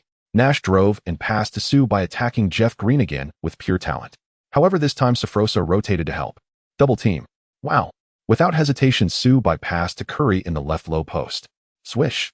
A wide-open mid-range shot hit. On the next possession, Subban cut to the free throw line, held the ball, accelerated from the right wing, shaking off Jeff Green, but encountered Westbrook's defense heated. Wow. Without slowing down, he smoothly executed a spin move to evade Westbrook, and facing the basket, he released a teardrop shot, bracing for Ibaka's block. But Subban was tall enough. He released the shot from a high point, avoiding the block. Swish. It went in again. Whooshed. Westbrook seized the speed advantage, sprinting to the front court, reaching the free throw line. Curry slid over to provide defense, and Westbrook suddenly leaped, executing a zombie jump shot. Clang. No good. Bang. Subban leaped high, almost grabbing the rebound over Ibaka's head, then delivered a long pass, like a magical light cannon, accurately finding Curry in the front court. Swish. Curry caught the ball and immediately launched a three-pointer. A perfect shot. Swish. It went in cleanly. Great shot. Great teamwork. On the bench, Coach Gentry couldn't help but shout in approval, fully satisfied with the connection between Subban and Curry. The starters returned. Subban recorded 1 score, 2 assists, and 1 rebound, connecting with Curry to unleash an 110 offensive run, delivering a crushing blow to the Thunder and instantly taking control of the game. Boom. The home crowd's atmosphere became increasingly electric during this 110 run, and the intense cheers significantly impacted the Thunder's mindset, creating considerable disruption. My goodness, this momentum. Could it be that the Suns will truly defeat the Thunder? Could Subban really take down the Thunder's 3 young stars all by himself? Hi. In the central broadcasting studio, Wang Meng exclaimed in surprise. It should be like this: strike while the iron is hot and sweep away the Thunder, letting the entire league feel the absolute dominance of our great dynasty supercenter. TCH. On the court, Durant's expression turned cold, his already dark skin appearing even darker. Ignoring the sighs from the home crowd, he slowly brought the ball up. Thud, thud, thud. Facing Carter, he lowered his center of gravity, accelerated to break free, charged into the paint, and leaped, setting the ball ablaze. Boom. He delivered a powerful dunk. Roar. After hanging on the rim, Durant landed and let out a fierce roar, as if to tell the Suns fans that victory would not come easily. However, his bravado was short-lived. Boom. In a counterattack, Subban surged like a dragon, tearing through Jeff Green's defense, using the same method as Durant, crashing into the paint, setting the ball ablaze, and executing a dunk in retaliation. But this dunk was even faster, higher, and more explosive, creating a more intense visual effect. Wow. Wang Meng's eyes widened in astonishment as he exclaimed, "This is truly a similarly rapid offense. Subban is essentially a size bigger than Durant." Big one, Durant. And the audience fans felt the same way, and Subban's more visually appealing offense inexplicably made him seem even stronger. In the second half of the second quarter, it became a back-and-forth battle between Subban and Durant from the three-point line, as if Durant was facing a big one version of himself. Suns 67-56, Thunder. Halftime. The Suns entered the break with an 11. What's going on? My Thunder are down by 11 points. Can't our 3 youngsters beat a rookie center? Hey, Sue Bai is on fire tonight with 27.8 rebounds, 4 assists, and 2 blocks at halftime, and his efficiency is exceptionally high. This rookie's strength is astonishingly impressive. Don't worry, there are still 2 quarters left. Sue Bai is ultimately a rookie, and his court experience cannot compare with the 3 youngsters of the Thunder. They will catch up. Just like in the previous game against the Magic where they turned it around and performed a last-second victory. During halftime, Thunder fans felt both anxious and hopeful. Before long, the second half began, and the teams switched sides with Thunder possession. Durant pushed the ball forward, reaching the top of the arc, when suddenly a figure taller than him appeared, none other than Sue Bai. Wow! The arena erupted in cheers. Sue Bai and Durant, the strongest points of their respective teams, finally faced off as the third quarter commenced. Kevin Durant smiled faintly. Rookie Sue Bai, I haven't even looked for you yet, and you've come over on your own. You seem quite confident. Of course. Sue Bai did not deny it. Even though Durant possessed a monster-like extraordinary talent, he had never feared anyone when it came to talent. Truly not modest. Durant said softly. As he spoke, his gaze suddenly turned icy. Since you seek to be humiliated, don't blame me for bullying a rookie. Bang, bang, bang. With a hesitation dribble between his legs, Durant executed a wide double crossover, and as soon as he saw Sue Bai's center of gravity shift, he stopped abruptly for a jump shot, leaning back to shoot. Thump.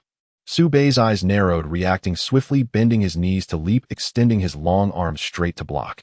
Durant shot confidently, without even looking at him, only to see Sue Bai's fingertips touching the basketball and at an extreme height deflecting it away. Blocking Durant. Durant was momentarily stunned, but he reacted quickly, jumping again to snatch the deflected ball, only to find Sue Bai, who jumped even higher, grabbing it first. Counterattack, fast break. Damn it. Durant huffed as he chased after with the 2 of them in a pursuit, but the distance between them was visibly increasing. Sue Bai pulled ahead of Durant by a body length, taking off just inside the free throw line. Boom.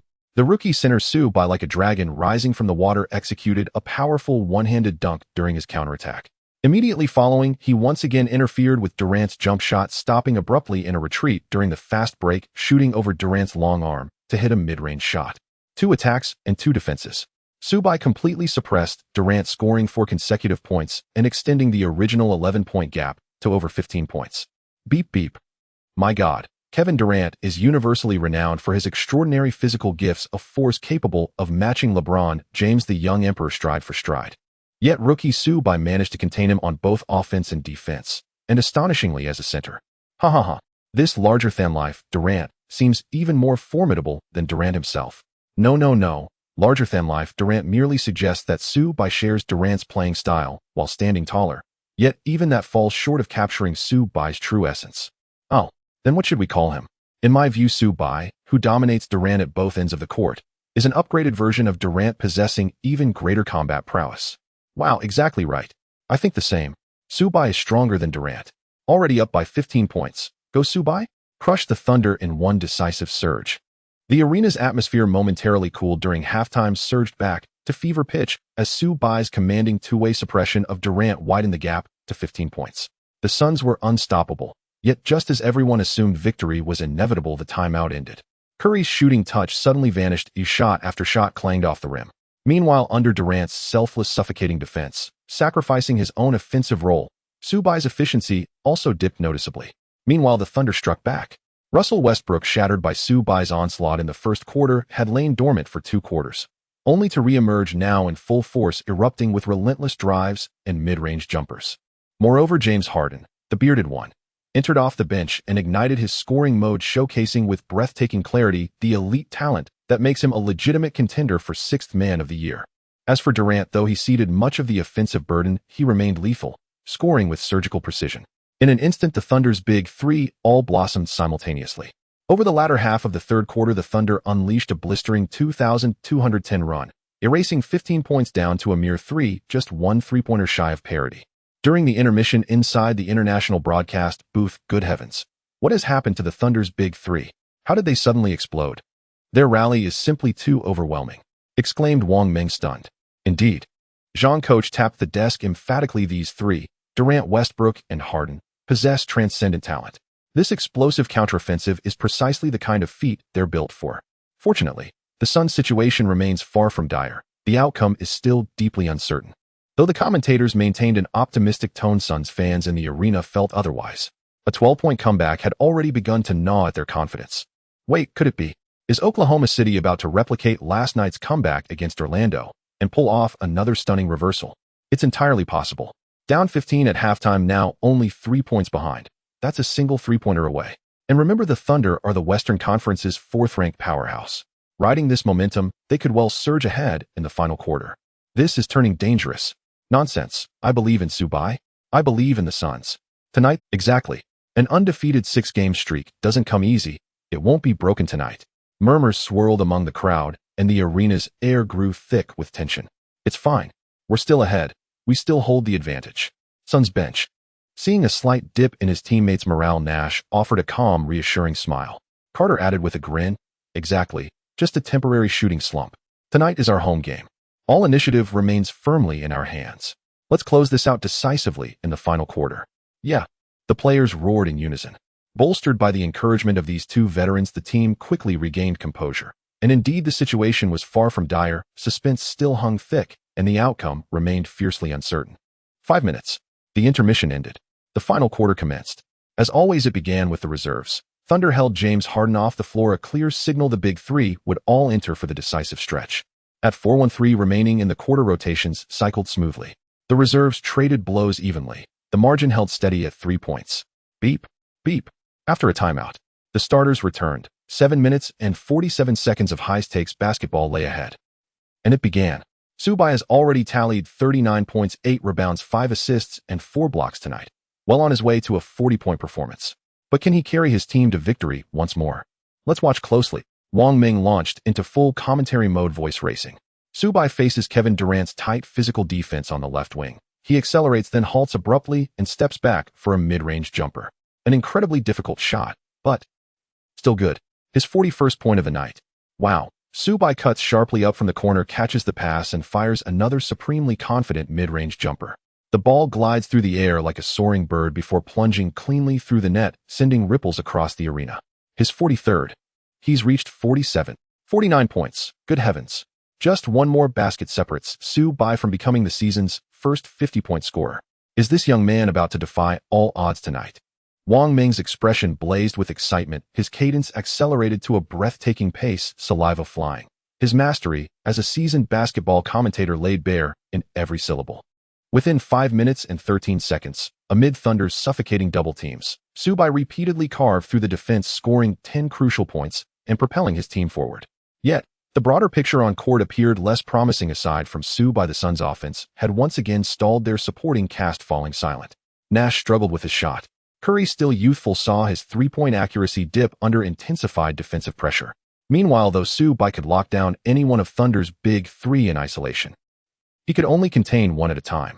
Through relentless ball movement, Thunder's trio continually evaded him, exploiting crisp passes and individual brilliance to score repeatedly. With just 2:34 left on the clock, and Subbai already at 49 points, the Suns trailed by 5. The tide truly seemed to be turning against them. Thump, thump, thump. At the top of the key, Subbai seized the ball, immediately met by Durant, determined to smother the Suns' most lethal offensive weapon. And simultaneously, Russell Westbrook surged over to double team. Whoosh! Subbai's eyes sharpened. He exploded past both defenders. Is Subbai attempting to force his way through two elite defenders? That seems perilously ambitious. But before the thought fully formed, Subbai, drawing heavy attention, whipped a sharp pass to Stephen Curry, coiled and ready at the left corner. Swoosh! Another three-pointer, launched without hesitation. Though his previous 2 attempts had missed, Curry's confidence never wavered. The ball spun gracefully through the air, tracing a perfect arc before slipping silently through the net. Swish! Good. An assist from Subbai. Curry's three-pointer proved pivotal. Roar! The deficit narrowed to just 2 points. Home fans erupted in thunderous celebration. On defense, clang. Even Nash, traditionally a defensive liability, leveraged his veteran instincts to disrupt Westbrook's drive, forcing a contested off-target bank shot. Smack! Amid the chaos, Nash snatched the rebound, and instantly Subbai lowered his head and sprinted full speed up court. Fast break. Spotting the surge, Nash fired a dazzling half-court no-look bounce pass, perfectly timed and placed, delivering the ball directly into Subbai's hands. He gathered, took one explosive step, then launched into a thunderous 3-step drive. He can't be stopped. Don't let him finish, Durant bellowed. Westbrook and Jeff Green instantly collapsed inward while Serge Ibaka stood sentinel beneath the rim, poised to swat. All that was said in an instant. In reality, four Thunder defenders converged beneath the basket, eyes locked on Su by barreling toward them. Then, Curry. Su Bai roared, pivoting sharply to fire the ball back to the top of the key. Smack. Curry, racing alongside, caught it cleanly. Space yawned before him. He rose, clean, swift, decisive, and released another three-pointer. To the side, James Harden lunged to help, but realizing he'd arrived too late, froze mid-stride, lifted his gaze, and stared in stunned silence as the spinning ball arced once more into the net. Back-to-back threes. In the clutch, Su Bai delivered 2 consecutive assists to Curry, igniting a 60 run that seized the lead by 1 point. Time remaining 1:42. Thump, thump, thump. Durant drove forward with the ball, top of the key, calling for a screen. He faced Carter on the left wing, then darted right, accelerated 1 step, halted, and rose for a step-back 3. Carter leapt to contest, but Durant released the ball from such height that Carter's fingertips couldn't graze it. It soared true, straight toward the rim. Swish. Good. Durant shows ice in his veins, unshaken under pressure. This 3 carries the unmistakable weight of a dagger shot. Tied at 2 points. Possession switched. Top of the key, Su Bai matched up against Durant. Crossover dribble, sudden rise. No, the crossover fake. He dipped low, feinted, sent Durant stumbling backward, and surged straight for the hoop. Boom. A thunderous two-handed dunk, Su Bai's 51st point of the night. He officially became the season's first 50-point scorer and continued shattering his own personal scoring records. The game was tied. Just 1:02 remained. Who would prevail? Beep, beep. Just as Wang Ming's impassioned commentary surged toward its crescendo, Coach Gentry called a timeout. The Suns bench. Coach Gentry called everyone together and looked at young players like Su Bai, Curry, and George, speaking in a deep voice, "Stay calm, don't panic. There is still 1 minute and 2 seconds left, and the outcome is still uncertain. You must maintain your composure and proceed steadily." Su Bai is performing excellently, and Kai's debut for the Suns tonight has also been perfect. What you need to do now is to maintain this momentum. Hold on for another minute. Everyone keep this positivity and fighting spirit of victory is beckoning up. The two exchanged glances and nodded slightly. All the players nodded earnestly, their faces showing a serious expression, taking this last minute very seriously. Despite the first game of the season being an epic comeback victory after trailing by 17 points, right now not only is the score tied, but we also hold the ball. Theoretically, there should be no tension. In fact, the Suns had a record of 2 wins and 8 losses, nearly the bottom team in the league, and losing that game wouldn't have mattered. Everyone has no psychological burden. But now Su Bai's brilliance and the Suns' dazzling 6-game winning streak have garnered too much attention from fans. Tonight, a victory would elevate their status, while a loss might lead to a steep decline. Without a doubt, the Suns want. The Thunder are in a similar position, having just pulled off a stunning victory against the strong Eastern Conference team, the Magic. If they can conquer the Suns tonight, who are riding a 6-game winning streak, it would be momentous. The Thunder's popularity would surge, and they would become the biggest dark horse of the season. They also want to win. With only 1 minute and 2 seconds left, both teams are filled with a strong desire to win as the final showdown begins. Beep beep. After the timeout, the Suns have possession. Nash inbounds the ball from the center circle, and Su Bai runs out to receive it. Just as he catches the ball, Durant sticks to him, making sure Su Bai won't have an easy shot. Bang bang. But Su Bai's dribbling with its butterfly-like finesse disrupts Durant's defensive rhythm. He suddenly accelerates, aiming to shake him off. Thud. Westbrook flashes in for support, forcing Su Bai to halt, and Durant follows suit. The two trap Su Bai together. Jeff Green also closes in. The three of them trap Su Bai. Faced with this triple team, even with the Iverson talent backing him, Su Bai finds it difficult. A quick glance, and he passes to Curry on the other side. Wow. The ball is then shifted to the left corner to Carter. Just as he aims to shoot, the incredibly fast Westbrook rushes in from the perimeter, targeting Carter. Wow. The ball is passed back to Curry, who is immediately pressured by Harden. The Thunder's defense is so tight, the Suns have no opportunity to attack with only 5.4 seconds left on the shot clock. What should they do? Wow. Curry passes again at the right arc. Su Bai catches this ball. Time is running out. Su Bai shoots a three-pointer. A three-pointer. This is Su Bai's first three-pointer of the season. In this crucial moment, oh no, it's off. The ball hits the rim and bounces out. Ibaka and Fry grab the rebound, and Durant leaps in to snatch this rebound. Thunder possession. Inside the studio of CCTV 5, Wang Ming was almost holding his head as he commentated quickly. Seeing Su Bai miss that three-pointer, he scratched his scalp in frustration. This is not good. Director Zhang's eyes flickered with unease. On the court with 41.7 seconds left, the Thunder have possession. Durant advances the ball at a steady pace. For the Thunder, there is plenty of time to fully utilize this 24 seconds to complete an offensive play, to secure the victory. Bang bang bang. At the top of the arc, he controls the ball, then passes it to the left wing, where Westbrook is cutting in. Westbrook attacks, fiercely facing Sue Bay's defense, still accelerating. However, as he drives into the paint and is about to lay it up, he passes to the left corner to Harden. Wow. The ball is then swung to the high position, where Jeff Green catches it, raising his hand for a three-pointer. No. He fakes a shot and passes again. The ball goes round and finally lands in Durant's hands again. It's up to him to finish it as he faces Carter, taking a probing step to break through. Wow. He launches a cold three-pointer. Carter jumps with all his might. Although he can't block it, he provides significant shooting interference. However, Durant's shot is too steady, too accurate. Swish. It goes through the net. Hiss. Wang Ming couldn't help but twitch his mouth, and Director Zhang shook his head repeatedly, exclaiming, Durant, at the most critical moment, can always score. This guy is a merciless scoring machine. TSK, TSK. Wang Ming couldn't help but smack his lips, exclaiming, Durant descends like a god of death with a heart-stopping three-pointer against the defense, seemingly aiming to end the game. On the court, Durant's strong and unreasonable heart-stopping three-pointer elicited deafening cheers from the Thunder fans, while the Suns fans displayed expressions of despair. Only 19 seconds remain. The Suns, trailing by 3 points, are in great jeopardy. With only one offensive opportunity left, they must either complete a three-pointer or quickly score 2 points and force a foul.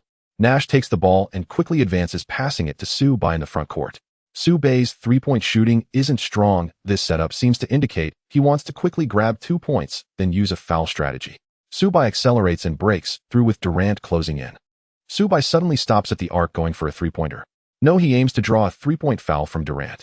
Durant jumps up and Sue Bay tries to get close, but Durant evades him. No whistle. Sue Bay shoots the three-pointer. His shooting form isn't great. No, it doesn't make it. The ball hits the rim and bounces out, while Sue Bay gets the rebound from his own miss. From the perimeter, who does he look for? Curry receives the ball, raising his hand for another three-pointer. Will it go in? The ball hits the rim and bounces up. No, but as it falls again, it swishes through the net. Great shot. In this crucial moment, Sue Bay's self-rebound and assist to Curry for another three-pointer also redeems himself. The Suns have equalized the score once again. Wang Ming's commentary was delivered at an astonishing speed, his expression filled with excitement as he celebrated with a fist pump when Sue Bay self-rebounded and assisted Curry to hit the three-pointer. Wow. Director Zhang's mouth dropped open in excitement, saying Kai's turnaround three-pointer is fantastic, and Sue Bay assisted Curry completing this offensive play. Tonight, he has already scored 51 points, 10 rebounds, 8 assists, and 5 blocks. A 50-near triple-double. Sue Bay is incredible. Hee. Wang Ming chuckled, saying yes, but it seems it's not the time to celebrate just yet. There are still 7 seconds left, and the Thunder have one offensive opportunity remaining. The outcome is still uncertain, and the suspense remains. Beep, beep. The Thunder called a timeout. As the commentator speculated, there was indeed time for the Thunder to launch an attack within 7 seconds. If they hit, it would decisively end the game. Even if they missed, it could still take the game into overtime. Regardless of the outcome, they wouldn't lose the game.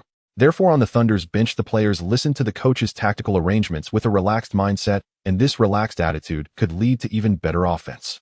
On the other hand, in the stands, the Suns fans remained relatively calm. After all, compared to being 3 points behind, tying the score always brought a sense of comfort. 7 seconds. Just defend. On the Suns bench, after Sue Bay assisted Curry for a clutch three-pointer, the players' spirits soared. Everyone had absolute confidence in stopping the Thunder's next attack. Let's take the game into overtime. Beep, beep. The timeout was over. The final 7 seconds of the decisive moment arrived. Westbrook threw the ball in from the sideline at midcourt, with Curry jumping beside him continuously, trying to interfere, not allowing Westbrook an easy pass to find a teammate. Whooshed. Seeing Durant come out, Westbrook passed the ball. Smack. Durant caught the ball 2 meters outside the three-point line at the top of the arc, accelerated to break through with Sue by avoiding defense, yet Jeff Green rushed out to set a screen for Durant. One screen wasn't enough. Harden also came out for further screening. Whooshed. Durant hesitated not at all. Under the double screen, he accelerated to shake off Sue by rushing to the right arc's top, facing Kai's defense, his expression turning cold. He stopped abruptly and took the shot. A sudden cold strike. Curry roared as he leapt with all his might to block, providing maximum interference, but this interference was still somewhat insignificant against Durant. The spinning basketball in the air tugged at the hearts of the fans without the ball. Is it in? Swish. Under the focused gaze of the fans, a crisp sound of the net echoed as the three-pointer found its mark. Boom. The large Western Conference arena erupted with deafening cheers. Thunder fans jumped up, pumping their fists in celebration, their expressions invigorated as they realized they had won. Indeed, The Grim Reaper Durant had once again hit this three-pointer, effectively sealing the game. Only 3.1 seconds remained for the Suns. Beep. Gentry quickly called a timeout. On the Suns bench, Gentry, holding a tactics board, said loudly, "Guys, we have very little time left. If we want to tie, we must hit a three-pointer." Curry, Nash, and Carter, they all had decent three-point shooting abilities, and even Sue Bai could shoot, so whoever gets the ball next must shoot decisively. There can be no hesitation. There is no time for doubt. This is our last chance, and we must seize it. The coach tried to convey the tactics in a light tone. However, the players' faces inevitably turned grim. Nash and Carter furrowed their brows, and everyone understood that with 3.1 seconds left, a three-point deficit was simple to state. But hitting a three-pointer to tie was incredibly difficult. Moreover, the only player with a decent three-point shooting touch was Curry. Nash lacked precision, Carter was also off, and Sue Bai had not made a three-pointer all season until tonight. The 2 three-point attempts he had tonight were both misses, indicating that although Sue Bai was precise with his mid-range shots, he actually lacked three-point capability, and now to tie they needed a three-pointer. Not being able to rely on Sue Bai was a fatal blow for the Suns. In the stands, the home Suns fans looked ashen, clearly distressed. They had once led by as much as 15 points, but were now being overturned. How could they not be upset? Fans with a poor mindset vented their frustrations, cursing and leaving early, disheartened that their favored team was being reversed. 3.1 seconds. Is there still hope? A little girl among the Suns fans softly said, her innocent eyes fixed on Sue Bai's back, wishing he could save the team. She also believed that the best-performing Sue Bai tonight could do it. Suddenly, a series of light gasps arose from the stands as everyone's gaze fell on the scorer's table, where several referees were huddled together, seemingly reviewing something. At the same time, above the arena, the large screen was replaying in slow motion Durant's recent three-point shot, and upon closer inspection, everyone realized something astonishing. In the slow-motion footage, it could be seen that Durant's left foot had grazed the three-point line while taking off, albeit just a little, but it was indeed a violation. This meant that Durant's shot was not a three-pointer, but a two-pointer due to stepping on the line. After confirming the footage, the referees deducted 1 point from the Thunder's score, changing the deficit to 2 points, and with this adjustment, the Suns fans suddenly cheered up. Looking again with 3.1 seconds and a 2-point deficit, winning was still very difficult. However, compared to before, at least it allowed Sue Bai a chance to attack to secure a two-pointer and take the game into overtime. On the bench, Sue Bai looked at the 2-point gap, narrowing his eyes. In such a short time, hitting a three-pointer was unlikely, but 2 points. With the aid of the peak Anthony's jump shot, Sue Bai felt confident to take a shot. At that moment, a notification sound from the system echoed in his mind. The system, which had been silent for a long time, suddenly appeared, startling Sue Bai as well. Ding! Random task triggered. If the host achieves a 40 triple-double in a single game, they will receive the peak Kawhi's three-pointer. 40 triple-double. Peak Kawhi's three-pointer.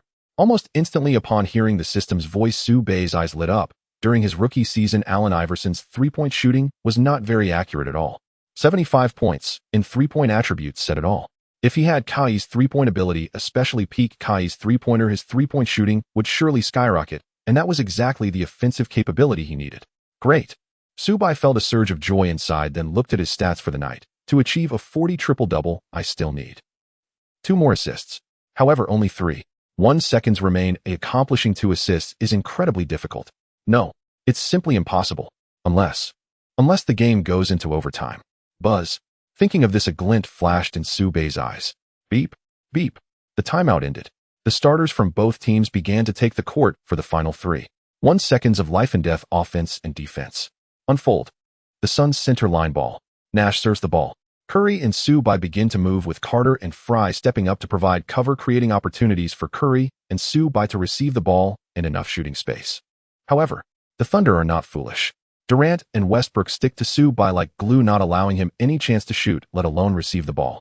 Of course, Beard Harden is also closely watching Curry, who has hit 7 three-pointers tonight and is in hot form, making him a troublesome threat that must not be allowed to attack comfortably. On the sidelines, Nash holds the basketball, searching for an opportunity. Curry has no chance, Carter has no chance, and Sue Bai also doesn't have a good chance to receive the ball as the 5-second serve time is about to expire. Whoosh! Sue Bai makes a back run from the arc, sprinting towards the farther center circle, finally breaking free from Durant and Westbrook for a brief moment. Nash's gaze sharpens. Splash! The ball is passed out. Snap! As Sue Bai catches the ball, he charges directly towards the paint, confronting Durant and Westbrook, Heaton taking a step sideways. Screech! He must stop abruptly. Seeing only 1.6 seconds left on the clock, Sue Bai has no choice but to come to a sudden halt. Charging into the paint, he scores a more stable 2 points, tying the game and buying time for 2 assists, thus abandoning the idea of completing the system's requirement of a 40 triple-double. Even though Curry has already run open, Subai cannot facilitate a more accurate three-point shot for him, because there simply isn't enough time. 1 meter outside the three-point line, Subai stops and jumps. Kevin Durant's long arms wave before him, but he still leaps, leaning back to fire a three-pointer. Thud. Durant bends his knees and leaps, his long arms reaching out to block, just a fraction away from denying Subai's shot, yet still causing significant distraction. The moment the basketball is released, the timer lights up. So difficult. Subai himself lacks three-point shooting ability, and now he's attempting a shot 1 meter outside the three-point line while facing Durant's long arm block. It's as hard as climbing to the heavens. It's over. The Thunder have won for sure. Looking at the basketball soaring away, Thunder fans have already raised their hands, excitedly preparing to celebrate victory. Meanwhile, the Suns fans are all staring at the basketball, their hearts in their throats, constantly praying that Subai's shot must go in. It absolutely must. The ball traces a parabolic arc in the air, heading towards the hoop. Clang. The basketball hits the rim and bounces up. Is that an air ball, eh? All the Suns fans feel a jolt in their hearts, and Curry, Nash, Carter, and others feel their hearts racing quite. We won. A hefty Thunder fan can no longer contain his excitement and shouts out. However, in the next moment, the high-bouncing basketball hits the rim's inner edge and then falls in. Swish. Subai hits the three-pointer, a buzzer beater that defeats the Thunder. The arena falls silent for a moment, then erupts into deafening cheers like a super nuclear bomb detonating in the deep sea, creating towering waves. Buzzer beater. We won. We the Suns have won. A buzzer beater from Subai, the center from the Celestial Empire. Incredible, truly impressive. At this moment, countless fans stood up waving their arms, and some even jumped up in excitement, celebrating and reveling in the joy of the buzzer beater. Wow. Subai's buzzer beater, a three-pointer. Oh. On the Suns bench, Dragic and George jumped up, unable to believe it, and in the next moment, they excitedly rushed onto the court to celebrate with Subai. Meanwhile, Curry, Nash, and the others have already embraced Sue by celebrating the victory from the buzzer beater. Oh my God! Subai's buzzer beater three-pointer, and it was against Durant. What kind of operation is this? What a shot! Subai is amazing. Subai. The overly excited Wang Meng is somewhat incoherent.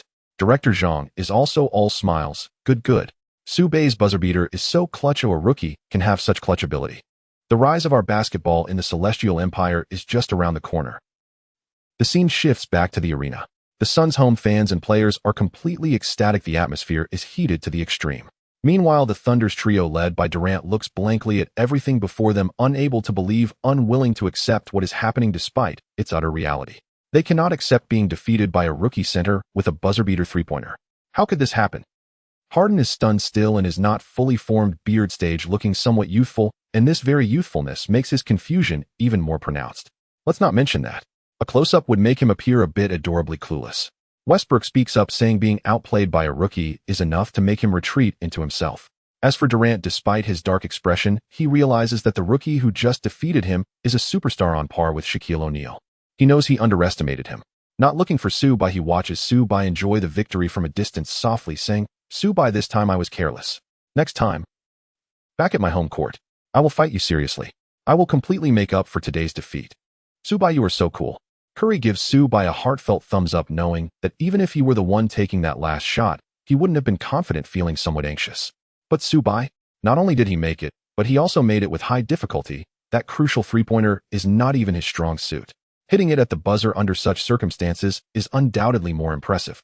On the first night, as teammates, Curry can't help but admire Subai. Thank goodness. Subai scratches his head and smiles sheepishly.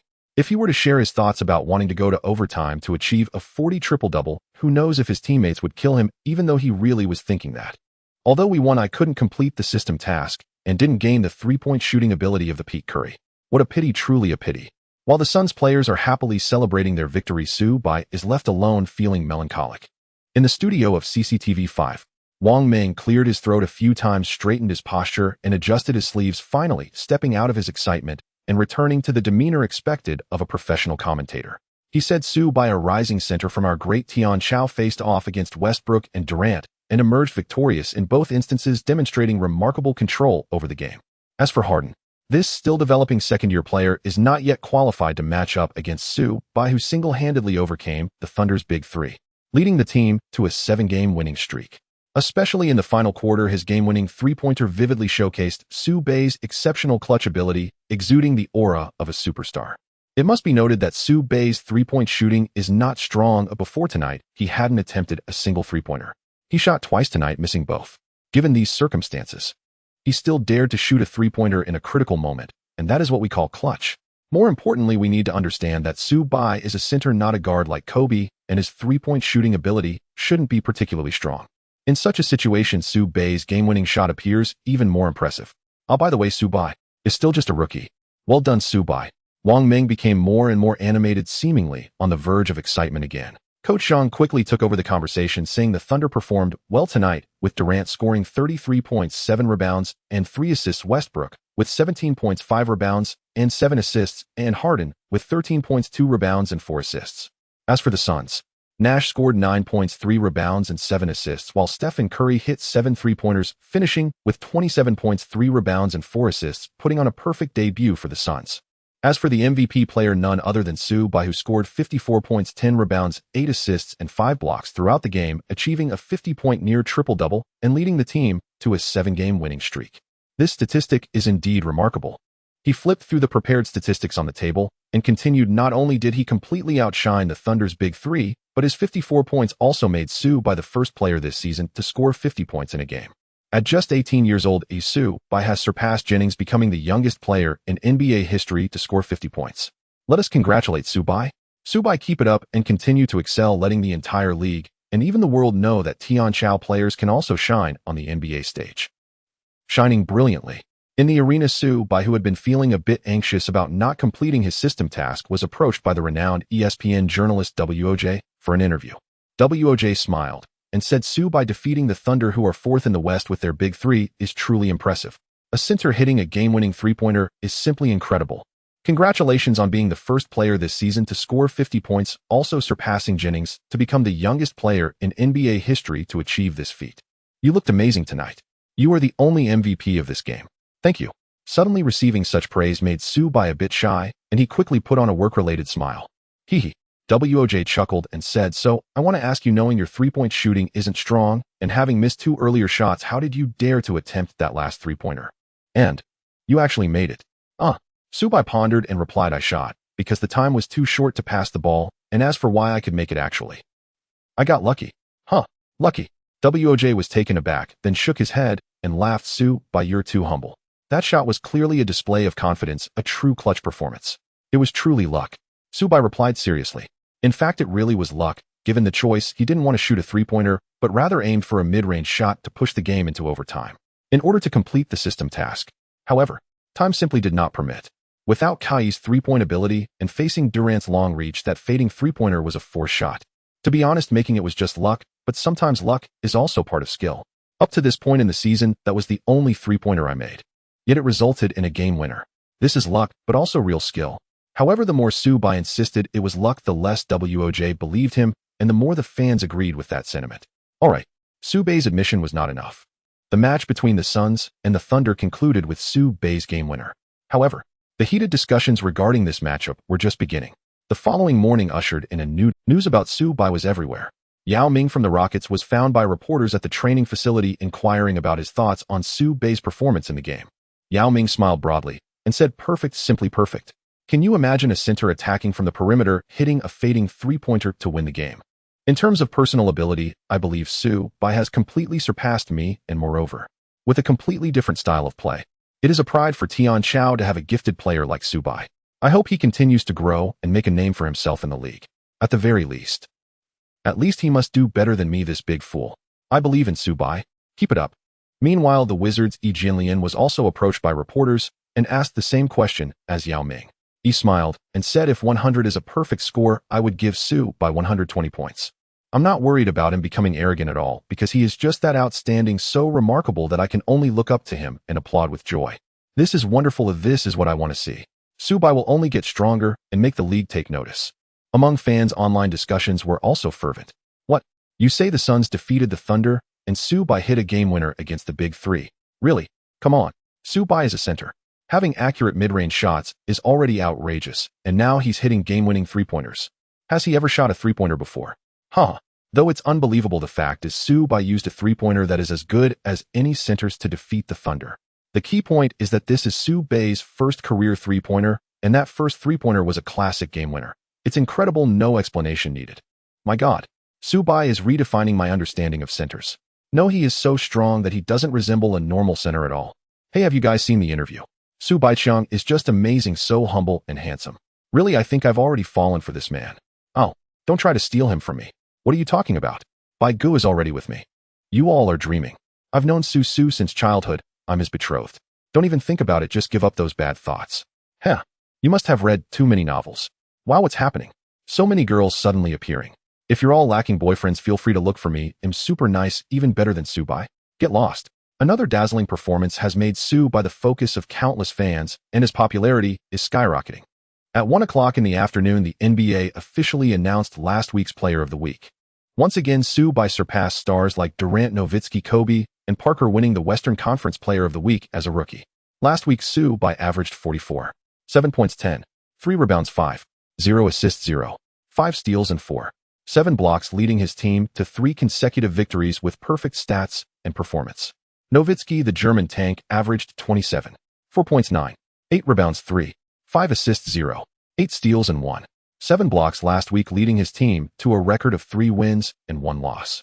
With his Golden Rooster standing alone move, he has given countless players headaches.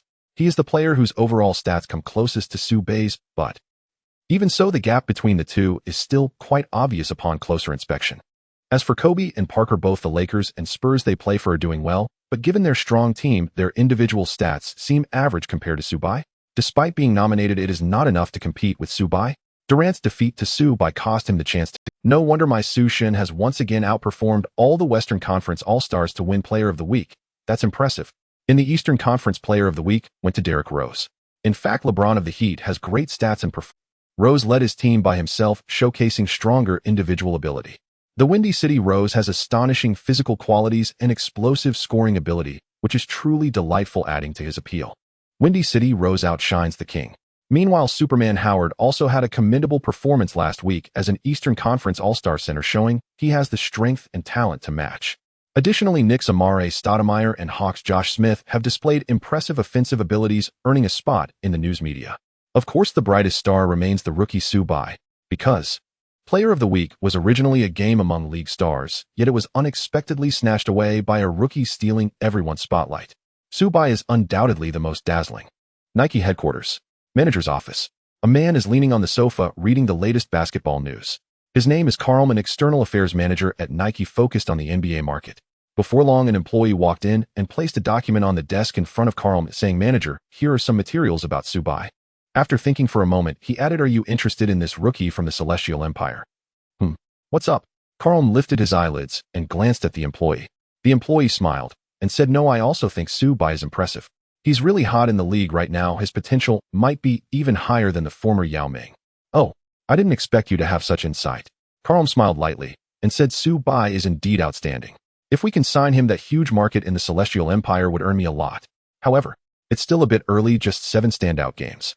I want to observe for a while longer to see if Su-bai can maintain his strength or if his playing style ultimately fails to adapt to this era." The employee nodded and left. After the employee left, Carl narrowed his eyes. The potential of players from the Celestial Empire is limited. Yao Ming is the ceiling. If Su-bai can reach Yao Ming's level, that would be enough. However, he is ultimately a center. Thinking of this, he sighed lightly.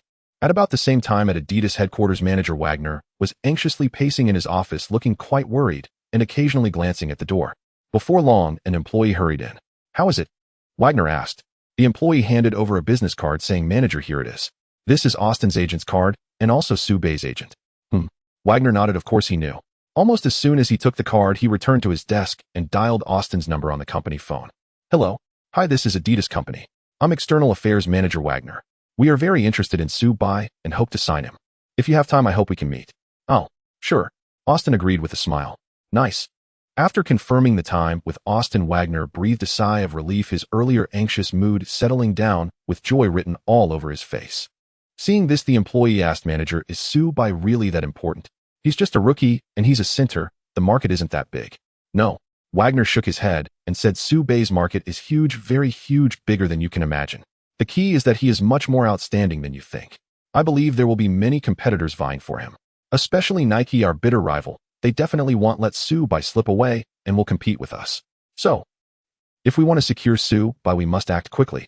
We must show enough sincerity. Wagner was a bit excited, but the employee was still confused, unable to understand how a rookie could make the Adidas manager so enthusiastic. On the other side, after receiving the call from Adidas, Austin immediately relayed the news to Su Bai. Su Bai was also thrilled. He understood that only by signing endorsement deals could he make big money. He could also increase his popularity through the promotion of the endorsement company, creating a positive cycle that would help him rise. At the same time, Su Bai handed over all discussions about final contracts, meetings, and other matters to Austin to handle. He just needed to know the final comparison of offers to make a choice. After defeating the Thunder, the Suns have 2 days of rest. During the day, last night's 50-game-winning performance, coupled with being named the Player of the Week, has made Su Bai a hot topic among fans, his popularity soaring. In the evening, several exciting matchups await. First up, the showdown between the Lakers and the Nuggets, featuring a personal duel between Kobe and Anthony, both scoring over 30 points, yet the reigning champions boast overwhelming strength. The Nuggets fall short. Next, the Heat take on the Cavaliers, the top team in the East facing the bottom team. The game lacks excitement, but it's LeBron facing his former team after 7 years. Once again, it's an away game. He endures the entire match amidst jeers. Wade and Bosch consistently comfort him, urging LeBron not to pay it any mind. He understands that from the moment he left Cleveland, he had to be prepared for this night. He is also aware that everything will fall apart once he secures a championship. Cavaliers, 85-100 Heat. The Heat easily defeat the Cavaliers by 15 points, with LeBron scoring 27 points, 8 rebounds, and 8 assists amidst the boos, as if to tell his former team that the jeers cannot weaken him. Next up, the Celtics versus Spurs, the 3rd seed in the East against the 1st seed in the West, pitting the Celtics Big Four against the Spurs GDP. Just the rosters alone make for a fierce battle. However, the game seems to deviate from expectations. Tonight, Pierce, Ray Allen, and Garnett are breaking through, hitting threes, and attacking the paint, each excelling in their respective roles. The 4-star Rondo is also racking up assists. Even the GDP can't withstand it. By the end of the 3rd quarter, the Celtics are already leading by over 15 points, and in the final quarter, they widen the gap to over 20 points. The game enters garbage time early. Ultimately, the Celtics crush the Spurs by a whopping 21-point margin, decimating the top team in the West. At the post-game press conference, tonight's MVP Pierce, who scored 31 points, grabbed 7 rebounds, and dished out 3 assists, remarked, "Recently, several players and teams in the league have been on a hot streak. It seems like everyone has forgotten us, the team that reached the finals last season." Pierce's words immediately remind fans that the Celtics were last year's runners-up and the champions of the Eastern Conference, possessing strength that cannot be underestimated. This year, the Celtics, with their Big Four, still have the potential to contend for the championship. While Pierce's interview trends online, attracting fan attention, a comment from a fan catches everyone's eye once. "Hey, the Suns' upcoming opponents are formidable: the Nets, Hornets, Blazers, Celtics, Mavericks, and Bulls. At a glance, aside from the Nets, all are strong teams." Wow.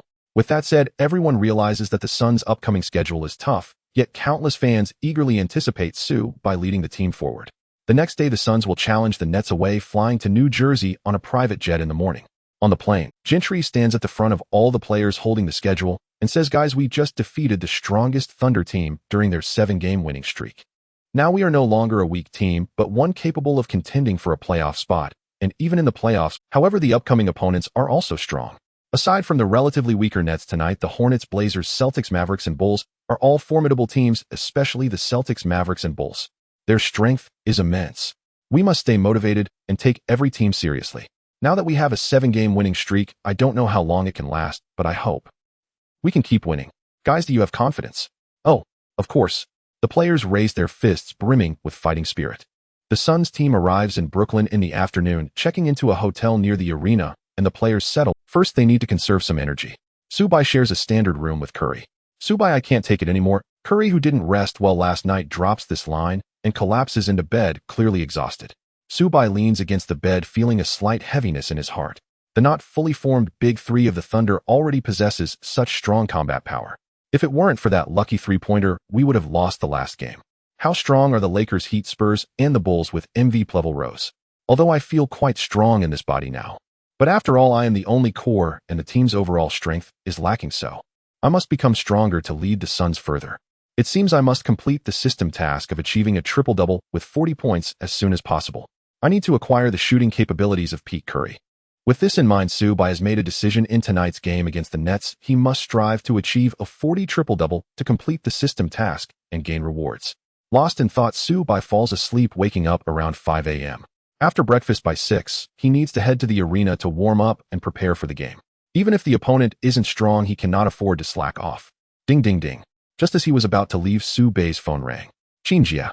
Looking at the caller ID, Subai couldn't recall who it was. He hesitated for a moment, but picked up the call. Hello. Hello.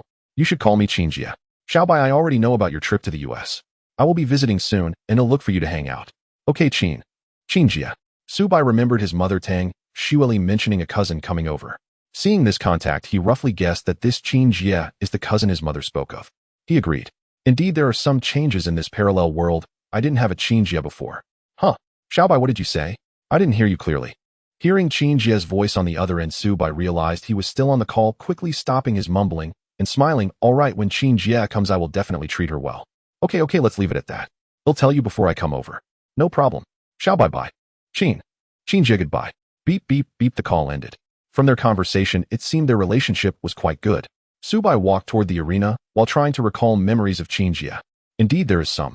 Qingjia, full name, Mu Shuiqing, graduated from the Beijing Drama Academy's affiliated school of opera and is currently striving to become a popular actress. Mu Shuiqing. The moment Subai recalled this memory, his eyes widened in surprise. Mu Shuiqing. That renowned actress. Renowned not only for her beauty, but also for her exceptional talent. Ranked among China's 4 rising leading ladies in film and television, and had consecutively won the Academy Award for Best Actress multiple times. Mu Shuiqing. And she's my cousin. Subai was stunned, hardly able to believe it. Gently slapping his own cheeks to steady himself, he took a moment to reflect carefully, then tentatively set the notion aside. It's probably just a namesake, no certainty yet. Until we meet, idle speculation serves no purpose. My focus must remain on the match, and on the system's assigned tasks. Shaking his head, Subai swiftly dispelled the distracting thoughts and regained composure. Time passed swiftly. It was now 9:30 p.m. The Barclays Center.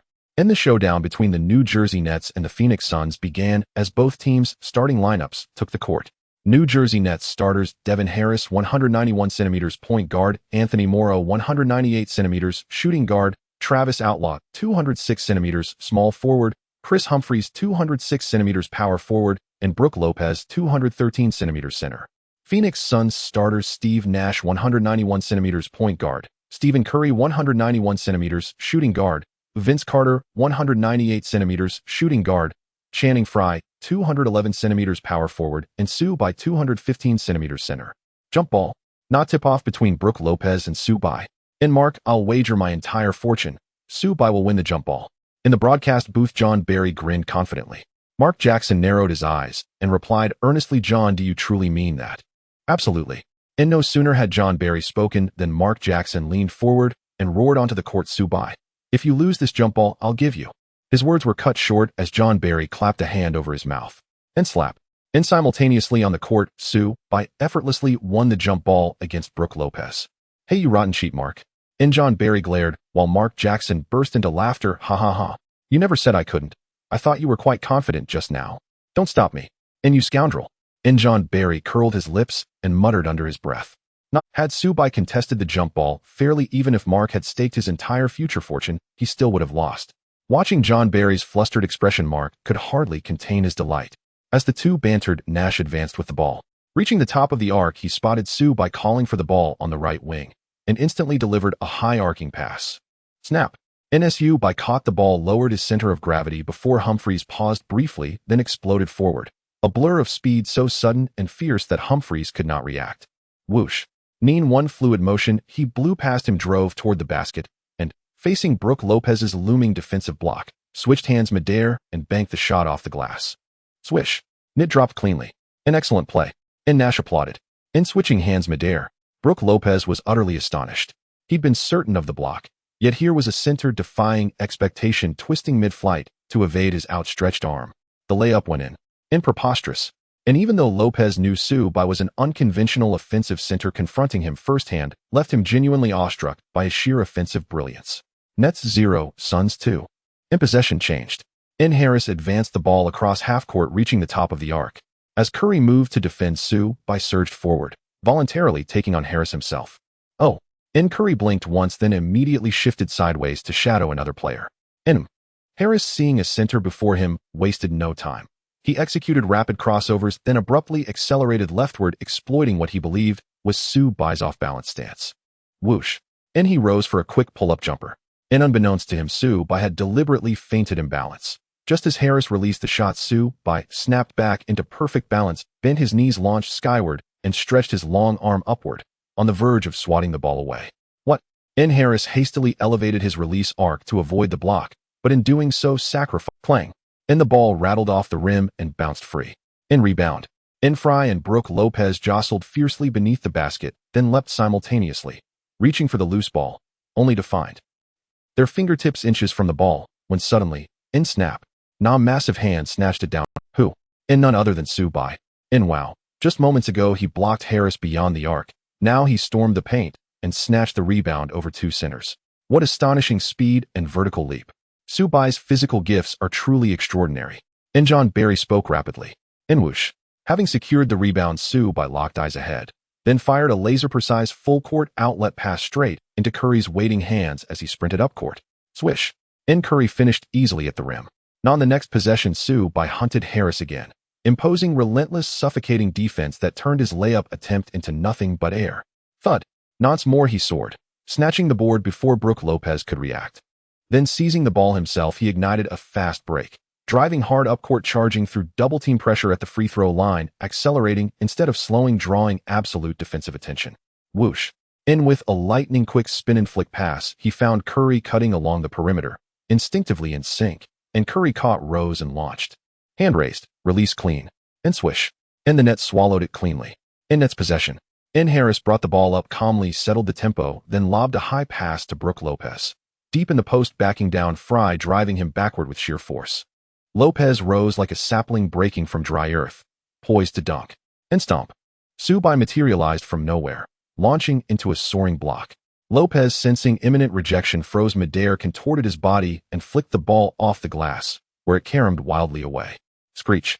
Su Bai dove forward, then sprang again, corralling the rebound. He sprinted up court, spotting Curry, already surging ahead. A crisp bounce pass pierced the defense. Swish.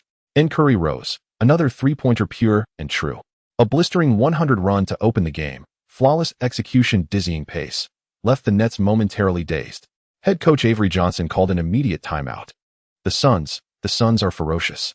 Square-jawed fan in the stands stared slack-jawed. In the broadcast booth, remarkable. This seamless offensive wave exemplifies the caliber of a true championship contender. Though the Suns lost Amare Stoudemire, this year's squad is even more formidable than last season's. John Barry smiled. Mark Jackson nodded, then added that surge was indeed explosive. But John, tell me, haven't you noticed how unusually aggressive Su Bai's offensive drive is tonight? Huh. John Barry, still chuckling, had barely registered the moment when Mark Jackson continued. Within less than 2 minutes of tip-off, Su Bai has already tallied 2 points, 3 rebounds, and 3 assists. All 10 points scored by the team thus far have involved him directly. Moreover, Su Bai's defensive intensity is exceptional. This explains how a perimeter-oriented player managed to secure 3 rebounds in just 2 minutes.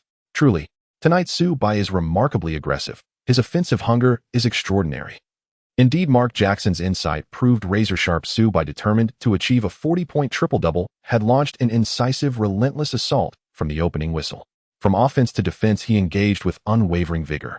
Joan Barry paused briefly, then recalled the opponent, Brooklyn Nets, and exclaimed in astonishment, "Wait, why this intensity? The Nets aren't a particularly formidable squad, right?" Mark paused thoughtfully before replying, "Perhaps a major footwear brand has taken notice of Su Bai. To secure a lucrative contract, say with Adidas or Nike, he must elevate his market value through standout performances. That's likely why he's playing so fiercely." Makes perfect sense." Joan Barry nodded emphatically in agreement. Indeed. Mark Jackson's reasoning held firm. To earn endorsement deals from global giants like Adidas or Nike, one must perform with uncompromising excellence and prove one's worth on the court.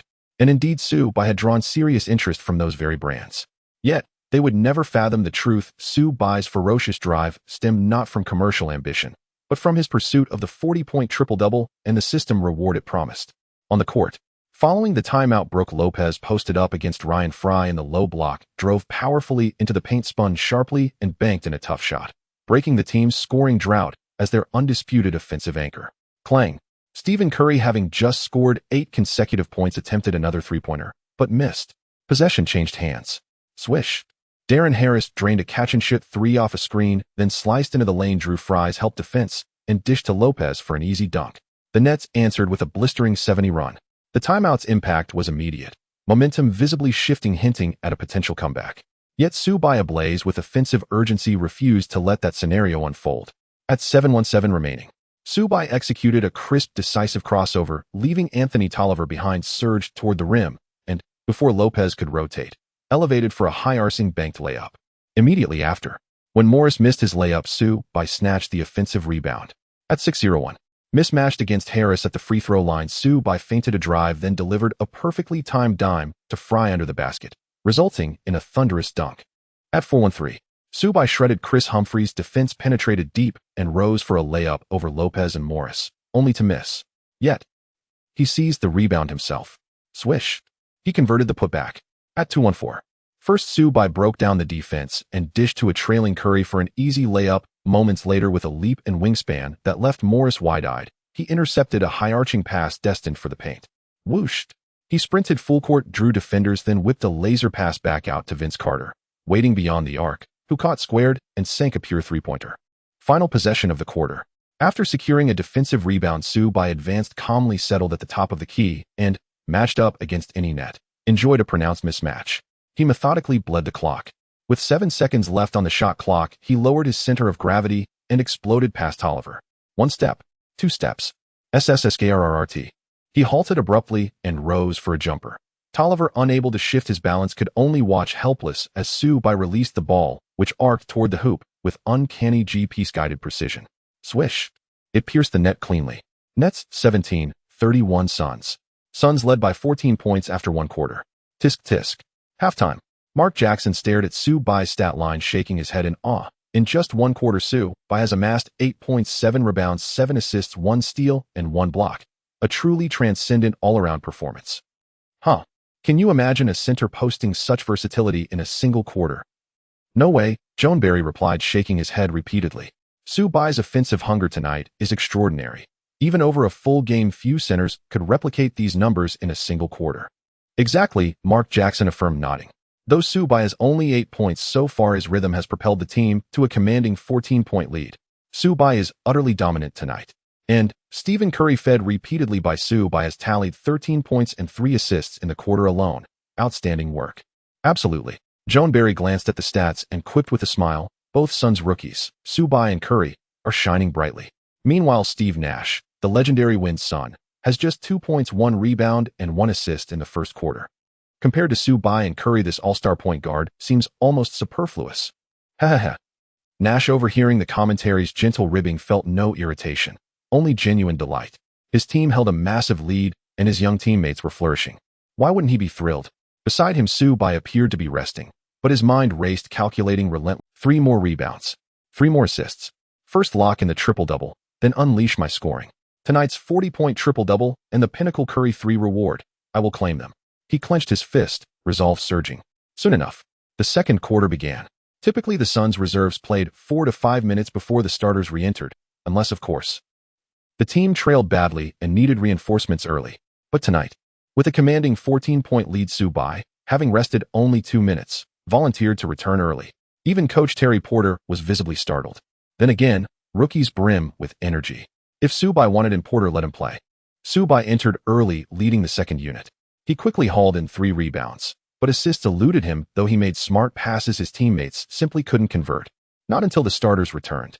Not until 5:57 remained in the quarter, when Subban drove, kicked out to a cutting Nash, who finished with a soft floater, did Subban finally record his 3rd assist of the half. Beep, beep. The Nets called another timeout. For with that assist, the Suns' lead had ballooned to 19 points and was hurtling toward 20. At the broadcast desk, Mark Jackson laughed awestruck. That assist, delivered with 6:03 left in the second quarter, gave Subban 15 points, 11 rebounds, 10 assists, 1 steal, and 2 blocks, a full triple-double. A center, achieving a triple-double in under 2 quarters. Subban's all-around mastery tonight is nothing short of phenomenal. My God, Joan Barry gaped, exclaiming, a triple-double before halftime. Never imagined Subban possessed such exceptional passing ability alongside his lethal perimeter scoring. This center is simply extraordinary.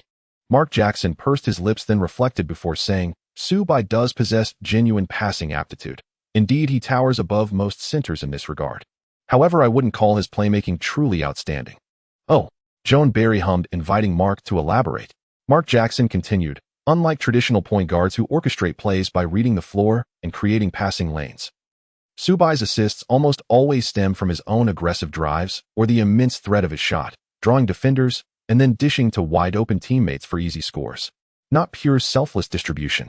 Indeed, Joan Barry nodded in agreement, adding with a smile, yet elevating teammates through sheer individual dominance is itself a form of orchestration.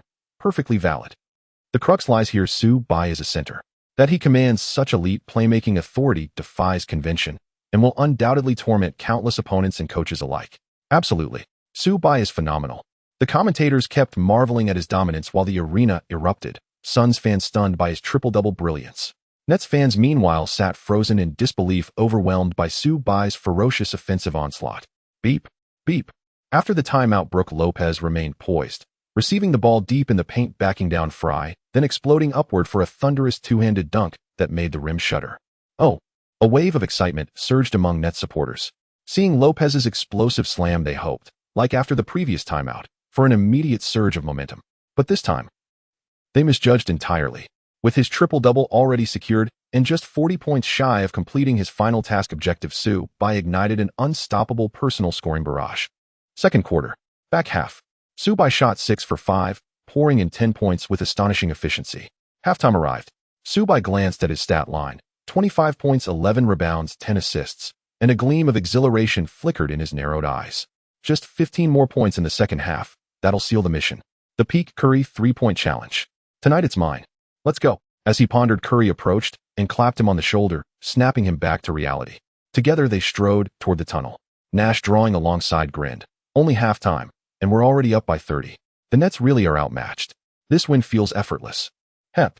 Carter, walking ahead without turning, chuckled. It's all thanks to Su-bai and Curry. A 25-point triple-double from a center. Preposterous. And Curry's already dropped 23. His three-point stroke is flawless. These two dismantled the Nets single-handedly.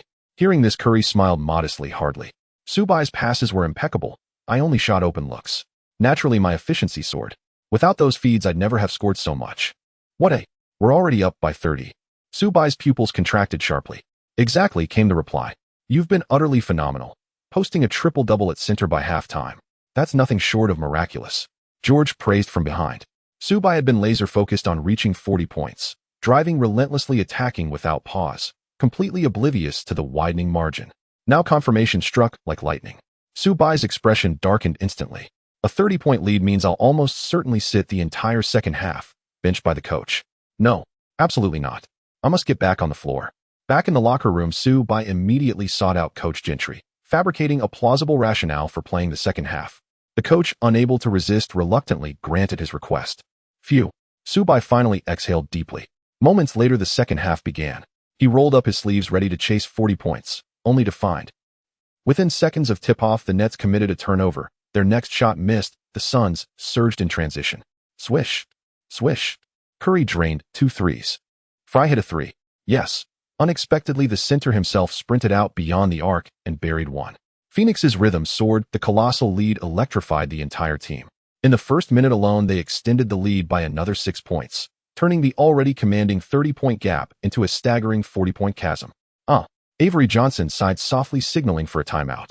Indeed, just 1 minute into the second half, the Nets called timeout, overwhelmed. During the break, they substituted all 5 starters, switching entirely to reserves. A 36-point deficit signaled formal surrender. Coach Gentry, observing the lopsided score, responded graciously, substituting his stars as well. The game descended into garbage time. Su-bai naturally stepped aside to rest on the bench. No way, sir. Su-bai stood stunned. He hadn't even taken a shot in the second half before the game ended, an outcome he hadn't foreseen. Nor had he anticipated his teammates' explosive dominance, or how rapidly the scoreboard would balloon. How could this happen? After sitting dazed on the bench for several moments, Su-bai finally grasped the truth. Against this overmatched Nets squad, he'd simply gone too far, too hard, too fast. Now, with a 36-point margin and the opponent having effectively conceded, re-entering would be indefensible, inviting fierce backlash from fans and risking provoking the Nets into reckless retaliation. They might even sacrifice winning just to target Su-bai. If injury followed, the cost would be catastrophic. Resigned, Su-bai accepted this unintended consequence of his overzealous aggression, remaining seated. Even if he'd insisted, Coach Gentry would never have permitted it. Garbage time unfolded smoothly. In the broadcast booth, Mark Jackson grinned. Last game, they stunned the Thunder at the buzzer. Tonight, they shredded the Nets by nearly 40 points before halftime. The Suns have officially ascended to Western Conference elite status. And tonight, Su-bai, the center, achieved a 25-point, 11-rebound, 10-assist triple-double in half a game. It was breathtaking. He is redefining what it means to be a center. Precisely. Joan Barry nodded firmly, glancing again at the stats sheet before declaring enthused, Su-bai has delivered his season's first triple-double, and in doing so shattered a record untouched for 55 years. Wow. Breaking a record that has stood for 55 years. Mark Jackson widened his eyes in theatrical astonishment, perfectly playing along. Joan Barry nearly broke character, shooting Mark a playful glare before saying, in 1955, Jim Tucker of the original Syracuse Nationals achieved it against the Knicks. He recorded 12 points, 10 rebounds, and 12 assists in just 17 minutes, becoming the fastest player in NBA history to notch a triple-double. Tonight, Su-bai accomplished the same feat in only 16 minutes, officially shattering the 55-year-old record for the fastest triple-double in NBA history. Let us congratulate Su-bai, this extraordinary center from the Celestial Kingdom. Almost the instant Joan Barry finished speaking, the arena, still mid-game and previously subdued, erupted into thunderous cheers in Su-bai's honor. The outcome was already decided. Even many basketball fans unaffiliated with either team rose to applaud, not just for the win, but for Su-bai's astonishing conquest of such an audacious record. To break this record had always been extraordinarily difficult. Now with Su-bai, a center, having done so, its future surpassing seems even more daunting. Wow. Su-bai, you're incredible. On the Suns bench, Stephen Curry raised his palm like an exuberant schoolboy. Su-bai met it with a crisp high five, flashing a professional smile, while inwardly thinking, this was a costly misstep. The game itself held no suspense. The Suns demolished the Nets by 27 points. Su-bai had broken the 55-year-old fastest triple-double record, but his over-aggressive play had caused him to miss the system's objective. After the game, the Suns, riding an 8-game winning streak, celebrated wildly in the locker room, cheering Su-bai's triple-double and historic milestone. Yet Su-bai alone sat apart, glum and withdrawn. Their next opponent, the Hornets. Though the two teams had already met once this season, and the Suns had won, the Hornets, led by the legendary Hornet King Chris Paul, remained a formidable squad not to be taken lightly. And Su-bai, stung by his earlier overreach, was determined to complete the mission this time. One day later at the Time Warner Cable Arena. At 9 p.m., the Hornets and Suns faced off for the second time this season, game on. Before tip-off, during warm-ups, the Heat's big three arrived, not only to support their close friend Chris Paul, but also to witness Su-bai up close. They wanted to see the league's hottest new phenom firsthand. LeBron, do you think Chris can outplay Su-bai tonight? Dwayne Wade asked, puffing his cheeks. It'll be tough, LeBron replied candidly, even as a friend. The Suns are stronger this year than last, while the Hornets simply lack the depth. It all depends on Chris Bosh added. If he commands the tempo of the game, anything is possible. That's LeBron smiled faintly, neither confirming nor denying. Wade nodded and smiled too. The game's starting. Let's watch closely. As they spoke, the opening tip arrived. Jump ball between Okafor and Su-bai. As in their previous meeting, Su-bai easily secured the rebound, towering half a hand taller. The Suns retained possession for the first offensive set. Thump, thump, thump. Su-bai advanced the ball, facing defensive pressure from Trevor Ariza, then exploded forward with one hard dribble, shook free on the second, halted sharply at the free throw line, and rose for his jumper. His leap was impossibly high. Thud. Ariza couldn't keep up, not even if he tried. Swish. The mid-range shot dropped cleanly. Hornets 0-2 Suns. Su-bai is electric tonight, opening with a textbook mid-range jumper to give Phoenix an early lead. Will the Hornets suffer the same lopsided fate? From the broadcast booth, Stan Van Gundy began to analyze, when suddenly Chris Paul sank a smooth mid-range jumper, followed by a three-pointer from Marco Bellinelli off his assist, then another mid-range bucket by David West. A swift 70 run answered the Suns' opening strike. Suns possession. Steve Nash pushed the ball up court, accelerated off the left wing, and, seeing West rotate, delivered a sharp back pass to Su-bai at the right arc top. Wide open. Whooshed. Su-bai launched a three-pointer. Clang. It fell just short, ricocheting off the rim. Su-bai, sensing the miss the moment he released it, sprinted toward the basket and soared for the offensive rebound. Whooshed. He fired an outlet pass to Curry beyond the arc. Another three-point attempt. Clang. Still no luck. West secured the board and fed Paul, who surged forward against Channing Frye. exploiting the size mismatch with rapid crossovers and fakes, shifting Fry's balance before rising into a graceful fadeaway. Swish. Good. The Hornets' run reached 90. Subai brought the ball up, stationed at the top of the key against Ariza. Left hand guiding the ball, a hesitation step, then a sudden burst forward, followed instantly by a sharp stop hand pull-up, leaving Ariza flat-foot and airborne. Whooshed. A single adjustment step, and from the left arc top, Subai launched another three. It was a clean look, but again just short. The rebound bounced out, snatched cleanly by Okafor. Paul seized the opportunity, pushing hard up court. Swoosh. A na-loop cross-court dime, slicing cleanly between Vince Carter and into the left corner, arriving precisely as Ariza lunged. Perfect timing, effortless catch, and an easy layup. Beep. The Suns started strong, but the Hornets retaliated with an 110 run, putting the Suns to a wow. 110 in the B-King is impressive. Tonight our Hornets can defeat the Suns and end their 8-game winning streak. The Hornets are formidable. The home crowd is getting restless. Chris is really controlling the pace of the game. If he can maintain this, we might indeed win against the Suns tonight. LeBron chuckled. Bosch raised an eyebrow, smiling lightly. I told you so. The Suns bench. Gentry clapped his hands vigorously, saying, calm down. We're having issues with our offensive rhythm at the start tonight. This is a common problem for consecutive away games. It's okay. We'll adapt soon. Everyone nodded, undeterred, their serious faces filled with fighting spirit. Having won 8 straight games, they were not afraid of the Hornets, even after defeating the formidable Thunder. Leaning alone on the bench, Subai glanced at the score, squinting his eyes. Trailing by 9 points. That's more than I expected. Having learned from the previous game, Subai knew not to let the match get out of hand too quickly, but he wasn't overly concerned about the Hornets. However, he and Curry had both missed consecutive three-pointers. Coupled with the Hornets' smooth start, trailing by 9 points was not good news for the team, yet for Subai it might not be a bad thing. Subai smiled faintly. Trailing by 9 points is quite good, actually. The corners of his mouth lifted slightly for just a moment, yet it was still caught by the keen-eyed Van Gundy, who was taken aback. What's up with Subai? The team is behind, yet he's still smiling. Smiling. Are you sure? Michael Bulin had not noticed. Van Gundy gave an affirmative nod. He had not been mistaken. Michael Bulin pondered for a moment, then offered a faint smile. Perhaps this was simply confidence. 9 points down. Subai exuded absolute confidence that he could reverse the tide. After the timeout, play resumed. Subai caught the ball at the top of the arc opposite Eliza, who guarded him with roughly half a step of distance. Giving me a three and daring me to drive. Subai narrowed his eyes, saw through Eliza's intention in an instant, and felt a subtle chill of concern. You correctly guessed my three might lack precision, but beyond the three, I possess many other ways to score. Defending me this way is hardly prudent. Subai's gaze hardened, and he swung the ball away. Eliza's slightly off-step defense opened a clearer passing lane. The ball flew left to Lee, curling out from the baseline, who caught and turned into a mid-range jumper. The shot swished through. On the next possession, Subai again matched up with Eliza. Spotting Kate positioned in the right corner, he decisively fed the pass. Kate, already set and ready, rose and released a three. It rattled on the rim and missed. Subai surged into the paint, secured the rebound ahead of Fu Lai and Ao Ka-Fu, and with no warning lofted the ball high into the air. A pass. Ao Ka-Fu was startled. Watch, an alley-oop. Wei Si-Tae on the wing saw it clearly and shouted, but it was too late. Ka-Tae, having just missed the three, sliced along the baseline toward the rim. He planted, drove off his bent knee, and sprang upward, seizing the ball midair with one hand, soaring like an eagle, and finishing with a thunderous alley-oop dunk. Unbelievable. Ka-Tae's alley-oop. In recent seasons beset by recurring injuries, those brutal yet aesthetically perfect dunks have become a rare sight.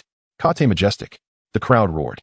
The Taeyong have Subai Ku Li Na, she yet never forget that there is also the so-called Canadian flyer when see Ka-Tae. A rush of youthful memories swept over the Subai's assist, and Ka-Tae's long-awaited alley-oop ignited the fans, evoking recollections of when Ka-Tae once ruled the skies.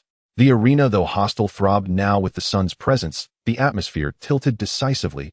Ka-Tae grinned as he returned downcourt and slapped palms with Subai, visibly exhilarated. After that electrifying dunk, the entire Taeyong roster brimmed with renewed morale. The counterattack was sounded. Down by 9 with 37 seconds left in the first quarter, Subai found Ka-Tae for another three that not only tied the game, but put them ahead by 1. Huang Feng regained possession. Baoluo brought the ball up and isolated against Na. She used a back-toe the basket change of direction and a feint to accelerate past him, then lofted a short teardrop in the paint. The shot fell, swish, and the score was tied. On the final play of the quarter, the Suns entrusted Subai, who he held at the top of the arc, to run down the clock.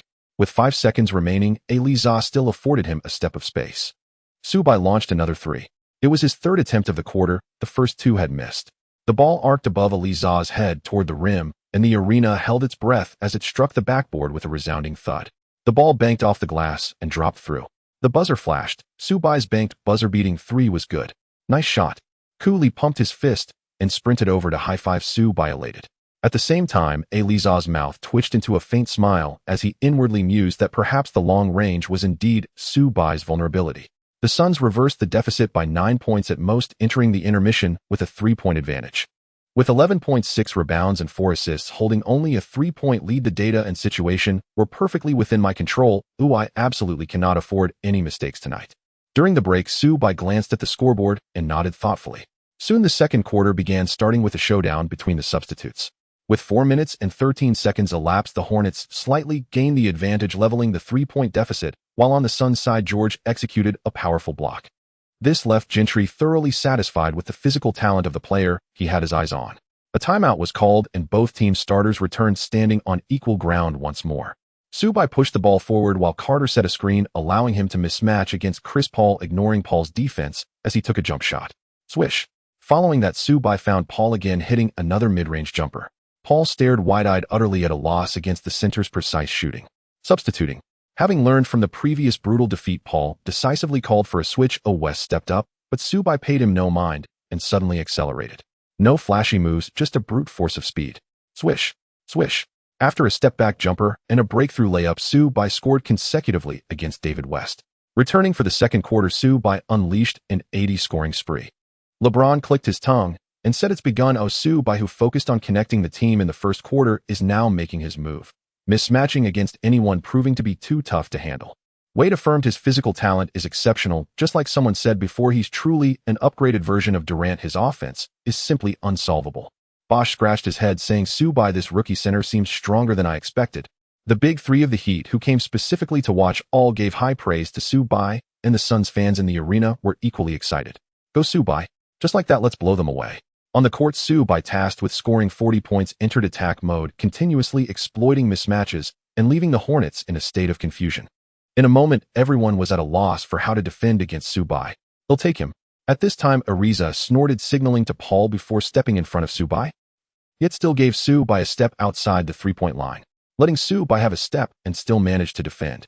From the commentary booth, Van Gundy noticed something amiss, feeling puzzled, while Mike Breen pondered for a moment before clapping his hands and saying, I get it, Ariza knows that Subai isn't strong from 3-point range.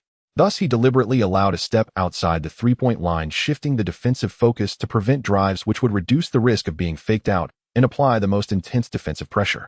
Clang. No sooner had he spoken than Subai missed the 3-pointer. Just as I thought.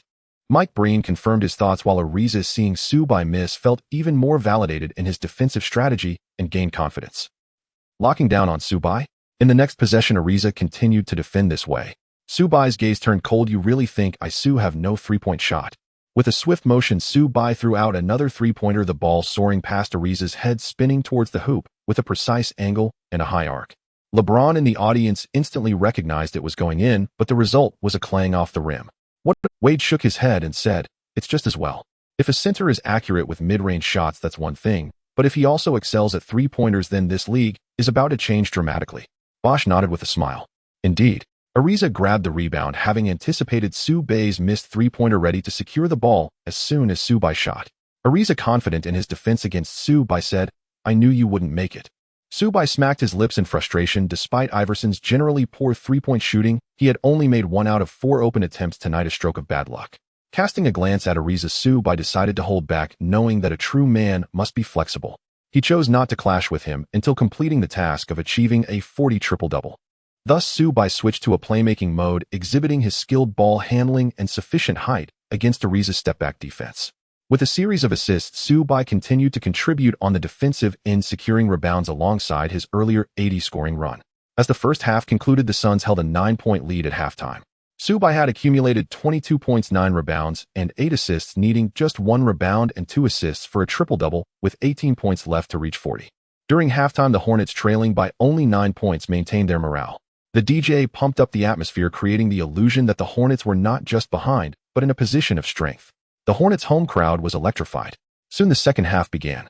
At the commentary desk, Van Gundy tightened his tie and remarked, Tonight Su Bai is once again pursuing a triple-double. He is not only powerful, but also versatile. Indeed, Mike Breen nodded, adding Su Bai's ability to connect the team is impressive, but at times I feel he should play with more aggression. Killing the game with offense is indeed the way to go. Su Bai's sharing of the ball to help his teammates score was a wise strategy under the defensive pressure targeting his weak spot, the three-pointer. That's true, they were still discussing. The on-court battle commenced. Paul, using West's screen, accelerated through the left wing, penetrating the paint, executing a turnaround jumper to West at the free throw line, his preferred spot. With a smooth mid-range jumper, the Suns regained possession. Nash pushed the ball up, executing an in-and-out dribble to shake Paul, cutting into the lane and finishing with a layup off the glass amidst the crowd. He missed. Rebound. Su Bai snatched it as West and Okafor quickly double-teamed him. Su Bai passed to Curry, then kicked it out to Carter in the corner for a three-pointer. Clang. Still no luck. However, the Suns secured the rebound. Fry grabbed it, but noticing a poor opportunity for himself, passed it back to Su Bai, who received the ball and made a direct pass. With precision, Fry adjusted his position and received the ball for a powerful dunk. Just one more assist for the triple-double. Su Bai sprinted back on defense, his dark eyes flashing with determination. Bam! Paul held the ball at the top of the arc facing Carter. With a probing step, he broke through on the left wing, stopping suddenly and pulling back only to suddenly pass to Bellinelli, who emerged from the corner. Swish! He turned and released a three-pointer. Net. Wow! This beautiful three-pointer ignited cheers, but Su Bai didn't even glance, instead taking the initiative to push the ball up to the top of the arc, scanning his teammates with his peripheral vision. Whoosh! Mu ran accelerated, driving hard at Ariza.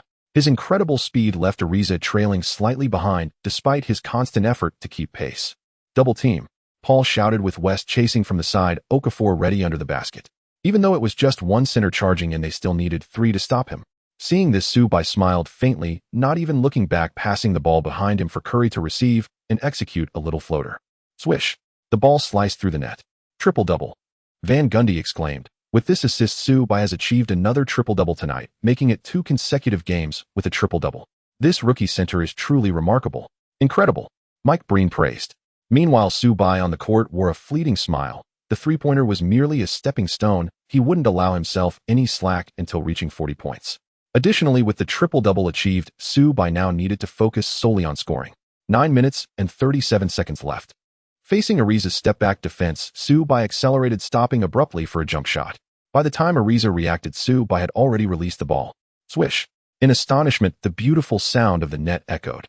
7 minutes and 13 seconds. Su Bai, using Kai's screen, navigated around the defense, cutting down the left side, and in the air contested with Okafor, making a back-to-the-basket layup off the glass. 5 minutes and 22 seconds.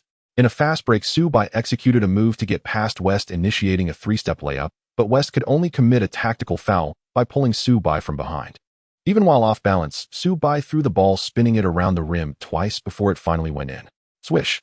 He scored on the putback. 9 points. That's the 13th point. My God, Su Bai has already scored 16 points in this quarter.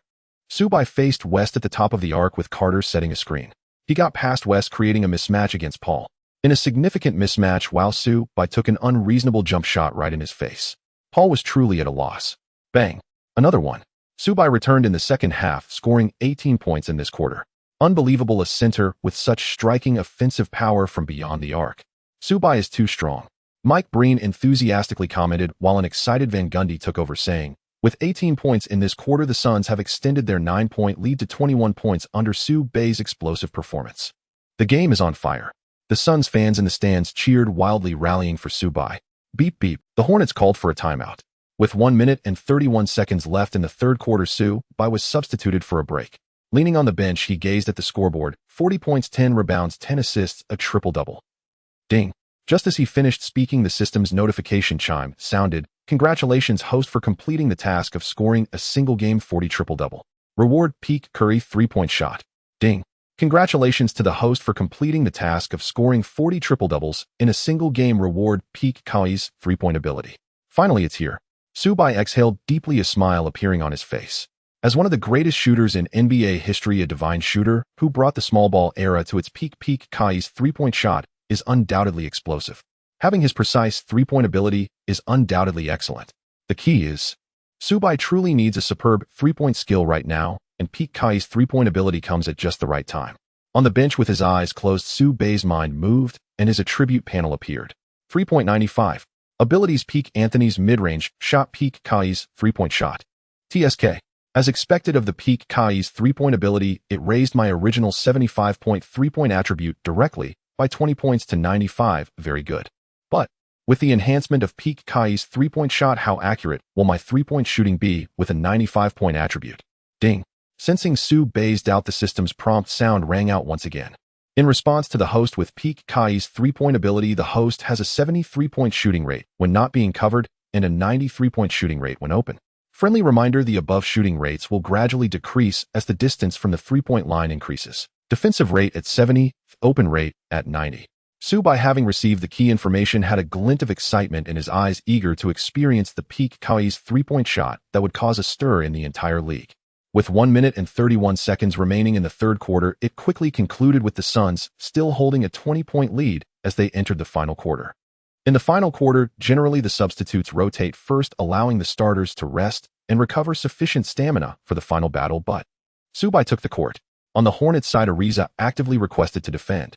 Monty Williams, seeing that Ariza had previously defended Su Bei, effectively noted his confidence. Granted. Step. At the top of the arc, Su Bei held the ball. Ariza stood before him, as always giving him a step, but as long as Su Bei dared to penetrate, dared to step inside the three-point line, he would inevitably face tight interception. Seeing this, Su Bei couldn't help but chuckle and said, "Ariza, you don't really think that giving me a step in three-point defense can limit me, do you? Isn't it?" Ariza retorted nonchalantly, leisurely, saying, "If you have the skill, then hit a three-pointer." Counter-ridicule. Ariza tried to provoke Su Bei into shooting three-pointers without accuracy, not knowing Su Bei was deliberately acting this way to make Ariza not defend. With a light snort, Su Bei smiled faintly, confirming that Ariza would not come to cover, and from outside the three-point line at the top of the arc, he raised his hand and released a swift arrow. Whoosh! The basketball traced a beautiful arc through the air, then plunged into the net, splashing water droplets. Swish! Nothing but net. My. Ariza was stunned, and Su Bei, with a calm demeanor, said, "Ariza, how's the three-pointer you wanted?" "Not bad." Ariza praised with a smile. "If you can, I wouldn't mind you shooting a few more threes." "How do you think I'm afraid to shoot? Let me tell you, my three-point shooting has always been accurate." Yes. Ariza nodded, playing along, but after brushing past Su Bei, his expression turned cold. "It's just good luck. If you keep shooting like that, we will have a chance to catch up." Su Bei looked at Ariza, who was still trying to provoke him, narrowing his eyes. "You think I'm on the first level, but in reality, I'm on the fifth level." Thus, swish, swish, swish. At the start of the fourth quarter, after Su Bei made a three-pointer facing Ariza's defense, he consecutively hit 3 more three-pointers in less than 2 minutes. With 4 three-pointers. Under the enhancement of peak Kai's three-point ability, Su Bei unleashed a personal offensive storm of 122, widening the gap to over 30 points. What is going on? Ariza's eyes widened, frozen in place, his expression dazed, unable to believe what was happening, unable to believe that Su Bei's three-point shot was actually this precise. Beep, beep. Monty Williams called a timeout, holding his head. He didn't understand what Ariza was doing. With a 30-point deficit, the team no longer had any hope of winning the game. Struggling for a moment, finally seeing Su Bei's stats of 52 points, 11 rebounds, 10 assists, 2 steals, and 4 blocks, he helplessly shook his head and ultimately gave up the futile resistance. 5-on-5 off, giving up the game. The Suns also substituted their starters, allowing the game to enter garbage time early. Impressive. At the commentary booth, Van Gundy laughed and said, "Su Bei hit 4 consecutive three-pointers, sealing the game. Although the game isn't over yet, I think it's safe to say the season sweep over the Hornets is assured." Indeed strong. Mike Breen nodded but frowned and said, "However, Su Bei's three-point ability isn't strong. How did he hit 4 three-pointers right at the start of the final quarter? What's going on?" With this remark, Van Gundy realized the problem and exclaimed in surprise, "Yeah, if you say once is luck, twice is coincidence, but hitting 4 in a row is definitely hard power. However, Su Bei doesn't have three-point ability. Now, what's going on?" Both commentators were bewildered, many fans were confused, and even the big three from the Heat, who came to watch tonight, were baffled. "What does this mean?" Wade blinked in surprise and said, "For consecutive three-pointers. Could it be that Su Bei has always had three-point ability, but just didn't use it? Didn't need to use it?" Wow, Bosch opened his mouth, hearing what he found terrifying. Hiss. LeBron thought for a moment and couldn't help but gasp, saying, "I remember someone saying before that Su Bei couldn't penetrate, but then Su Bei's fancy layup slapped everyone in the face." Recently, there have been many people online who think Su Bei doesn't have three-point ability, and the last game's buzzer beater was just luck, and just now Ariza was counting on Su Bei not being able to shoot three-pointers and gave him a step in defense. The result was a harsh slap in the face. Subai might really have three-point ability, he just hadn't used it, and it only showed up after being provoked. TSK. It should be like that. Wade nodded, affirmatively astonished. Just now it was said that Subai didn't have three-point ability and was already very difficult to deal with. But now that he has accurate three-pointers, how should we counter this guy? Bosch was also shocked by Subai's three-point ability, frowned, and looked at LeBron and Wade, asking solemnly, LeBron, do you think if we encounter Subai, can we win? Faced with Bosch's question, Wade fell silent, flustered and unsettled. LeBron, however, fixed his gaze with unwavering resolve and declared earnestly, indeed, Subai is an exceptionally formidable opponent. So far, no true weakness has been uncovered. Yet I fear him not. I fear no player. Against anyone, I carry unshakable confidence in my ability to prevail, even against Subai himself. Moreover, Nash and Carter of the Suns are advancing in age, while Curry's potential remains yet to fully blossom. In truth, Subai stands alone as the team's sole elite talent. Basketball is not a one-man game. The Heat boast the league's three most dominant players, and together we can effortlessly defeat the Suns or any other team this season. This year, our sole objective is the NBA championship. LeBron's words ignited fiery determination in Wade's and Bosch's eyes. The three exchanged glances, united in unwavering faith toward the future. At the broadcast desk, Stan Van Gundy watched the final red light flash and announced game over. The Suns have secured a road victory over the Hornets, completing a season sweep and extending their winning streak to 9 games. Tonight, Subai delivered a staggering stat line: 51 points, 11 rebounds, 10 assists, 2 steals, and 4 blocks. A dazzling 50-point triple-double. He also drained 5 three-pointers, marking his second consecutive triple-double. This 50-point triple-double crowns Subai the youngest player in NBA history to achieve the feat, and the first rookie ever to record one. Incredible, truly incredible. Van Gundy, at a loss for words to describe Subai's extraordinary dominance, could only repeat the word incredible again and again. Mark Jackson took the mic with a warm smile. Crucially, the record-shattering Subai, who just claimed his second straight triple-double, is a center. More remarkably, he is a versatile center with elite three-point shooting range. Across the entire league today, I cannot name a single center who rivals him. Perhaps only forwards of center-like stature, players such as Kevin Durant or Dirk Nowitzki, could even begin to be compared to Subai. Regardless, Subai, the towering center from China, has already unveiled transcendent talent and a uniquely refined offensive arsenal to the entire league. His future knows no bounds. A thunderous roar erupted through the arena as the two commentators' words ignited the crowd. Suns fans waved their arms wildly, chanting MVP. For Subai, the undisputed hero of the night. Ha ha ha, Subai hits threes too. This unexpected revelation sent waves of delight through the head coach. Alvin Gentry, watching from the sideline, beamed with elation. He well understood that adding three-point range to Subai's arsenal would elevate his impact to an entirely new tier. Steve Nash clapped Subai on the back and grinned. You've had three-point range all along. Why hide it? Were you saving it for the playoffs as your ultimate weapon? Ha ha. Subai chuckled lightly. Not at all. Earlier opportunities simply didn't arise. Tonight the timing was right, and a touch of fortune helped me sink them consecutively. Unable to offer a deeper explanation, Subai offered only a polite deflection. You're still as humble as ever, Nash replied with a gentle shake of his head. Steph Curry joined in, grinning broadly when Subai launches jumpers from beyond the arc. Defenders groan in despair. Now that he's added three-point fire, his threat level has soared. Few players in the league can guard him. Few.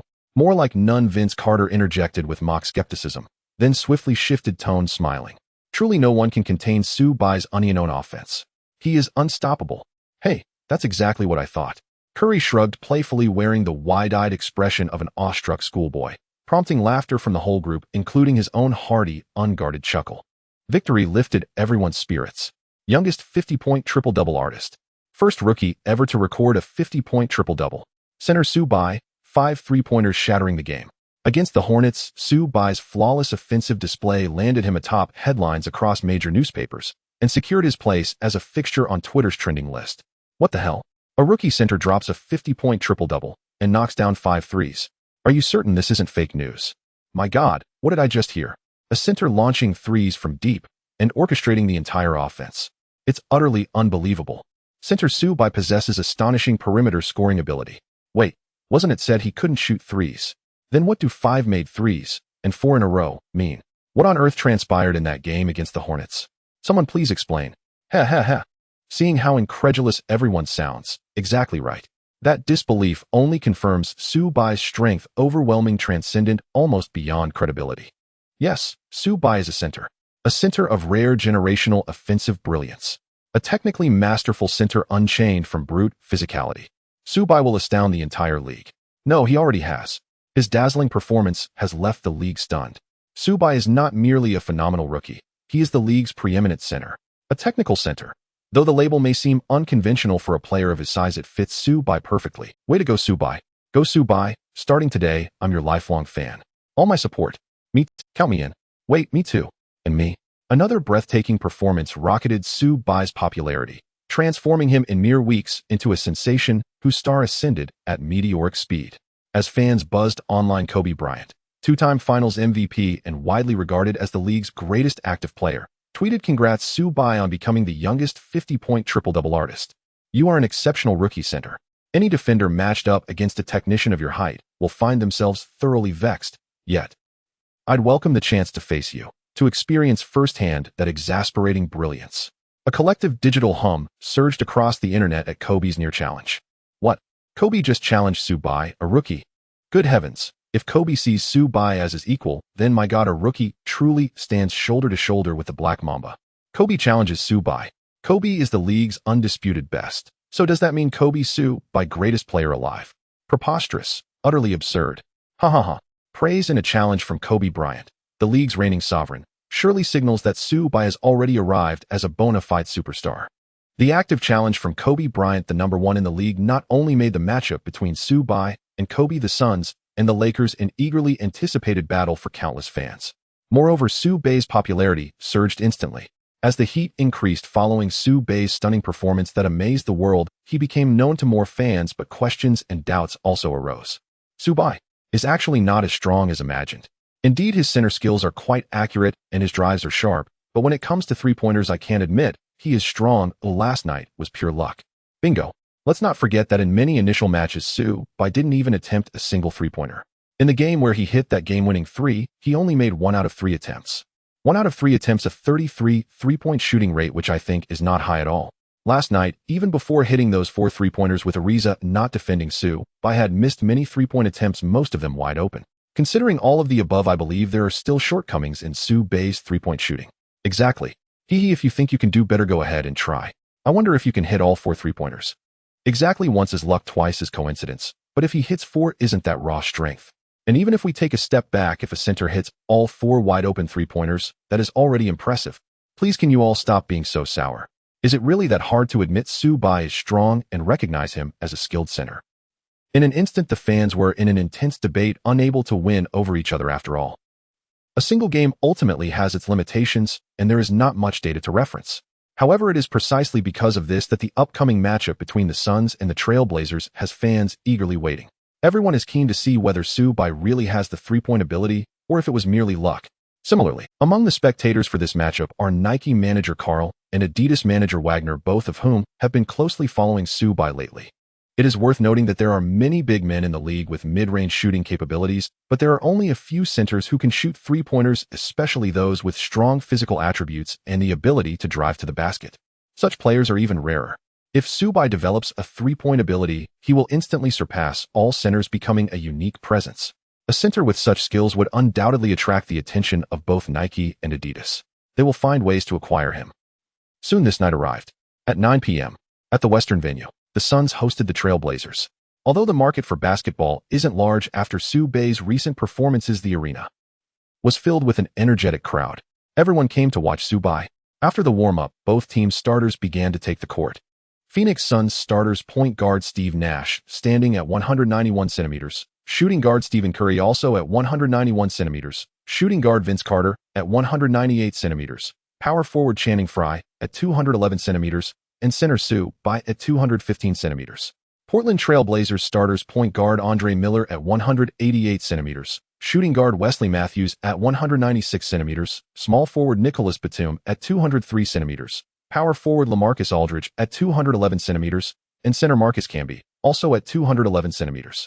The 6th-seeded Trailblazers are just one win behind the 5th-seeded Mavericks. Although they don't have an all-star, everyone can contribute on the court, making this team solid in their position. If Roy were healthy, I believe the Blazers could contend for a top 3 spot in the West this year.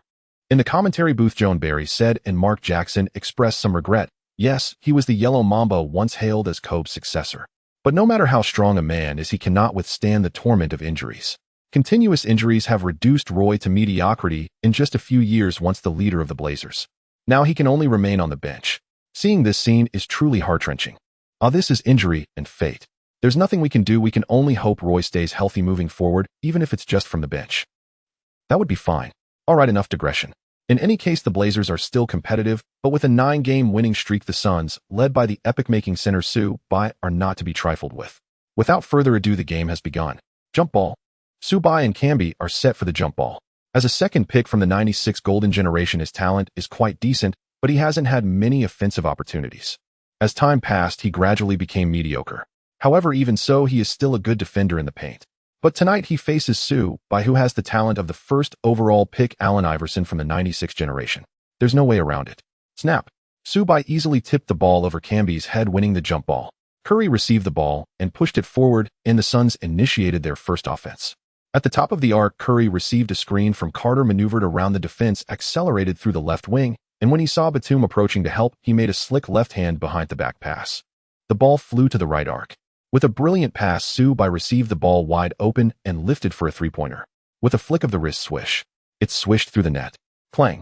Matthews attempted a three-pointer from the arc in response, but it missed. Su-Bai secured the rebound and quickly passed it to Nash, who rushed forward with Curry and Su-Bai on either side.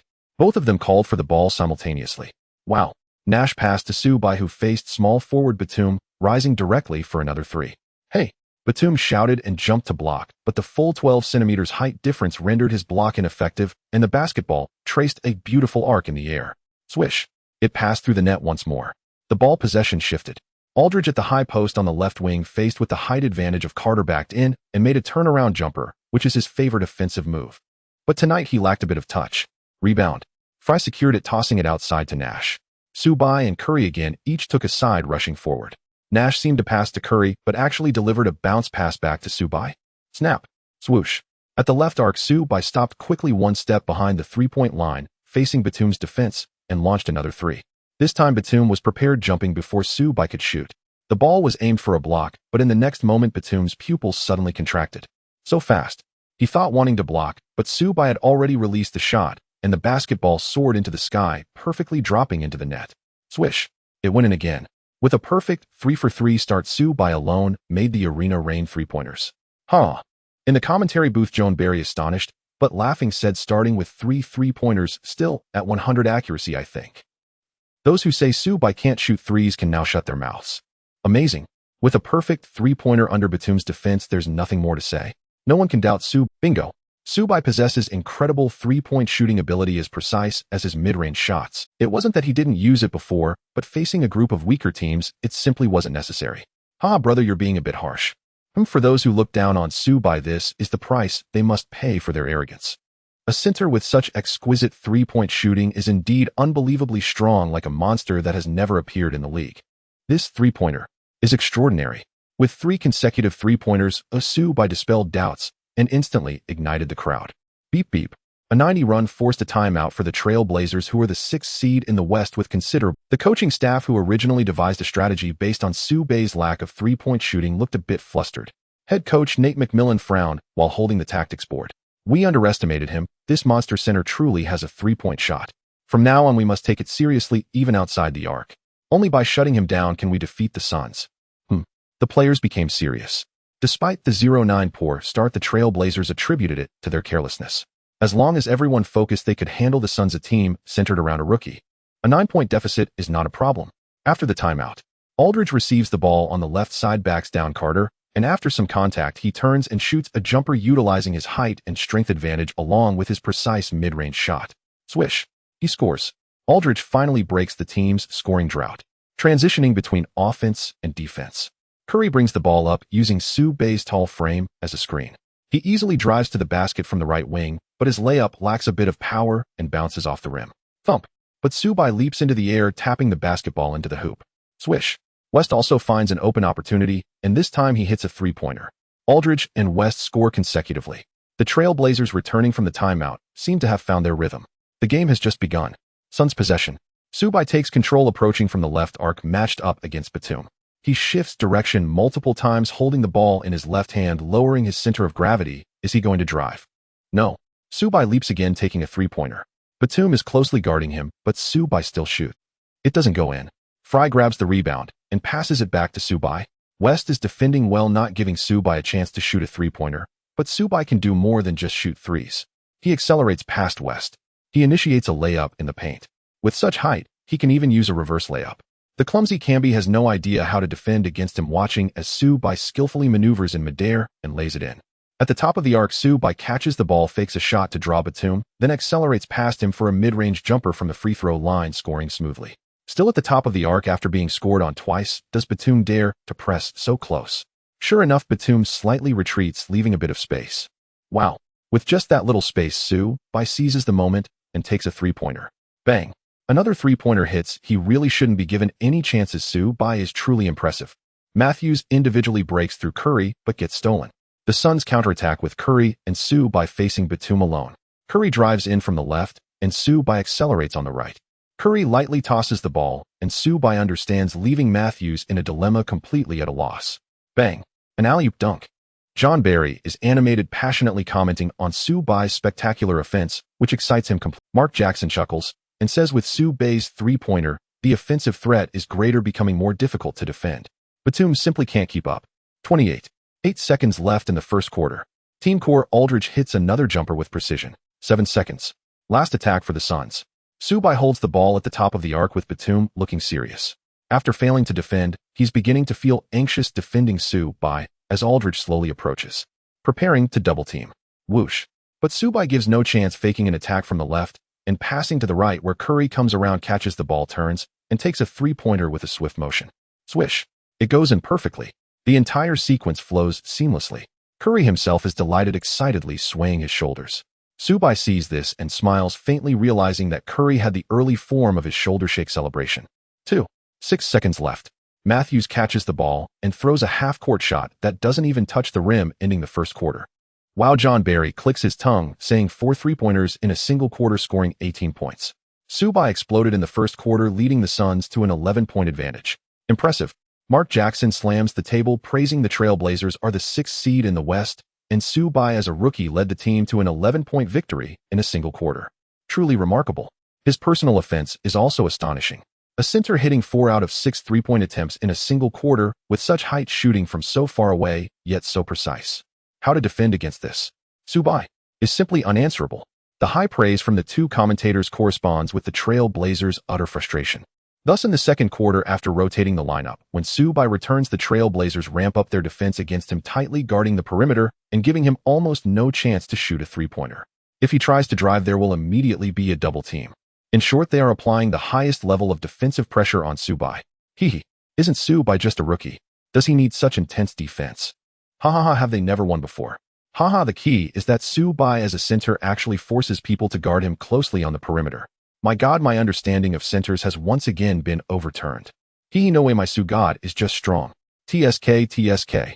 Applying such high defensive intensity against a rookie, but even with this defense, it may not be enough to limit Subai. Indeed, it can't be limited. Besides three-pointers, Subai also has mid-range shots, can drive, pass, and possesses absolute speed, jumping ability, and explosiveness that surpasses other centers. The Trailblazers can't keep up. In the second quarter, even facing tight defense, Subai still scores 8 points and hits 1 three-pointer. When the second half resumes, as the Trailblazers slightly relax their defense, he hits another 2 three-pointers in a single quarter, scoring 14 points. In just 3 quarters, Subai has hit 7 three-pointers, scoring 40 points, leaving people to continually marvel at how a rookie center can shoot threes with such precision. 30 points in 3 quarters, 7 three-pointers. Subai, this rookie center, is truly extraordinary. John Barry exclaimed with unrestrained admiration. Mark Jackson smiled warmly indeed. A center delivering pinpoint three-point accuracy from beyond the arc. How is any opponent supposed to defend against that? And yet, when you commit to a double-team, Subai effortlessly breaks free drives past defenders or dishes off with surgical precision. His offensive repertoire is so vast, so versatile that containment becomes impossible. 30 points in 3 quarters. Subai single-handedly dismantled the Portland Trailblazers' defense. Indeed, at the end of the third quarter, the Phoenix Suns already led by 22 points, effectively burying the Western Conference's 6th-ranked team. In the fourth quarter, the Suns rotated in their bench players, assuming the starters wouldn't need to return, until Roy the Yellow Mamba, whose play had noticeably declined since his bench role began, erupted tonight. driving, shooting, attacking relentlessly. He scored 7 straight points, then stole the ball from an inexperienced Paul George. In just 4 minutes and 13 seconds, Portland launched a blistering 134 run, cutting the deficit to 13 points. Beep, beep. Head coach Alvin Gentry called a timeout. After brief deliberation and opting for caution, he reinserted the starting 5. Over the next 3 minutes, Curry, Nash, and Carter each stepped up. Swoosh, swoosh, swoosh, 1 3-pointer apiece. Meanwhile, Subai calmly tallied 3 assists. The Suns answered with a commanding 133 counter-run, restoring their lead to 23 points and sealing the game's outcome. Portland surrendered. In the end, the Suns secured a decisive 15-point victory over the Trailblazers. At the broadcast booth, John Barry studied the stat sheet and announced emphatically, Subai finished tonight with 40 points, 11 rebounds, 6 assists, 2 steals, and 4 blocks, and hit 7 3-pointers. He is unquestionably tonight's MVP. Secondarily, Curry contributed 23 points, 4 rebounds, and 5 assists, including 3 threes. Nash added 8 points and 8 assists. Carter chipped in 8 points, 2 of them from beyond the arc. The Suns extended their winning streak to 10 games. With this victory, they surpassed Portland in the standings, leaping into 6th place in the Western Conference, now just 1 win behind the 5th-place Denver Nuggets. Wow, Mark Jackson roared. Before Subai arrived, Phoenix stood at 2 wins and 8 losses, the worst in the West. Since he joined, they've reeled off 10 straight wins and vaulted all the way to 6th place. They're now nipping at the heels of elite franchises like the Spurs, Mavericks, Lakers, and Thunder. Moreover, with Miami's winning streak recently halted by Chicago, Phoenix's 10-game streak currently leads the entire NBA, the longest active run in the league. The Suns are truly formidable this season. Absolutely, John Barry nodded, repeatedly smiling. It's thrilling to imagine how far they'll go, and how spectacularly Subai, that towering center from China, will continue to astonish us all. As the commentators spoke animatedly, courtside reporter Washan once again approached Subai. Subai, tonight, you sank 7 3-pointers. You've sent a resounding message across the league. You possess elite 3-point range, and as a center, you can not only launch threes from the perimeter, but do so with exceptional efficiency and accuracy. Yet earlier, several voices claimed those shots were merely lucky breaks. What would you say to that? Subai paused thoughtfully, then offered a calm, faint smile. It was luck. I happened to make that particular 3-pointer. Indeed, it was luck. Subai had acquired the peak form Curry 3-point shot, granting him extraordinary long-range precision. Yet, this stroke of fortune was unlike anything anyone imagined. As soon as those words left his lips, fans universally interpreted his remark as humble self-deprecation, a modesty that only deepened their admiration for this sharpshooting Chinese center. The following day, Subai dominated headlines and trending topics. Subai had become synonymous with buzz, though lately a new suffix consistently accompanied his name. 3-pointers. Hitting 7 threes in a single game has been accomplished before by stars like Curry, Ray Allen, Durant, and Kobe. On its own, it's impressive, but not unprecedented. Yet when you add the qualifier center, the achievement transforms entirely, becoming singular, rare, and uniquely Subai's. Standing over 215 centimeters tall, he is the only player in history to sink 7 3-pointers in a single quarter while scoring 40 points, setting a new benchmark and etching his name into the annals of basketball history. Last night, few noticed, but now eagle-eyed fans have pointed it out, sparking immediate shockwaves and fervent debate across social media and sports circles. That fervor carried through the evening, through 10 o'clock, culminating in the highly anticipated clash between the Boston Celtics and the Miami Heat, the Green Big Four versus Miami's Big Three. Miami's newly assembled Big Three sent tremors across the league. They resembled villains from a comic book, menacing, dominant, seemingly invincible. No team appeared capable of toppling them. Likewise, however, for the next 2 years, they fell short of the championship. Despite the emergence of the grown-up Rondo and the transformation from the original Big Three to the Big Four, it was not enough.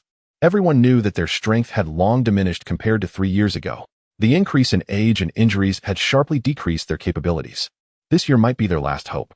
The purpose of their formation was the championship, and with such formidable rivals, having only one championship in 3 years was undoubtedly insufficient, and time was already running out for them. They must make one final push. This year is their last chance. Hence, this is why when the Celtics defeated the Spurs, the recently overlooked Pierce spoke such stirring words. They could not afford to lose again. They had to take the initiative. Guys, we must win against the Heat tonight. Let the lead. That our Green Army is still a championship team. Oh, as Pierce's inspiring speech resonated, it uplifted the players. The game kicked off. Boom. The atmosphere in the arena continued to heat up. The game remained tightly contested for the first 3 quarters, and even in the last 2 minutes of the final quarter, the score was still close, but ultimately a breakthrough by Pierce and a clutch 3-pointer by Ray Allen sealed the game. In the end, the Green Army defended their home court glory with a 5-point advantage, defeating the formidable Heat with their big three. After the game, commentator Van Gundy remarked, "The Celtics played brilliantly tonight. They have not aged, and they are still fighting this year. The Big Four can still challenge for the championship." Indeed, Mike Breen replied, but then turned to the camera and said softly, "The Celtics, who can even take down the Heat's big three, are in such hot form recently. Their next opponent is the Suns, who are on a 10-game winning streak and boast the super rookie Subban. In this heated clash between the two teams, who will emerge victorious? Let's wait and see." Time slightly rewinds. When the Big Four of the Celtics and the Big Three of the Heat are locked in an intense battle at the American Airlines Center, the fierce showdown between the Mavericks and the Thunder is also underway. As the second seed in the Western Conference last year, they were upset in the first round by the Spurs, while the Spurs were swept by the Suns in the semifinals. It inevitably evokes a sense of regret for the Mavericks' strength. Nowitzki's leadership ability has also come under scrutiny. With a towering height inside, slow footwork, and lackluster defense combined with the high-ranking yet early exit record, Nowitzki was once labeled as soft. However, despite the criticism, this year's Mavericks have performed exceptionally well, surpassing the defending champions Lakers and still hold the second spot in the Western Conference. Although Nowitzki's seemingly soft offensive style, his one-legged fadeaway shot is not only difficult to defend against, but also boasts an incredibly high shooting percentage. This presents quite a headache. In the game against the Thunder's Big Three, when the team fell behind by 15 points, Nowitzki stepped up. Swish, swish, swish. With a series of relentless one-legged fadeaway shots, he single-handedly scored an 80-run. He revived the Mavericks' confidence, and his teammates quickly erupted, not only closing the gap, but also establishing a lead that they maintained until the end, reversing the game against the Thunder. Wow. That height, that form, that shooting percentage. Nowitzki's one-legged fadeaway is simply unanswerable, making it impossible to limit his scoring. In the studio of CCTV Sports Channel commentator Yang, he remarked, adjusting his glasses, "Indeed, it was almost Nowitzki alone leading the team to victory. Tonight, he showcased the qualities of a true leader to the fullest. Some say he is soft. So what? As long as you can score and lead the team forward, those doubts will eventually fade away." Exactly. Yang nodded, loosening his tie as he felt inspired. Being second in the West is the best testament to Nowitzki and the Mavericks' strength. This year, they will certainly reclaim the dignity lost last year, showing the league that even a big man can succeed with outside shooting and a slow-paced offense. "Oh," Sukun pondered for a moment, and then said, "Yang, Nowitzki's outside one-legged fadeaway shot is indeed unanswerable. Don't you think the attacking styles of him and Subban are quite similar?" Yang thought for a moment. They do share some similarities, and their heights are comparable, but Subban plays with speed, not only being strong, but also highly entertaining. Nowitzki only has the former limited to scoring. Right. Sukun agreed, then said, "Nowitzki's scoring ability is beyond doubt. He is the steady leader and core of the team." However, the Mavericks' impressive record of second in the West cannot underestimate the support from the group around him. It is their assistance that makes the Mavericks so strong. Moreover, such a formidable Mavericks will face the equally strong Suns next, a super showdown between Nowitzki and Subban by the outside power forward and the outside center. It truly is something to look forward to. Yang recognized that Sukun was building hype for the Mavericks versus Suns matchup.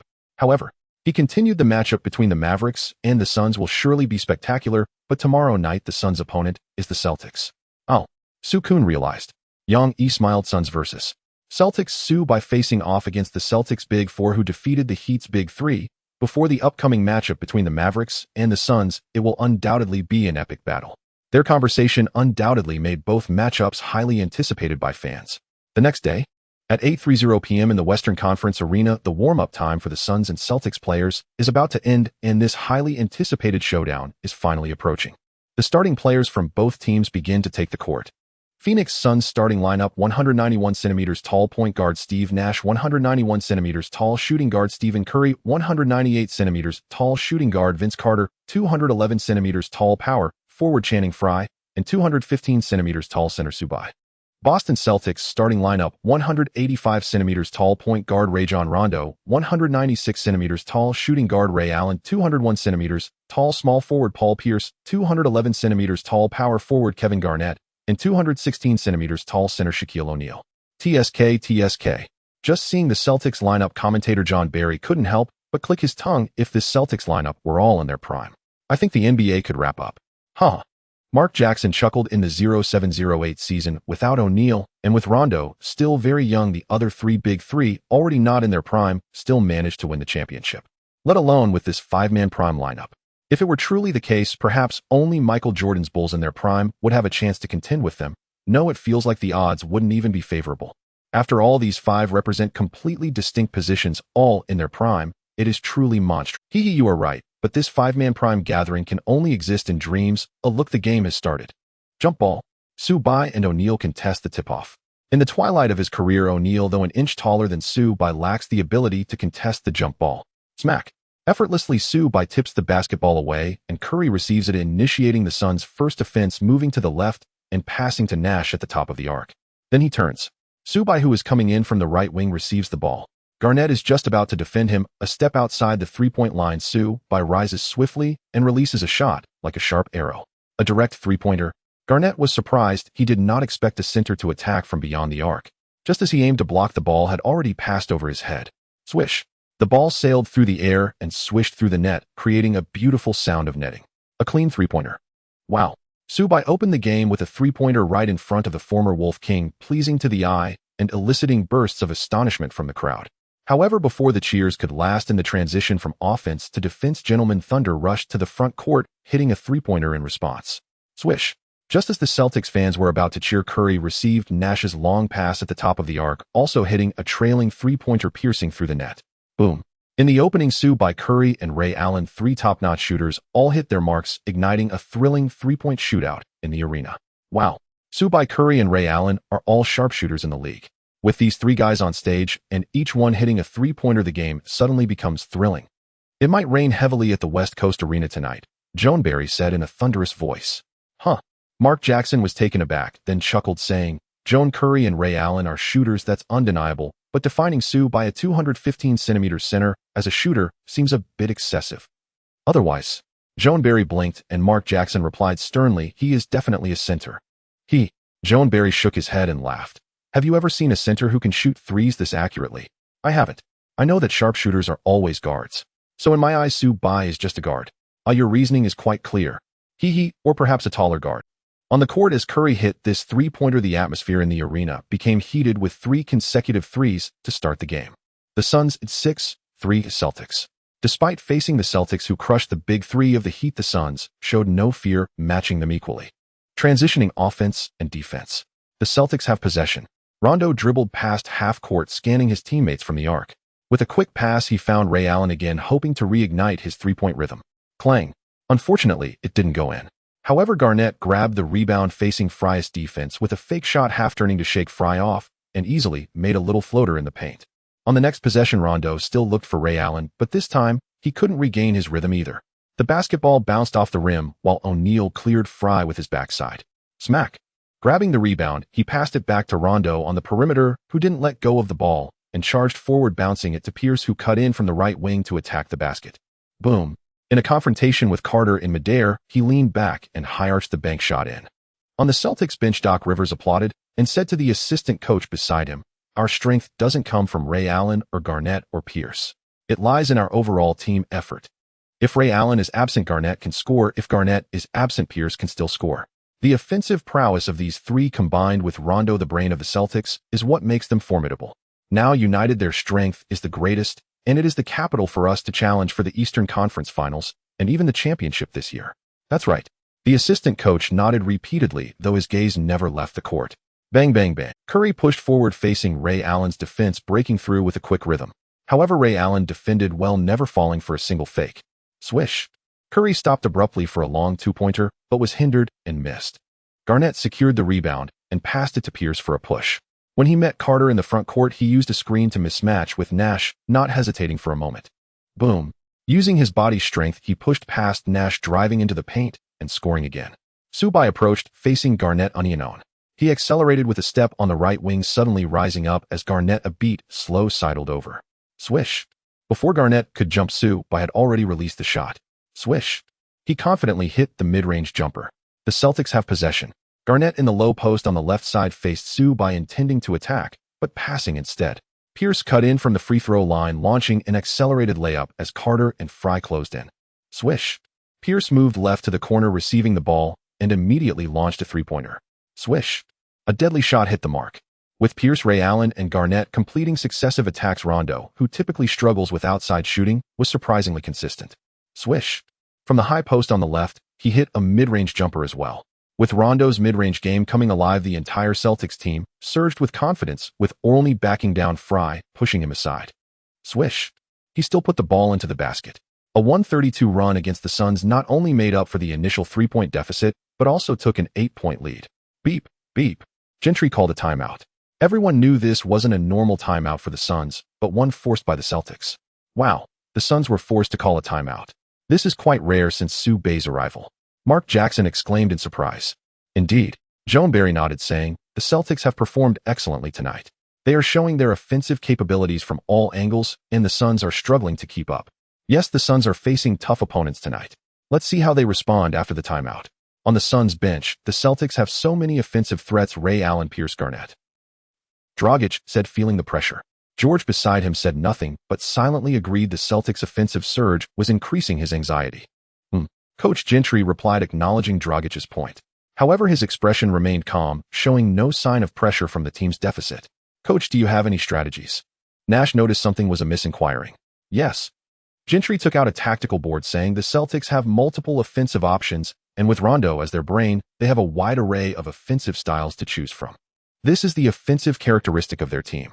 We also have our offensive characteristics. Curry and Sue Bay are accurate from three. Nash can organize. Carter also has a 3-point shot, and Fry can shoot from the perimeter. Now we can fully re-implement the run-and-gun strategy, and I believe that with Sue Bay, who can mismatch and shoot accurately, it will be more effective than with Stoudemire. Gentry said confidently. Buzz. A glint of excitement flashed in Nash's eyes. He and Stoudemire had perfected the run-and-gun strategy over the past few seasons, making the entire league fearful. He understood the potency of the run-and-gun. Now, hearing the coach's intention to restart it, he felt joy within, and with Sue Bay and the run-and-gun strategy, he was extremely eager. Run-and-gun. George murmured while standing at the edge. Yes, run-and-gun. Gentry's expression shook, saying, increase the speed of our offense, run and attack, and execute our Suns' run-and-gun strategy. After the timeout, the Suns had possession. Clap. The moment Nash caught the ball at the top of the arc, Curry and Sue Bay immediately ran to both corners, with Nash driving, while Sue Bay made a backdoor cut. At the right arc, as Sue Bay received the ball and turned, he shot a 3-pointer with a flick of his wrist. Swish. A perfect swish. That guy is way too fast. Garnett furrowed his brow. Though he had already seen through Carter's screen, he sprinted after him instantly, yet still couldn't match Sue Bay's speed. This center moves with uncanny swiftness. Pierce also sensed something amiss. Stay cautious. Ray Allen cautioned, never mistake Sue Bay for a conventional center. He is utterly exceptional, agile, explosive, blessed with extraordinary physical gifts. Moreover, don't treat him as a rookie. His prowess is formidable. Having thoroughly studied Sue Bay, Ray Allen offered his teammates an objective warning, yet this warning seemed to fall on deaf ears. Of course, it was only natural. Pierce and Garnett, both reigning titans in their own right, would never be intimidated by a mere youngster. Snap. At the left low post, Garnett caught the ball and faced off against Sue Bay, not retreating an inch, but instead choosing to isolate and challenge him. He'd responding with unflinching directness. Thump, thump, thump. Garnett drove his back into Sue Bay, delivering relentless physical pressure, seamlessly blending subtle half-turns. His post moves were rhythmically precise, technically sound, and grounded with impeccable footwork. Whooshed. A lateral burst of acceleration. Garnett blew past Sue Bay, poised to shoot. Yet Sue Bay lunged forward to contest, only for Garnett to feint the shot. Sue Bay rose deceived. Too young. A wry smirk flickered across Garnett's lips. His left pivot foot held firm as his right stepped forward, and he lofted an effortless finger roll over the rim. Got it. Rondo, watching from beyond the arc, was already preparing to retreat, but the instant the ball left Garnett's fingertips and kissed the glass, a massive hand descended from above, slamming it flat against the backboard, and seized it. Midair board anchored in one seamless, thunderous motion. What a... Garnett recoiled in shock when he turned and saw Sue Bay, the very player who'd just rejected him. He gaped, eyes wide with utter disbelief. How could this possibly be? Unbelievable. John Barry's jaw dropped in awe. Facing the legendary Wolf King Kevin Garnett, and having already been faked out, Sue Bay launched a second leap, then pinned the ball to the glass and snatched it mid-rebound. What kind of vertical leap? What kind of explosive power? What kind of wingspan? What staggering otherworldly talent makes such a feat conceivable? Haha. Mark Jackson chuckled warmly. Indeed, Sue Bay possesses a freakish, almost demonic talent. Only such soul-crushing, transcendent ability could enable him to block Garnett off the glass like that.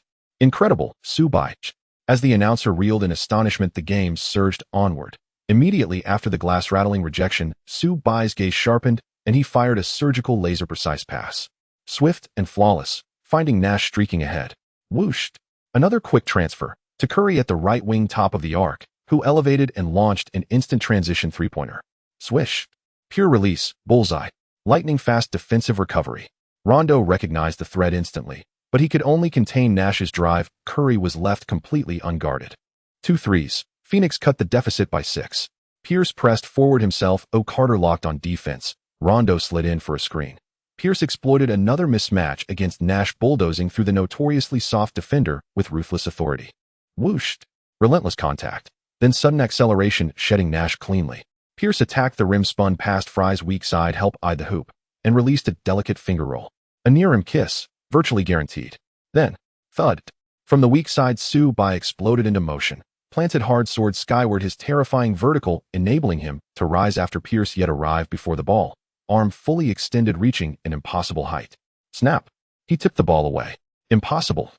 Pierce's pupils contracted sharply, shock rippling across his face, but before he could react, he whirled to recover, only to see a blur flash past him. He turned again. There stood Su Bai, ball secured, already accelerating into transition. Curry, Nash, and Carter surged forward without hesitation, for players charging full throttle down court, creating a visceral, electrifying visual surge. This. At the broadcast desk, John Barry watched stunned, then paused, struck by a faint, haunting sense of déjà vu. On the court, Phoenix surged forward, but so did Boston's Green. Ray Allen, Garnett, and Rondo scrambled back defensively. Even Pierce, though slower than Su Bai, chased hard from behind. Boston's defensive rotation is lightning quick. Curry, Nash, and Carter are all tightly covered, and the ball rests in the hands of a center. Phoenix's fast break looks doomed. Right, set a fence only. Spectators murmured, until the next instant when their eyes bulged, jaws slackening as if their eyeballs might pop from their sockets. There he was, center Su Bai, barreling end-to-end in transition, weaving through traffic, then launching from just inside the free throw line, like a falcon diving from heaven, slamming home a thunderous one-handed dunk. Boom. One emphatic block, followed by a coast-to-coast demolition dunk. In one seamless breath, one defensive stop, one offensive explosion, Su Bai ignited the arena, unleashing a deafening roar from the U.S. Airways Center. That dunk was absolutely mind-blowing. Su Bai. Fans erupted, especially young women in the stands, utterly spellbound, shrieking with delirious drug-like intensity. Clang. Amidst the roaring home crowd, Ray Allen missed an open three. Curry snatched the rebound, and the entire Suns squad exploded into motion. Once more, another blistering fast break. Whooshed.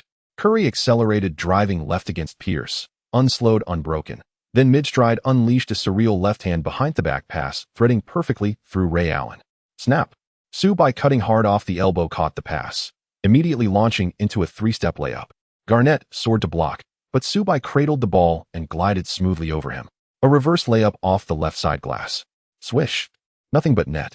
Though described in detail, the entire sequence lasted only 5 or 6 seconds. Fluid, seamless, effortlessly poetic. Its breathtaking artistry further inflamed an already feverish crowd. Home energy swelled thick and suffocating, pressing down upon Boston like a physical weight. Whooshed. Rondo caught the ball and accelerated, his mind racing how to orchestrate, how to ignite a counterattack. Up ahead, he spotted Pierce signaling for the ball on the opposite side. Whooshed. He passed. Yet mid-flight, Curry erupted into the passing lane, slapped the ball away, and sprinted after it. Rondo froze, then bolted in pursuit. But Curry reached it first. As Rondo closed in ready to lock on, Curry fired a sharp cross-court pass toward the right wing. To whom? Rondo snapped his head around, only to see Su Bai catch and settle at the right wing arc, lift, and launch a three-pointer, soaring high into the air, tracing a perfect, graceful arc, accompanied by the sweet, silken whisper of net. Swish. Pure clean, nothing but nylon. Wow. Phoenix's transition execution is pure poetry, and blindingly fast. Oh. Mark Jackson sighed in admiration. John Barry, hearing him, jolted, then bellowed, I remember now. It's the 7 seconds or less. It's Phoenix's run and gun. That's right. Mark Jackson reacted and laughed heartily, saying the Suns executed a lightning-fast offensive attack, delivering a 130 run to the Celtics. The Suns' running and gunning strategy has returned. Moreover, Su Bai, who replaced Xiao, has made the Suns' fast-paced game even more formidable. Hey, although Su Bai is strong, Mark, let's not get ahead of ourselves. After all, it seems tonight is the first time the Suns have truly showcased their running and gunning strategy. How effective it will be. I think it still needs some time for evaluation. No, I firmly believe Su Bai is more powerful than Xiao. Okay. Joan Barry stopped arguing, knowing that Mark had long become a fan of Su Bai and would unconditionally support him, but if he kept talking like this, he might get bombarded by Xiao Sis fans after the game. At the same time, in a bar in New York, Xiao Si, who was enjoying the nightlife with a drink, suddenly felt a tightness at the back of his head. He frowned, feeling at a loss.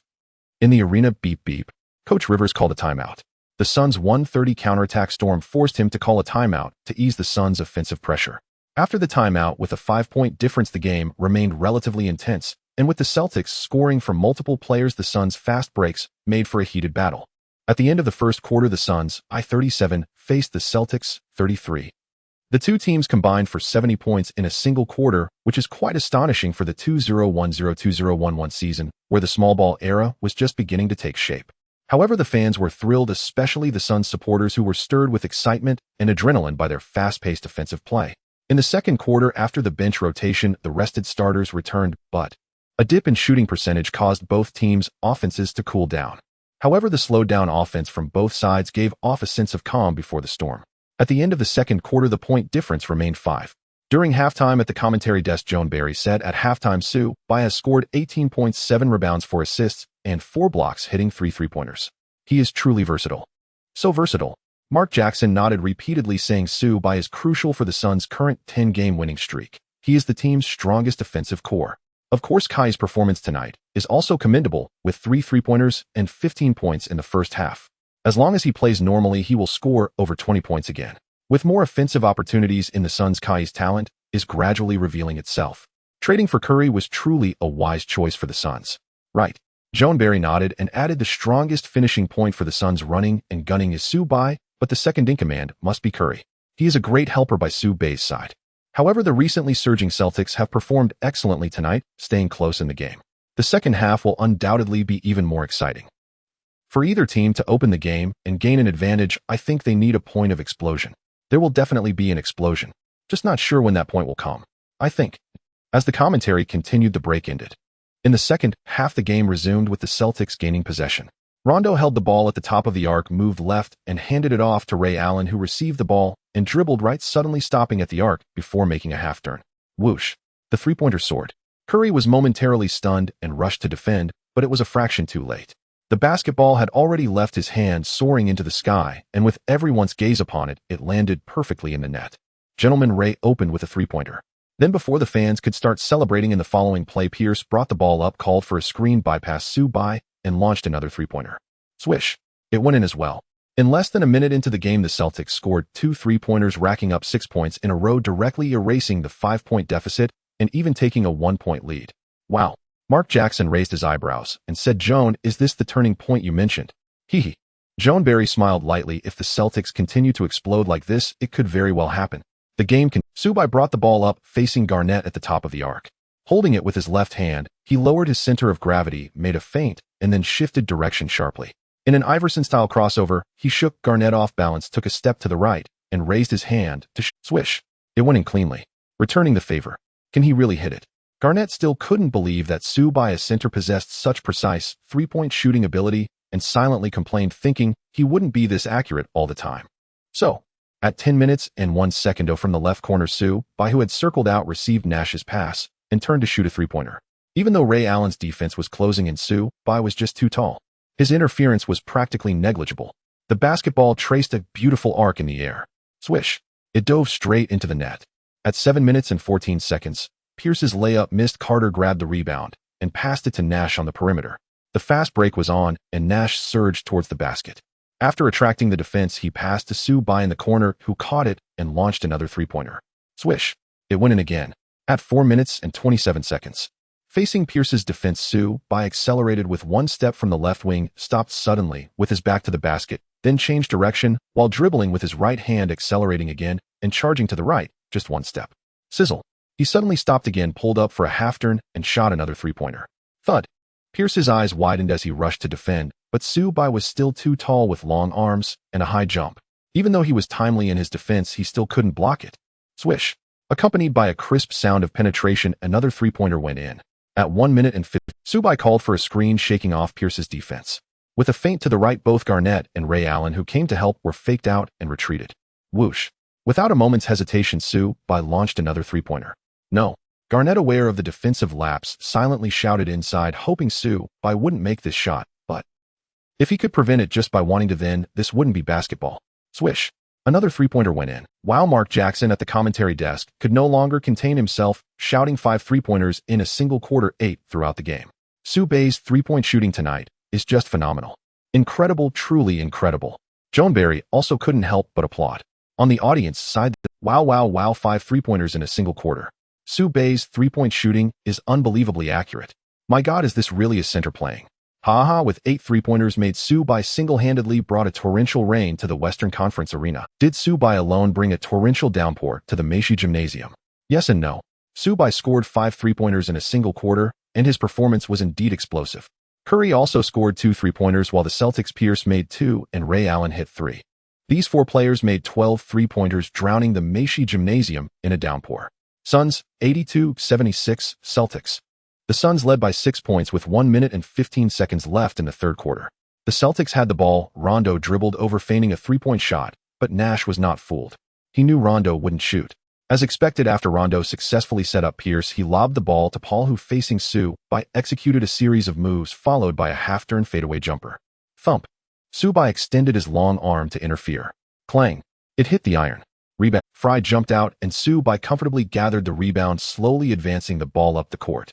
At the arc, he controlled the rhythm and glanced at the shot clock. Then 1 meter beyond the three-point line, facing Pierce's defense, he unleashed a sudden arrow. What a...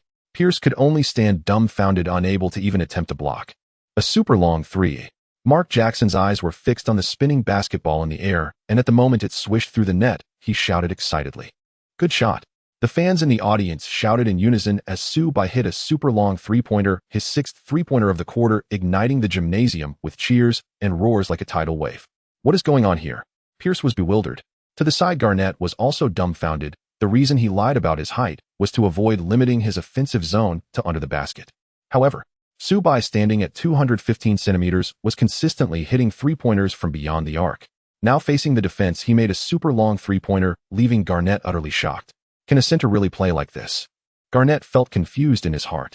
After so many years in the NBA, he was genuinely stunned by a rookie and found his playing style incredible. On the Celtics bench, Coach Rivers held his head in disbelief, watching Su-bai, as if observing a monster guard that seemed to have taken a growth potion. On the Suns bench, Gentry laughed excitedly, witnessing the entire arena being stunned by Su-bai's crazy three-pointers and seeing Rivers' shocked expression as Su-bai's head coach. He was extremely happy. On the court, amidst the shock, the game continued with 31. For seconds left in the third quarter, Rondo pushed the ball to run down the clock, trying to leave the Suns with as little offensive time as possible.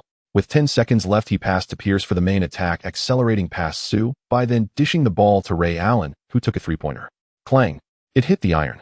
Carter grabbed the rebound, and without a second thought threw it to Su-bai. Su-bai caught the ball, and with 9.1 seconds left, pushed past half court. 1 step, 2 steps, until he was 2 meters outside the three-point line. Su-bai stopped, and then, under Pierce's dumbfounded gaze, he launched another three-pointer. Another super long shot. As Su-bai's shot left everyone in awe, the spinning basketball flew toward the sky as the third quarter ended, then headed for the basket, hitting the backboard. Bang! Swish! Ultimately, it found the net. Another one. Su-bai hit a super long three-pointer at the buzzer. Buzz. The gymnasium fell silent for a moment, and then the deafening cheers erupted like a bomb dropping into a deep well, instantly exploding the entire gymnasium. Amazing. Nice. My God. Fans were all stunned, their mouths wide open enough to fit an egg. No, even a light bulb would fit without issue. Unbelievable. Joneberry was also stunned for a while, then trembled, saying, 2 consecutive super long three-pointers, 7 three-pointers in a single quarter, 10 three-pointers in total. Su-bai's three-point ability is so precise. Impressive. Mark Jackson was also amazed tonight. Su-bai was even stronger than he had imagined. He was stunned for a moment before saying, in the third quarter, Su-bai hit 7 three-pointers, scoring 25 points, and has 43 points in total after 3 quarters. Ultimately, with 2 super long three-pointers, the Suns entered the final quarter with a 12-point lead. That's right. Joneberry continued, facing the hot Celtics, who recently eliminated the powerful Heat, and Spurs. Su-bai, a rookie, led the team to a 43-point lead after 3 quarters. This is truly strong. However, because they are the Celtics, they cannot be taken lightly. Within a quarter, they have the chance to reverse the game. Soon the final quarter battle arrived. In just 2 minutes and 19 seconds of rotation, both team starters were back early. Neither team wanted to lose this spotlight match. At the start, the Celtics replaced the sluggish O'Neal with 206-centimeter tall agile power forward Glenn Davis to team up with Pierce to tightly guard Zubac. Even if Zubac had the ball outside the three-point line, these two were still eyeing him closely. Mark Jackson couldn't help but laugh at this scene, saying, even though it's not the first time seeing a center being guarded beyond the three-point line is still amazing. Joan Barry smiled. Zubac is indeed a magical center. Just as he was speaking, on the court, Zubac called for a screen, maneuvered around Pierce, executed a spin to get past Glenn, and drove to the basket, scoring with a high layup off the backboard. On defense, Zubac smiled slightly at Pierce as if to tell him that he was not only capable of shooting three-pointers. Then, with 4 minutes and 17 seconds remaining, under tight defense against his three-pointers, Zubac continued to break through and relentlessly attack the basket, scoring 9 points and delivering a 124 run to the Celtics. The lead quickly ballooned to 20 points. Zubac was called to the bench for a rest by Gentry, and with the large gap, while the Suns still had their starters on the court, the Celtics gave up the game with 3 minutes left. TSK. Watching the game turn into garbage time, Mark Jackson clicked his tongue, saying, tonight's run and gun Suns defeated even the recently aggressive Celtics. Today's Suns are truly impressive with no boundaries to their prowess. That's right.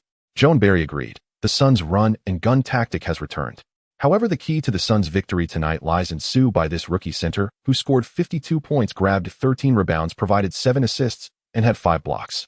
With 10 three-pointers in a single game, he overwhelmed the Celtics and led the team to an 11-game winning streak. Shooter, Zubac is truly formidable. No suspense. The Suns triumphed over the Celtics. Pierce lingered on the court, his gaze somewhat dazed. Can it be that we're really getting old, unable to even defeat a rookie? Is the era truly changing? If winning against the Spurs and the Heat filled him with confidence for the future, then losing to the Suns to the rookie Zubac, who scored 10 three-pointers and over 50 points, sent his confidence plummeting into an abyss. Garnett walked over, patting Pierce on the shoulder, saying, don't be discouraged. The Suns are indeed strong nowadays, and their 11-game winning streak is the best proof of that. Losing to them doesn't mean we're weak. Don't lose confidence. When we return home back to our territory, we will defeat them and regain our pride. That's right, Ray Allen chimed in, his demeanor relatively calm, smiling lightly as he said, as long as we have confidence, we can still contend for the championship this year.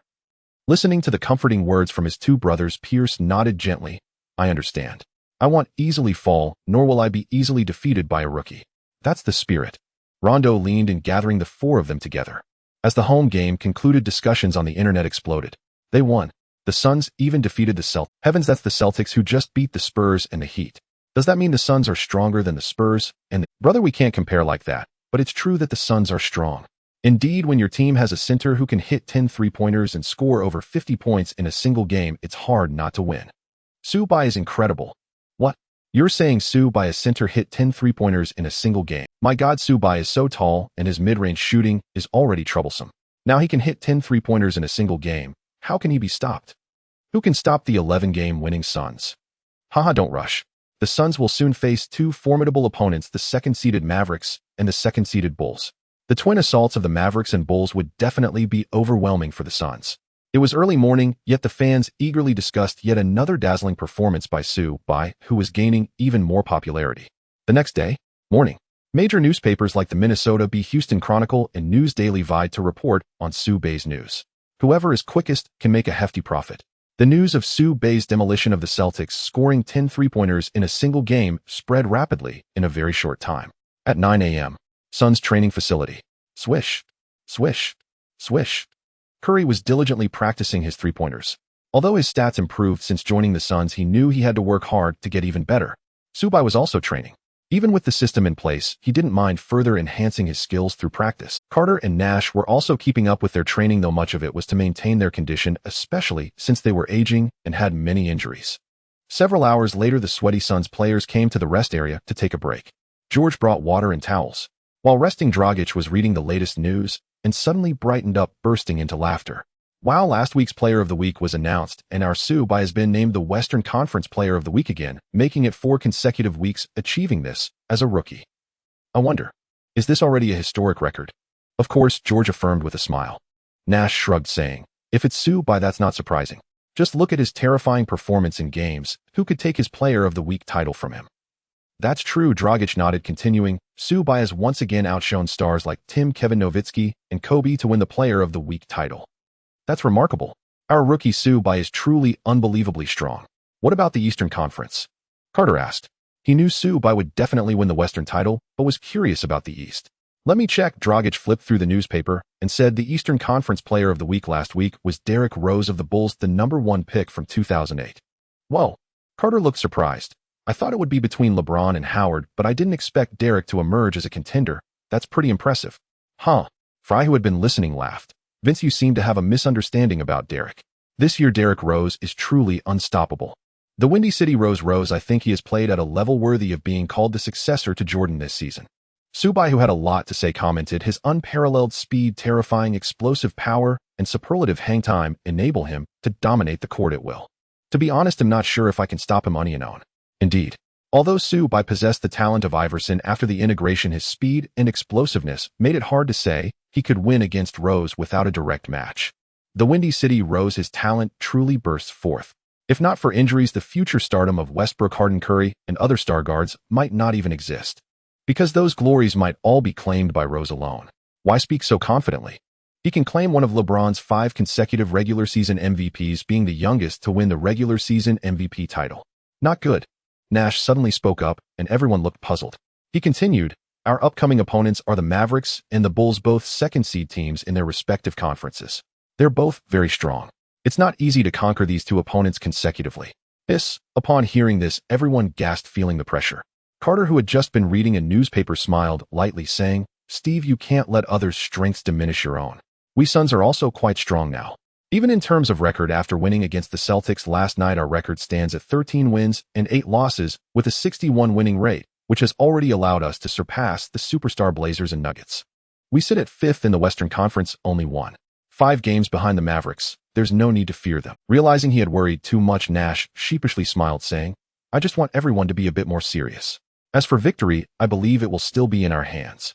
Tomorrow night, let's all work hard and slaughter the Mavericks. Oh. Everyone responded in unison, filled with fighting spirit. Ding. Random task triggered. And as Subai shouted, he suddenly heard the system's notification sound ringing in his mind.